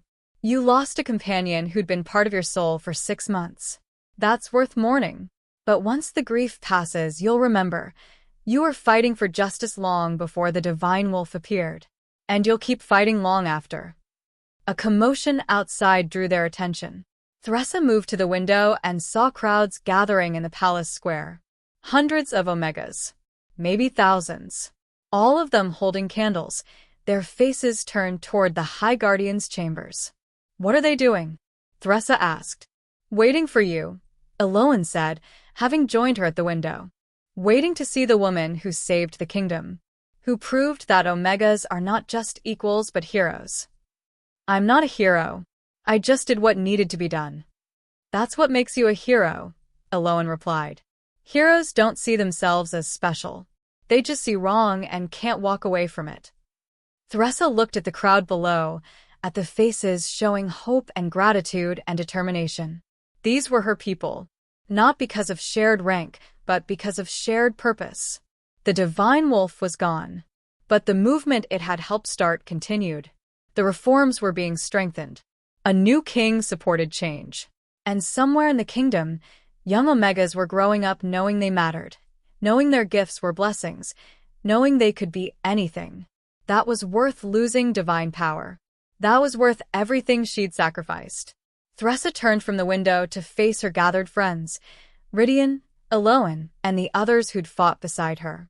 What happens now? She asked. Now, Eloan said with a smile. We get back to work. The devourer is sealed, but discrimination still exists. Mireia is destroyed, but corruption still lurks. The battle for true justice continues. Just without divine blessing to help us, Thressa observed. We never needed divine blessing, Rydian corrected. We needed courage, determination, and stubborn refusal to accept injustice. You still have all of those. Thressa felt a smile tugging at her lips. Then I suppose we'd better not waste them. She was mortal again. Ordinary. Without divine power or supernatural strength. But she was also the woman who'd challenged a corrupt king, exposed a conspiracy, prevented an apocalypse, and forced an entire kingdom to change. The divine retribution might be gone. But Thressa Quinlan remained. And her fight was far from over. Chapter 13. 1 year later, the kingdom looked different. Not in obvious ways. The buildings stood where they'd always stood. The mountains still framed Silver Peak skyline. The seasons cycled through their eternal pattern. But the changes ran deeper than stone or landscape. They ran through the soul of the realm itself. Thressa stood in the newly constructed Omega Assembly Hall, watching as representatives from 40 settlements debated the finer points of educational policy. The hall had been built on land donated by King Elric, Lorcan's younger brother, who'd proven himself worthy of the crown through action rather than birth. 20 Omega representatives now sat on the expanded Council of Elders. Not token positions, but real power distributed based on population and need. They argued with passion, with intelligence, with the confidence of people who finally had voices that couldn't be dismissed. You're smiling, Verrier observed, appearing at Thressa's side. The young female had given birth 4 months ago, A healthy daughter with eyes that occasionally glowed gold when she was particularly perceptive. A gift, not a curse. Protected by law now, not hunted. I'm remembering what this would have looked like a year ago, Thressa replied. Omegas hiding their gifts. Mothers dying in silence. Children thought they were worthless because of their rank. And now we're debating whether mandatory education should extend to age 16 or 18. Thressa's smile widened. It's wonderful and frustrating, and exactly what progress looks like. The debate in the hall grew heated, representatives from rural settlements arguing that 18 was impractical for communities that needed young people working farms, while urban representatives insisted that comprehensive education required the full duration. Elder Thressa, one representative called out, they still used the honorary title despite her no longer serving on the main Council of Elders. What's your opinion? You've seen both perspectives. Thressa moved to the speaking platform, feeling the weight of attention settle on her shoulders. A year ago, such attention had come from divine power that made her impossible to ignore. Now it came from respect earned through consistent advocacy and refusal to compromise on core principles. I think, she said carefully, that we're asking the wrong question. The issue isn't the age limit, it's access and flexibility. Rural settlements need agricultural labor, yes. But children also need education that gives them choices beyond subsistence farming. What if we structured learning to accommodate both needs? Seasonal schedules that work around planting and harvest. Apprenticeship programs that combine practical skills with academic knowledge. Mobile teachers who travel between settlements rather than requiring children to leave their communities. The representatives considered this, the argument shifting from confrontation to collaboration as they explored Thressa's suggested compromise. This was her role now. Not a divine champion enforcing righteousness through power, but a mediator helping diverse voices find common ground. Not a destroyer of corruption, but a builder of systems that prevented corruption from taking root. It was harder than fighting ancient evil. It was also more important. After the assembly adjourned, Thressa walked through the capital with Rydian and Tarion flanking her. Not as guards, she'd insisted on that after the first month, but as friends whose company she valued. 3 attempted assassinations this year, Rydian observed casually. Down from 12 last year. I'd call that progress. Or assassins getting discouraged, Tarion added. He'd officially retired from hunting to focus on training the new Omega Defense Forces. Hard to kill someone who sees the attack coming and talks the assassin into a career change. Thressa had done that twice, used her reputation and genuine concern to convince hired killers that their skills could serve better purposes than murder. One now worked as a bodyguard for Omega Council members. The other had opened a school teaching defensive combat to vulnerable populations. Speaking of career changes, Rydian said, Draven sent word. He's finally tracked down the last of Mirea's cult followers. Thressa felt a chill despite the warm afternoon. Mirea might be gone, but she'd had supporters. Other ancient beings who'd worked toward the Devourer's release. Draven had spent the past year hunting them with the same methodical precision he'd once used to orchestrate Lorcan's curse. How many remain? 3 that he can confirm. Maybe more in deep hiding. He's requesting permission to use aggressive interrogation methods. No, Thressa said firmly. We don't torture information from people. We're supposed to be better than what we replaced. Even when those people are actively working to free world-ending evil. Especially then. The moment we compromise our principles for convenience, we become what we fought against. Rydian sighed but didn't argue. They'd had this conversation multiple times over the past year, him advocating for pragmatic ruthlessness, her insisting on moral consistency, even when it made things harder. Tell Draven to capture them if possible, eliminate them if necessary, but torture is off the table. If he can't accept those terms, I'll find someone else to handle the Mirea remnants. He'll accept, Rydian said. Grudgingly, with significant complaining, but he'll accept. They passed through the market district where Omega merchants now operated openly, their stalls displaying everything from herbal remedies to enchanted items crafted with previously hidden gifts. Children ran between stalls without fear, their laughter echoing off stone buildings. One child, maybe 7 years old, bumped into Thressa and immediately froze with recognition. "You're her," the child breathed. "The divine Retribution. You saved everyone." Thressa knelt to the child's level, ignoring the way her knees protested. A year of hard work and constant stress had taken its toll on her mortal body in ways divine blessing used to prevent. "What's your name?" she asked gently. Silwen. "My mama says you fought a monster and won." "I fought a monster with a lot of help from very brave people," Thressa corrected.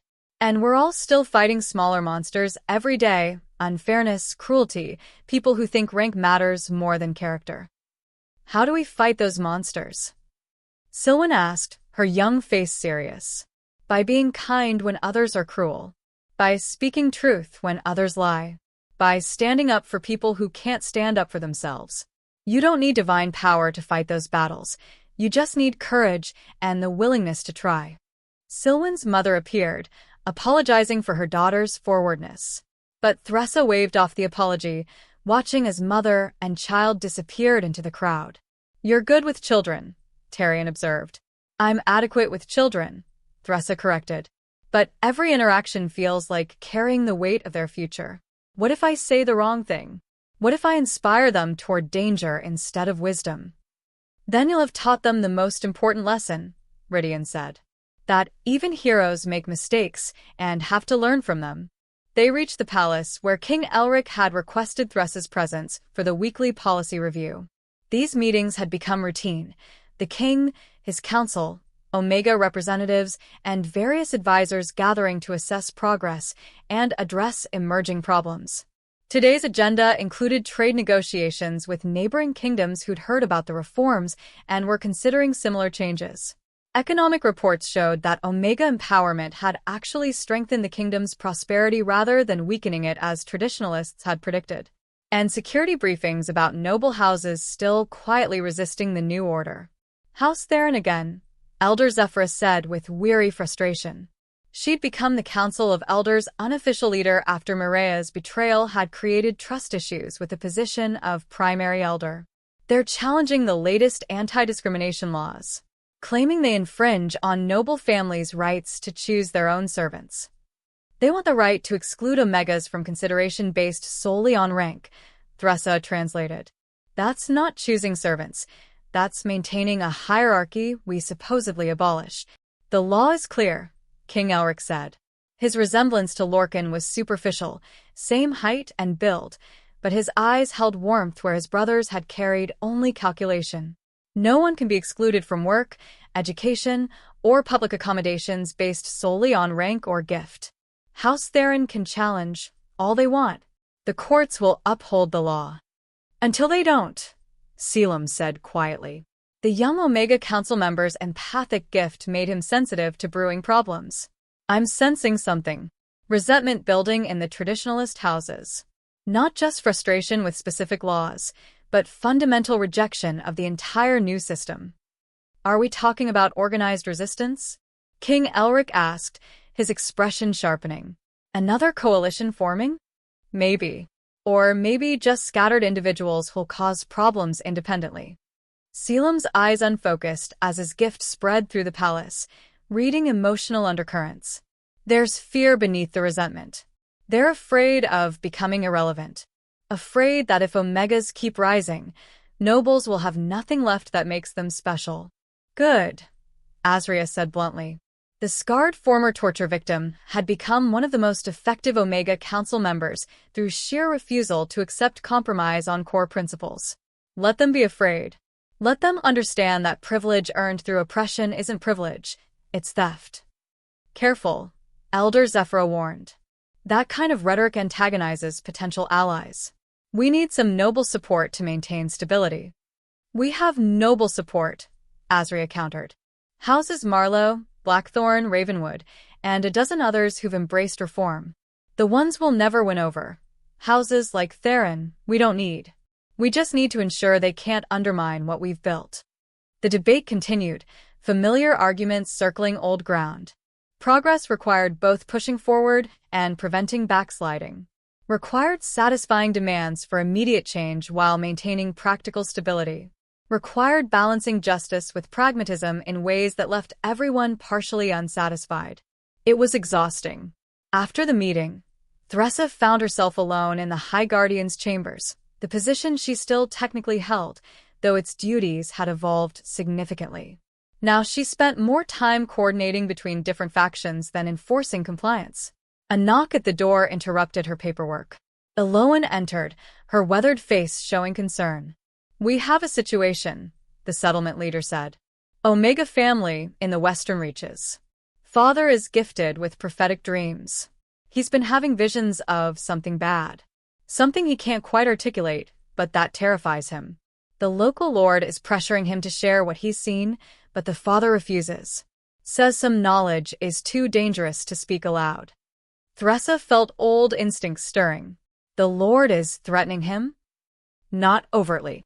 But the family is being encouraged to cooperate. Denied work. Excluded from community events. The classic soft pressure that stops just short of illegal coercion. Which lord? Lord Kellinor Vane. Yes, that Vane, the house that hosted the coalition's meetings. They lost significant power and wealth after the conspiracy was exposed, but they're still influential in the Western Reaches. Theresa stood, already planning. "I'll go talk to him." "Theresa, you can't personally respond to every discrimination case. We have the Office of Gifted Affairs for this. This isn't just discrimination. A prophet is having visions bad enough that he's willing to endure persecution rather than share them. That means something genuinely dangerous, not just personal misfortune. Or it means he's mentally ill and seeing threats that don't exist. Maybe. But I'd rather investigate a false alarm than ignore a real warning." Eloan sighed but didn't argue further. She'd learned over the past year that when Theresa sensed something requiring her personal attention, she was usually right. The journey to the Western Reaches took 3 days by horseback.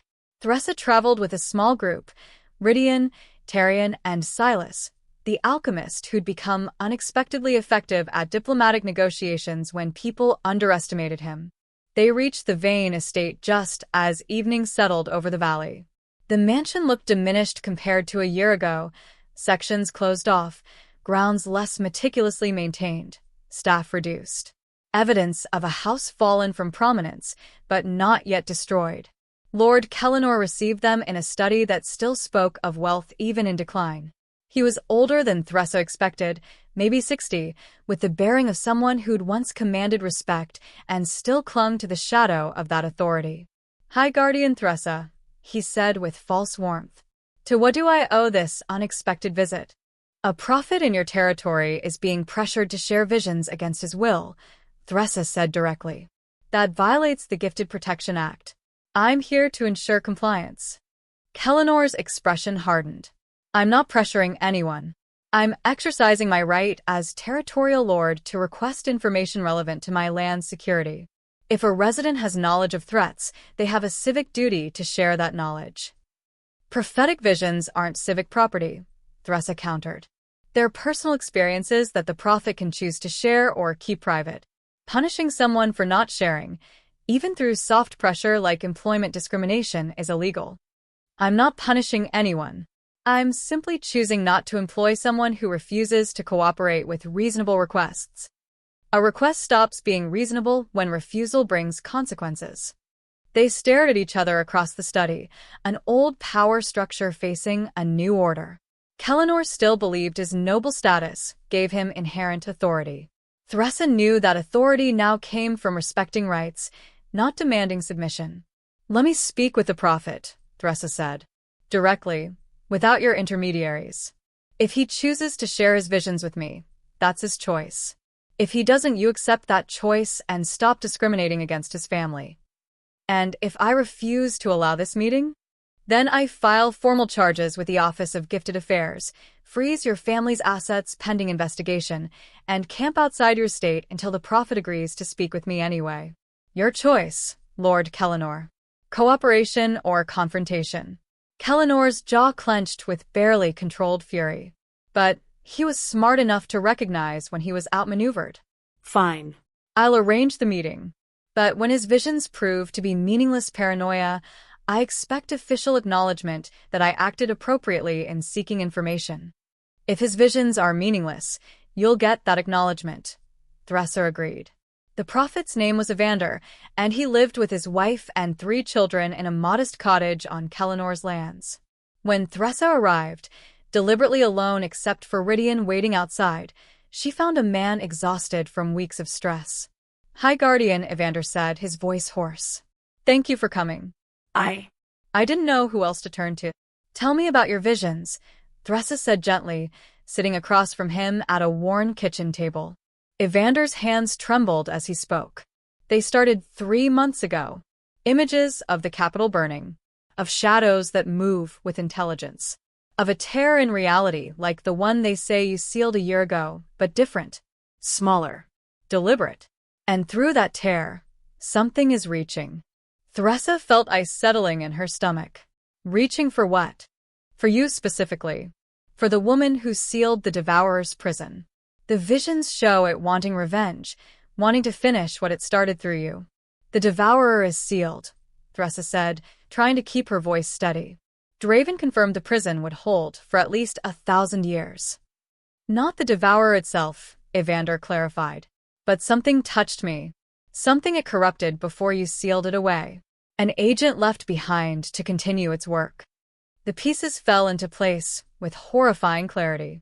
Mireia had served the Devourer for millennia, had prepared for its return, had orchestrated elaborate conspiracies. She'd been too skilled, too experienced, to not have contingency plans. "She left something behind," Thresher whispered. "Mireia. Before she was consumed, before the ritual failed, she planted something. A seed," Evander confirmed. "That's what my visions call it.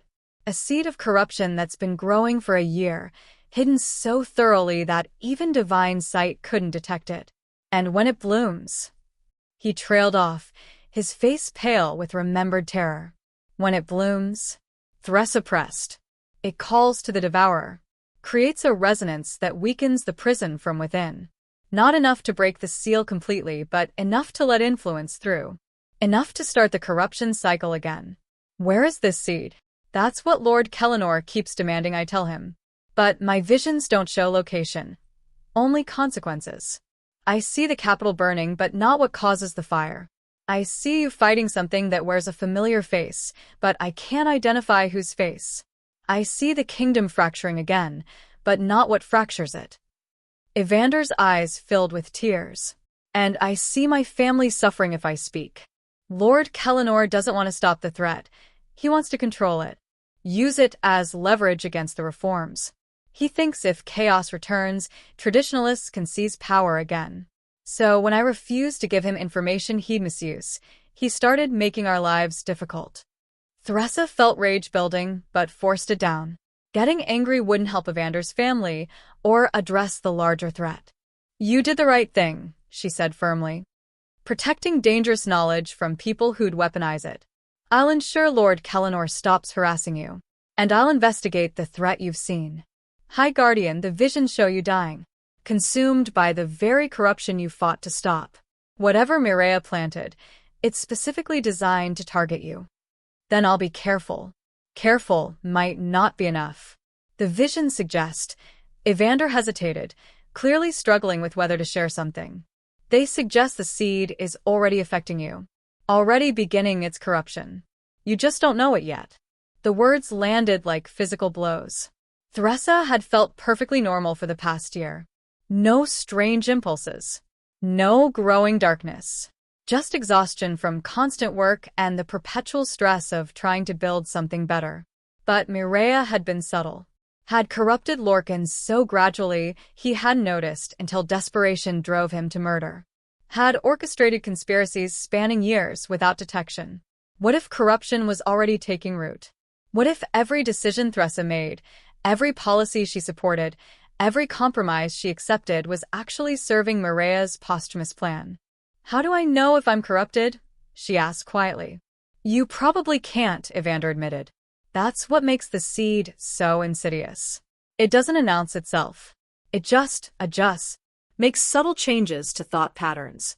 encourages specific choices that feel natural but serve the Devourer's purpose. Thressa left the cottage feeling like she was walking through a nightmare. For a year, she'd believed they'd won, that the Devourer was sealed, Mireia destroyed, the kingdom rebuilding towards something better. But if Evander's visions were accurate, they'd only address the immediate threat while a deeper corruption took root, growing in darkness, waiting for the perfect moment to bloom and tear everything apart. Rydian took one look at her face and knew something was wrong. What did the prophet tell you? That Mireia left a trap specifically for me. That I might already be corrupted without knowing it. That everything I've worked for this past year could be serving the enemy's purpose. Rydian's expression hardened. We'll figure this out. Draven has experience with ancient curses. Hadrian scholars might have knowledge of how to detect corruption. What if there's no detection? Thressa interrupted. What if the only way to know if I'm corrupted is to wait until I do something catastrophic and then realize too late? Then we watch. We question. We don't let you make decisions without checks and balances. Rydian's silver eyes met hers steadily. You taught us that power needs oversight. That even good intentions can lead to harm if left unchecked. We'll apply that to you. It should have been reassuring. Instead, it felt like confirmation that she couldn't trust herself. They returned to the capital to find chaos waiting. While Thressa had been in the western reaches, House Theron had escalated from legal challenges to direct action. They'd orchestrated a mass protest in the capital, thousands of traditionalists demanding the reforms be rescinded, claiming that Omega empowerment had destabilized the kingdom beyond repair. And leading the protest, standing on a platform addressing the angry crowd, was someone who made Thressa's blood run cold. Lady Zariah Theron, who should have been under house arrest. Standing free. Speaking with authority. Wielding power she'd supposedly been stripped of. How is she free? Thressa demanded of the first guard she could find. Released 3 months ago, the guard replied. Good behavior. House Theron paid additional fines. The council voted to reduce her sentence. 3 months ago. Right around when Evander's prophetic vision started. A coincidence? Or the seed beginning to bloom? Thressa pushed through the crowd toward the platform, Rydian and Tarion clearing a path. When Zariah saw her approaching, the lady's smile widened. Ah, the divine Retribution herself. Come to silence dissent with divine power? Oh wait, you don't have divine power anymore, do you? You're just an Omega pretending to matter. The crowd's response split, some cheering Zariah's mockery, others booing her disrespect. The kingdom remained fractured, divided between those who embraced change and those who fought it. What are you trying to accomplish? Thressa asked, climbing onto the platform despite guards trying to stop her. The reforms are law. The council supports them. The king supports them. Protesting won't change that. Legal now, perhaps. But laws can be overturned when people demand it loudly enough. Zariah addressed the crowd. We've given the Omega experiment a year. Look what it's brought us. Economic uncertainty. Noble houses stripped of traditional authority. Children taught that rank doesn't matter when it obviously does. Rank doesn't matter, Thressa countered, projecting her voice to carry across the square. What matters is character, contribution, compassion. Things you clearly lack. Pretty words from someone who destroyed a system that worked for centuries. But where's your divine blessing now? Where's the proof that the goddess still supports your radical changes? Maybe she's withdrawn her favor because you pushed too far, too fast. It was a clever argument, designed to exploit Thressa's lack of visible power. For a year, she'd been operating on reputation and moral authority alone. What if people stopped believing in either? The goddess doesn't need to prove anything to you, Thressa said. Her blessing is evident in every Omega child who now gets educated. In every gifted individual who lives without fear. In every mother who no longer faces murder in the birthing chambers. That's divine favor. Not flashy miracles, but quiet justice finally being served. The crowd's response was mixed. Some seemed convinced. Others remained skeptical. And standing at the edge of the crowd, watching everything with calculating eyes, Thressa saw someone she recognized. Draven. the cursed immortal who'd orchestrated Lorcan's downfall. Their eyes met across the distance, and his expression carried warning. Something was wrong. Something beyond the protest, beyond Zariah's rhetoric. The seed was blooming, and Thressa had run out of time. Chapter 14. The explosion came without warning. One moment, Thressa was debating Lady Zariah on the platform, the crowd roaring around them.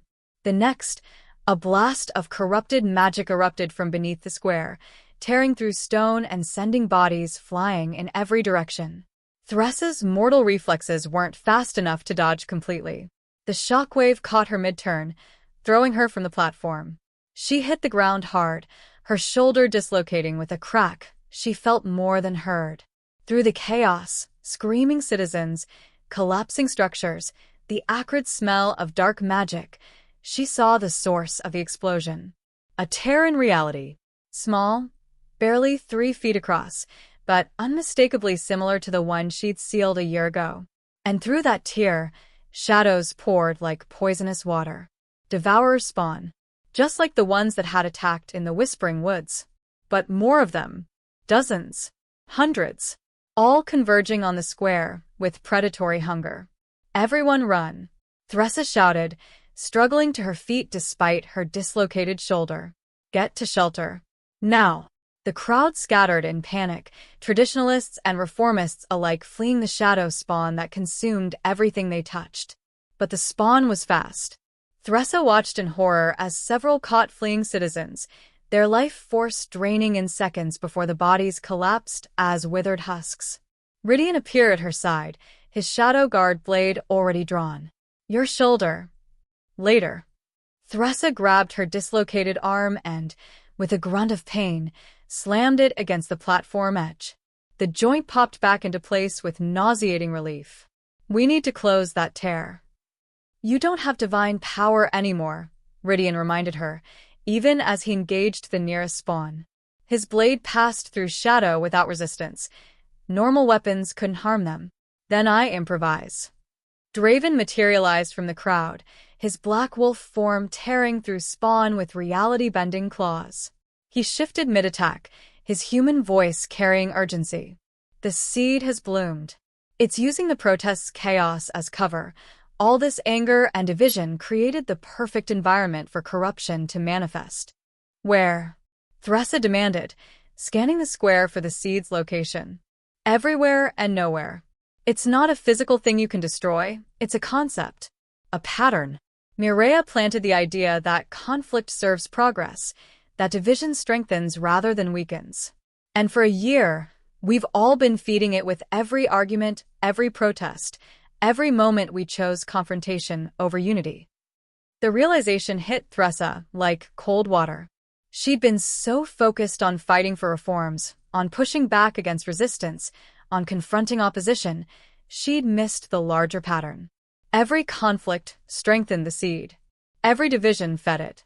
Every moment the kingdom fractured further gave corruption more power to grow. And she'd been the primary architect of that division. I've been doing exactly what Mireia wanted, Thressa whispered. Fighting so hard for change that I created the chaos the Devourer needs. Not quite, Draven corrected, his claws ripping through another spawn. You've been fighting for justice. But the seed has been amplifying the conflict beyond what was necessary. Making every disagreement feel existential, making compromise feel like betrayal, making unity seem impossible. Another spawn lunged at Thressa. Without divine power to defend herself, she rolled under its reaching tendrils and came up with a knife, just a normal blade, useless against shadow. She was going to die here, consumed by the corruption she'd unknowingly helped cultivate. Then Lady Zariah screamed. Thressa spun to see spawn converging on the platform where the lady still stood. Zariah had been so focused on her rhetoric, so committed to her performance of righteous opposition, that she hadn't fled when others did. Now she was trapped, surrounded, about to be drained like the other victims. Every instinct screamed at Thressa to let it happen. Zariah was her enemy, had fought the reforms, had mocked Thressa's loss of divine power. Deserved whatever fate found her. But that thought, That cold calculation that weighed lives against political convenience was exactly what the seed wanted. Division. Dehumanization. The belief that some people mattered less than others. Everything Thressa had spent a year fighting against turned back on her enemies. She ran toward the platform. "Thressa, no!" Rydian shouted. "You can't reach her without divine protection." "I don't need divine protection," Thressa called back. "I need to be better than the system I'm trying to replace." She reached the platform and grabbed Zariah's arm, pulling the lady toward the edge. Spawn pressed in from all sides, their cold, draining touch inches away. "Why?"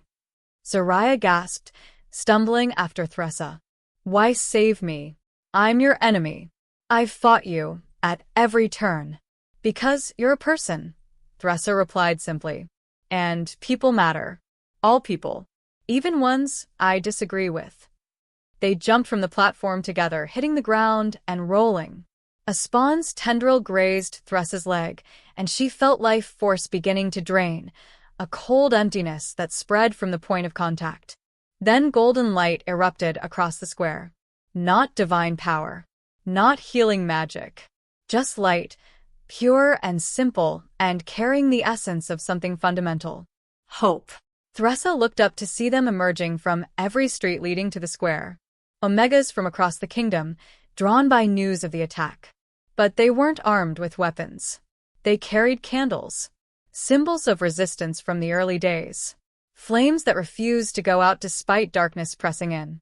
And, with them came others. Nobles who supported the reforms. Common citizens who believed in unity. Children too young to understand politics, but old enough to know that light pushed back darkness. Thousands of them. Tens of thousands. All converging on the square with candles that individually seemed insignificant, but collectively blazed like the sun. The spawn recoiled from the light. Not destroyed, it wasn't divine fire that could unmake them, but driven back. Hesitant. Uncertain. "What are they doing?" Zariah asked, still clinging to Thressa's arm. "Choosing unity over division," Thressa replied, watching the crowd grow. "Choosing hope over despair. Choosing to believe the kingdom can be better despite every reason to give up." The tears in reality began to shrink.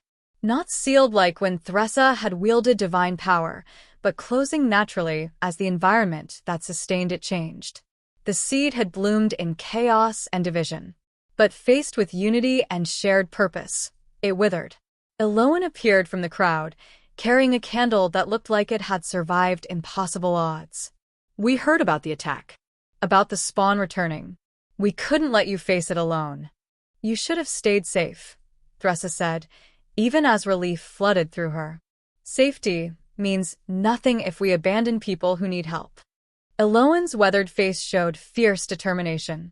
"You taught us that.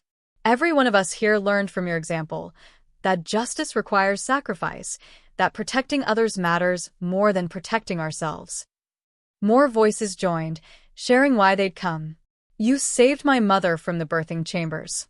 I won't abandon you now. You gave my children a future. The least I can do is stand with you in the present. You proved that Omegas matter. Time to prove that you matter to us."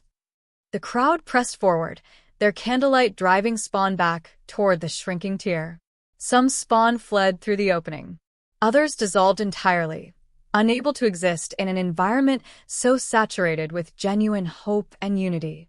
And standing in the middle of it all, mortal and powerless, but surrounded by thousands who'd chosen to stand with her, Thressa felt something she hadn't felt since losing the divine wolf spawn. Complete. Not because of the power she wielded, but because of the community she'd helped build. The tears sealed completely, with a sound like reality, sighing in relief. The last spawn dissolved, and the square fell silent except for thousands of candles flickering in the evening breeze. Draven approached, his red eyes showing something like reverence. "In 500 years, I've never seen anything like that. Mortal determination overcoming supernatural corruption through sheer refusal to give up." "It wasn't just determination," Thressa corrected. "It was a choice. Every person here chose unity over division. Choose hope over fear. Choose to believe that together, We're stronger than any corruption. The seed is destroyed? No, a new voice said. Hadrian Blackthorn pushed through the crowd, his scholar's robes dirty from travel. The seed still exists as a concept. Mirea's final corruption, the idea that conflict serves progress, that will persist. But you've proven it can be resisted. That people can choose unity even when division seems easier. He pulled out an ancient text, its pages marked with careful annotations. I've been researching since the Whispering Woods. The seed isn't a thing to be destroyed, it's a pattern to be disrupted. As long as people keep choosing unity over division, the pattern can't be completed. The devourer's influence remains sealed. So we have to keep choosing, Thressa said, understanding settling over her. Every day, every conflict, every moment when division seems easier than unity, we have to actively choose better. Exactly. Hadrian's expression was grim. It's not a battle you win once. It's a battle you win constantly, in small moments that seem insignificant individually, but collectively determine the kingdom's soul. Thressa looked at the thousands gathered in the square, at omegas standing beside nobles who'd once oppressed them, at traditionalists like Zariah standing alongside reformists like Eloan, at a kingdom fractured by a year of change, but still capable of coming together when it mattered most. Then we'd better get good at choosing, she said. King Elric arrived with the royal guard, having rushed from the palace when reports of the attack reached him. His face showed relief when he saw Thressa alive, concerned when he surveyed the damage to the square. How many casualties? He asked. 17 dead, Rydian reported, having done a quick count. 43 injured. Could have been hundreds if the crowd hadn't responded so quickly. We'll hold a memorial service, Elric said immediately. Honor those who fell. And we'll rebuild the square stronger than before, a monument to unity triumphing over corruption. Your Majesty, Lady Zariah spoke, her voice smaller than Thressa had ever heard it. I need to confess something. My release from house arrest 3 months ago. It wasn't just good behavior or additional fines. Someone paid my family's debts, erased charges, orchestrated my freedom specifically so I could organize this protest. Who? Elric demanded. I don't know. The arrangements came through intermediaries. Anonymous benefactors who claimed they supported traditional values. Zariah's face crumpled with shame. I was so focused on fighting the reforms that I never questioned why someone would help me. Never considered I might be a tool in someone else's plan. You were, Draven confirmed. Mireia had contingencies within contingencies. She identified people whose legitimate grievances could be amplified into useful chaos. You weren't evil, Lady Zariah, just angry enough and proud enough to be manipulated. Which describes half the kingdom, Azria observed, having arrived with other Omega Council members. We've all been manipulated to some degree, encouraged to see each other as enemies rather than people with different perspectives. She looked at Zariah directly. I still think you're wrong about the reforms. Still believe your traditionalist views perpetuate injustice. But I also recognize that you genuinely believe you're protecting something valuable. And that belief, even when I disagree with it, comes from a real place. It was the closest thing to reconciliation Thressa had ever heard from Azria, whose burned scars served as a permanent reminder of what traditional values had cost her. I don't know if I can support the reforms, Zariah admitted. Everything I was taught, everything my family built, it all assumed rank mattered. That natural order existed. That change threatened stability. Then don't support the reforms, Thressa said, surprising everyone. Question them. Challenge them. Hold them accountable. But do it through legal means, through honest debate, through building alternatives rather than tearing down progress. Opposition isn't inherently bad. It's how we ensure changes actually serve their intended purpose. You're saying you want me to keep fighting you? I'm saying I want you to keep caring about the kingdom's future, even if we disagree about what that future should look like. Because the seed, Mireia's corruption, it didn't just feed on our fights. It fed on our refusal to see each other as people, our willingness to dehumanize anyone we disagreed with, our belief that destroying opponents mattered more than finding truth. Thressa addressed the full crowd now, her voice carrying clearly through the candlelit square. For a year, I've been fighting for reforms I believe in. Fighting hard. Fighting constantly. And somewhere along the way, I started believing that anyone who opposed me was an enemy to be defeated rather than a person with different views. That's what Mirea's seed needed. My righteous anger turned into the same dehumanization I was fighting against. She gestured to the sealed tier where the spawn had emerged. That's what almost destroyed us tonight. Not disagreement, divisions so profound we stopped seeing each other as worthy of basic dignity. Mirea's final corruption was teaching us to destroy each other in the name of our principles. So, what do we do? Someone called from the crowd. How do we disagree without feeding corruption? Carefully, Thressa admitted. Consciously. By remembering that the person we're arguing with matters even when they're wrong. By choosing to protect them even when they'd rather hurt us. By staying human even when dehumanization seems easier. It was an impossible standard. Thressa knew that. But she'd just watched thousands of people choose unity over division, choose hope over despair, choose to stand together despite every reason to remain fractured. If they could do that once, maybe they could keep doing it. The kingdom will continue debating reforms, King Alric announced. We'll continue disagreeing about implementation, about pace, about specific policies. But we'll do so recognizing that we're all trying to serve the same realm. That opposition doesn't equal betrayal. That honest disagreement can strengthen rather than weaken us. He looked at Thressa specifically. The High Guardian will continue her work. But I'm also establishing a council of opposition, representatives from traditionalist houses who can formally challenge reforms, propose alternatives, and ensure we don't mistake enthusiasm for wisdom. Lady Zoraya, if you're willing, I'd like you to lead that council. Zoraya's eyes widened with shock. You're giving me power to oppose you? I'm giving you a voice to represent legitimate concerns without needing to resort to protests and chaos. Opposition channeled constructively serves democracy. Opposition forced underground becomes a conspiracy. It was brilliant politically, co-opting potential resistance by giving it official status. But it was also risky. Giving traditionalists formal power meant they could slow or block reforms Thressa believed were necessary.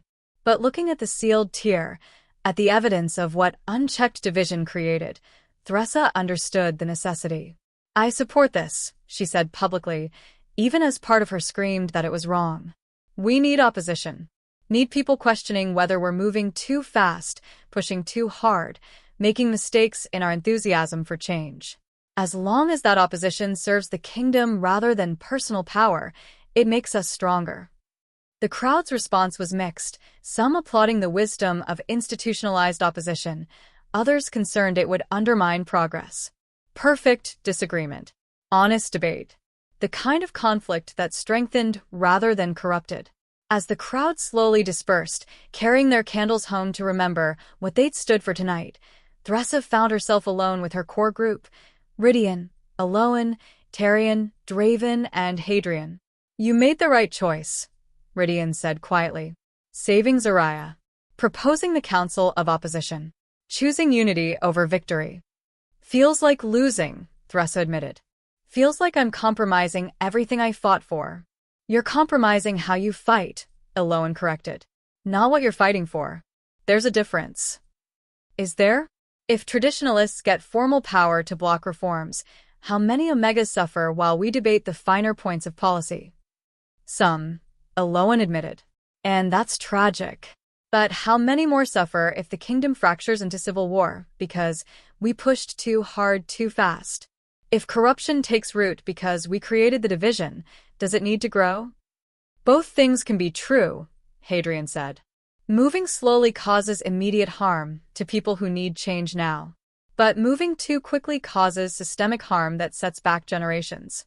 There's no perfect answer, just constant navigation between necessary urgency and practical sustainability. Thressa wanted to scream at the unfairness of it. Wanted divine power back so she could enforce righteousness without needing to compromise. I wanted simple answers instead of complicated reality. But she'd learned over the past year that divine power hadn't made things simple. Had actually made them more complicated by letting her impose solutions rather than building consensus. I miss the divine wolf, she said quietly. Not just the power, the certainty. Knowing I was fighting on the right side because the goddess herself had blessed me. You're still on the right side, Draven said. You've just learned that the right side doesn't mean the easy side. That justice requires patience as much as passion. That protecting everyone means even protecting people you'd rather see punished. You cursed King Lorcan, Thressa reminded him. Orchestrated his corruption. How do you live with that guilt? By working every day to ensure the suffering I caused served a greater purpose, Draven replied. His red eyes held ancient pain. I can't undo the murders. Can't bring back the 47 mothers. But I can make sure their deaths lead to lasting change that prevents future mothers from dying the same way. And if they didn't? If Mireille's seed had bloomed and destroyed everything, then I would have carried that failure for the rest of my cursed existence. But it didn't bloom. Because you made the right choices when they mattered most. Because you chose unity over division even when division seemed justified. Thressa wanted to believe him. I wanted to accept that tonight had been a victory rather than just survival. But looking at the damaged square, at the memorial markers already being placed for the 17 dead, at the kingdom still fundamentally fractured despite tonight's temporary unity, she felt the weight of incomplete progress. This isn't over, she said. The seed still exists as a pattern. We'll face more tests. More moments where division seems easier than unity. More opportunities to choose corruption over conscience. Then we keep choosing better, Eloan said simply. Every day, every conflict, every moment when giving up seems reasonable. And when I fail? Thressa asked. When I choose wrong and people suffer because of it? Then we learn from the failure and choose better next time, Rydian said. That's what being mortal means. Making mistakes, accepting consequences, and trying again. You don't need divine perfection. You just need human persistence. The moon rose over Silver Peak, its silver light washing across the damaged square. Somewhere in that light, Thressa thought she felt the divine wolf's presence, not bonded to her anymore, but watching. Approving. She'd done what needed to be done. Not perfectly. Not without cost. But I did it nonetheless. The balance had shifted again tonight. Not toward corruption and division, but toward unity and hope. It will shift again tomorrow. And the day after. And every day for as long as people kept choosing. Thressa took a candle from a memorial marker, one of thousands still flickering despite the hour growing late. Come on, she said to her companions. We have work to do. A kingdom to rebuild. Again. They walked through the capital together as dawn approached, carrying light into darkness. Not because they were divine champions or blessed heroes, but because they were people who refused to stop trying. And sometimes that was enough. Chapter 15. 5 years later, Thressa stood in the gardens of the newly rebuilt assembly hall, watching children play among the memorial roses. Each rose bush bore a plaque with a name: 47 mothers murdered during Lorcan's reign, 17 citizens killed when Mireille's seed had bloomed, and dozens more who'd fallen to corruption's touch over the years. The garden had been Eloan's idea, a living reminder that grew and bloomed instead of standing cold and unchanging like stone monuments. Hi, Guardian Thressa. A small voice called out. Silwen, the child who'd bumped into her in the market years ago, ran over with a drawing clutched in her hands. She was 12 now, confident in ways that would have been impossible before the reforms. What have you made? Thressa asked, kneeling to examine the careful sketch. It's you and Elder Zariah. From the history books. When you worked together to create the Unity Accords. Thressa smiled at the simplified version of a much more complicated reality. The Unity Accords, formal agreements establishing how reformists and traditionalists could coexist without tearing the kingdom apart, had taken 3 years of exhausting negotiation. Years of Thressa and Zariah arguing, compromising, occasionally shouting at each other, and slowly learning to see past their differences to their shared goal of a functional kingdom. They still disagreed on almost everything, but they'd learned to disagree productively. It's beautiful, Thressa said, handing the drawing back. You've captured something important, That people who seem like enemies can become allies when they choose to work together. My teacher says you saved the kingdom, Silwen said with the absolute certainty of youth. That without you, the Devourer would have destroyed everything. Your teacher is kind, but inaccurate, Thressa replied gently. I helped, but thousands of others helped too. The kingdom was saved by everyone who chose unity over division, including people who initially opposed the changes I fought for. Silwen considered this with thoughtful seriousness. So being a hero isn't about being the strongest or the most powerful. Being a hero is about choosing to do right even when it's hard. About admitting when you're wrong and learning from it. About seeing people who disagree with you as people, not obstacles. That sounds exhausting. Thressa laughed, genuinely amused rather than bitter. It absolutely is. But it's also worth it. Silwen ran back to her friends, leaving Thressa alone in the garden. Not truly alone. She rarely was anymore. As High Guardian, she had responsibilities, meetings, constant demands on her time and attention. But moments like this, watching children play in gardens dedicated to the dead, reminded her why the exhaustion mattered. You're brooding again, Ridian said, appearing with his characteristic stealth. 5 years hadn't changed him much. Still the shadow guard who moved through darkness. Still the friend who refused to let Thressa wallow in guilt or doubt. I'm reflecting, Thressa corrected. There's a difference. Not when the reflection leads to the same dark places. Ridian settled beside her on the garden bench. What's wrong? Nothing's wrong. That's what's strange. For 5 years, I've been waiting for the next crisis. The next corruption.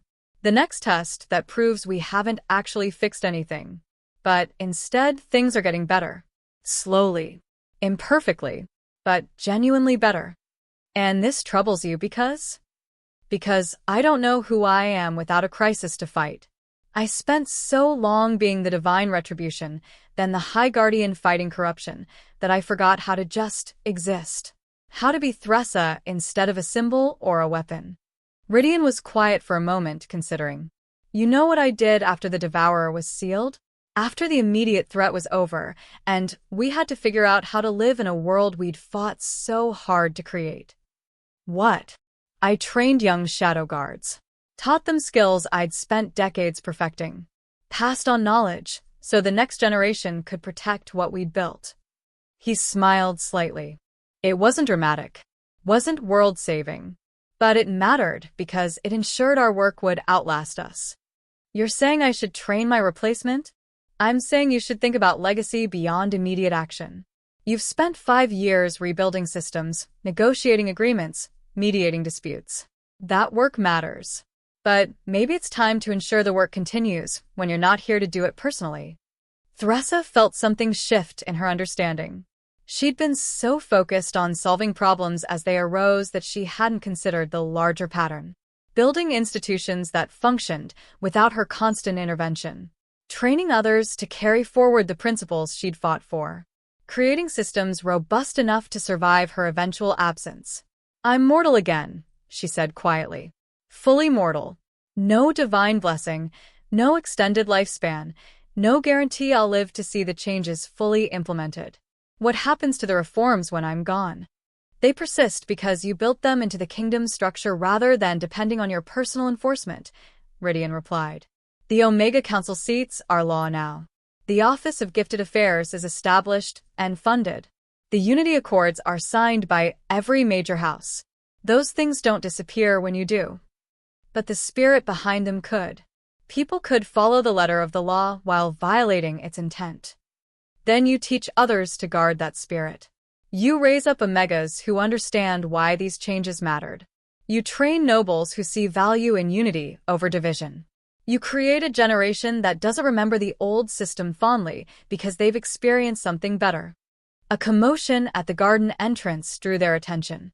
Varia appeared, now a confident young woman serving as liaison between Omega communities and the central government. Her daughter, 5 years old and showing increasing signs of prophetic gifts, walked beside her. Thressa, you need to come to the assembly hall, Varia said urgently. There's been a development.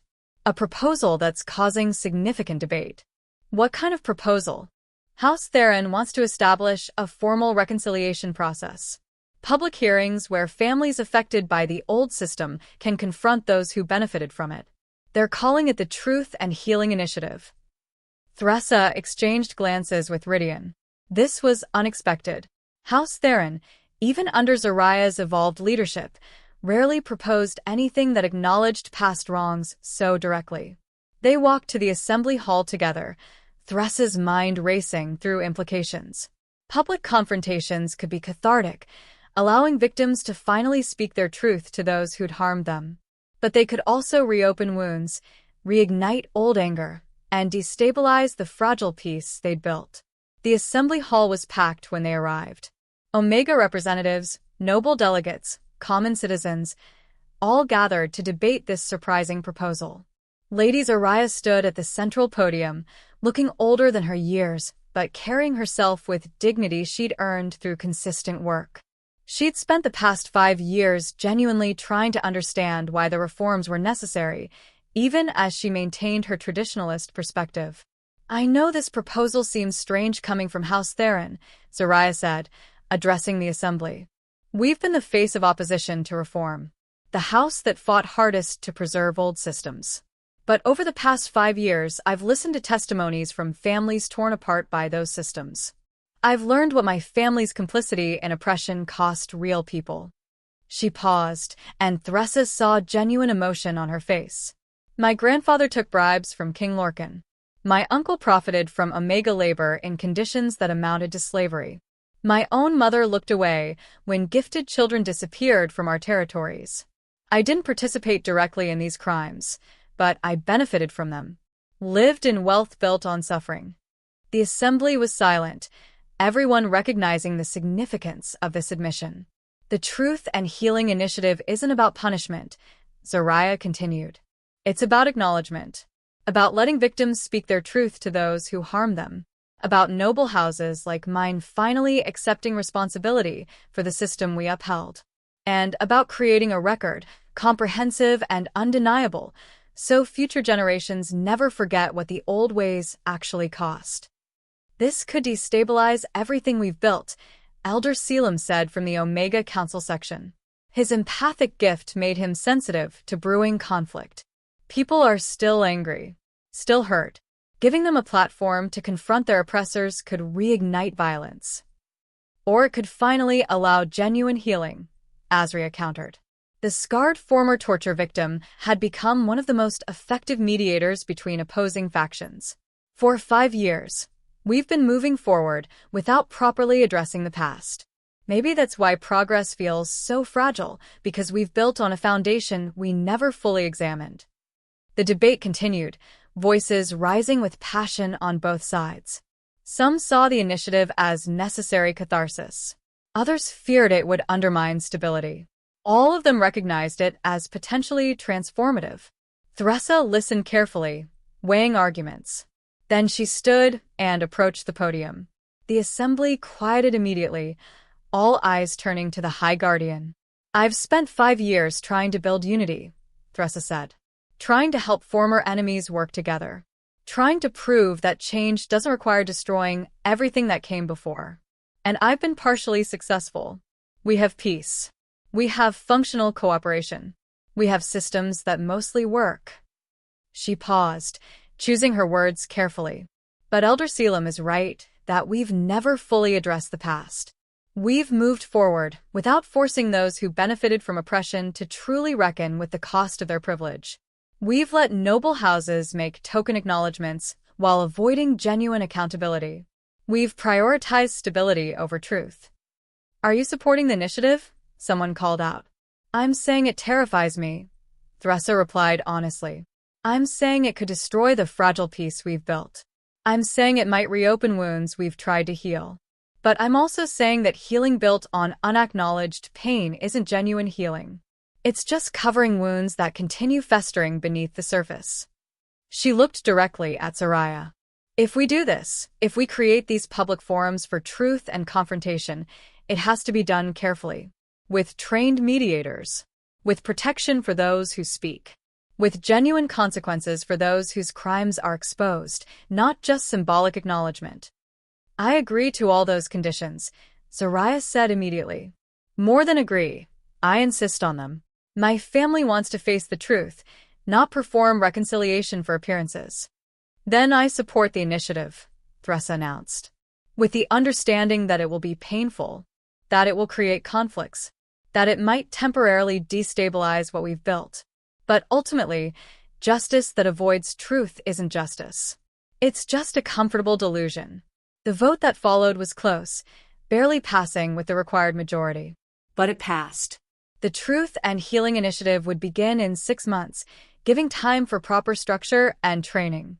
As the assembly dispersed, Thressa found herself approached by Aloan. That was brave, the settlement leader said, and potentially disastrous. I hope you know what you've just set in motion. I don't, Thressa admitted. But I know that avoiding hard truth hasn't served us well historically. Maybe it's time to try confronting it directly, even if that confrontation destroys what we've built.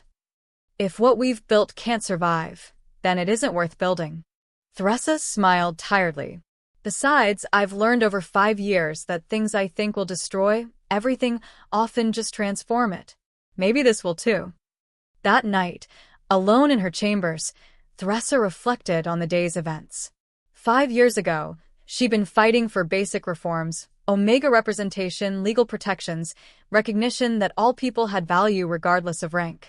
Now those reforms were law, and she was supporting initiatives that went further. That demanded not just policy change, but genuine cultural transformation.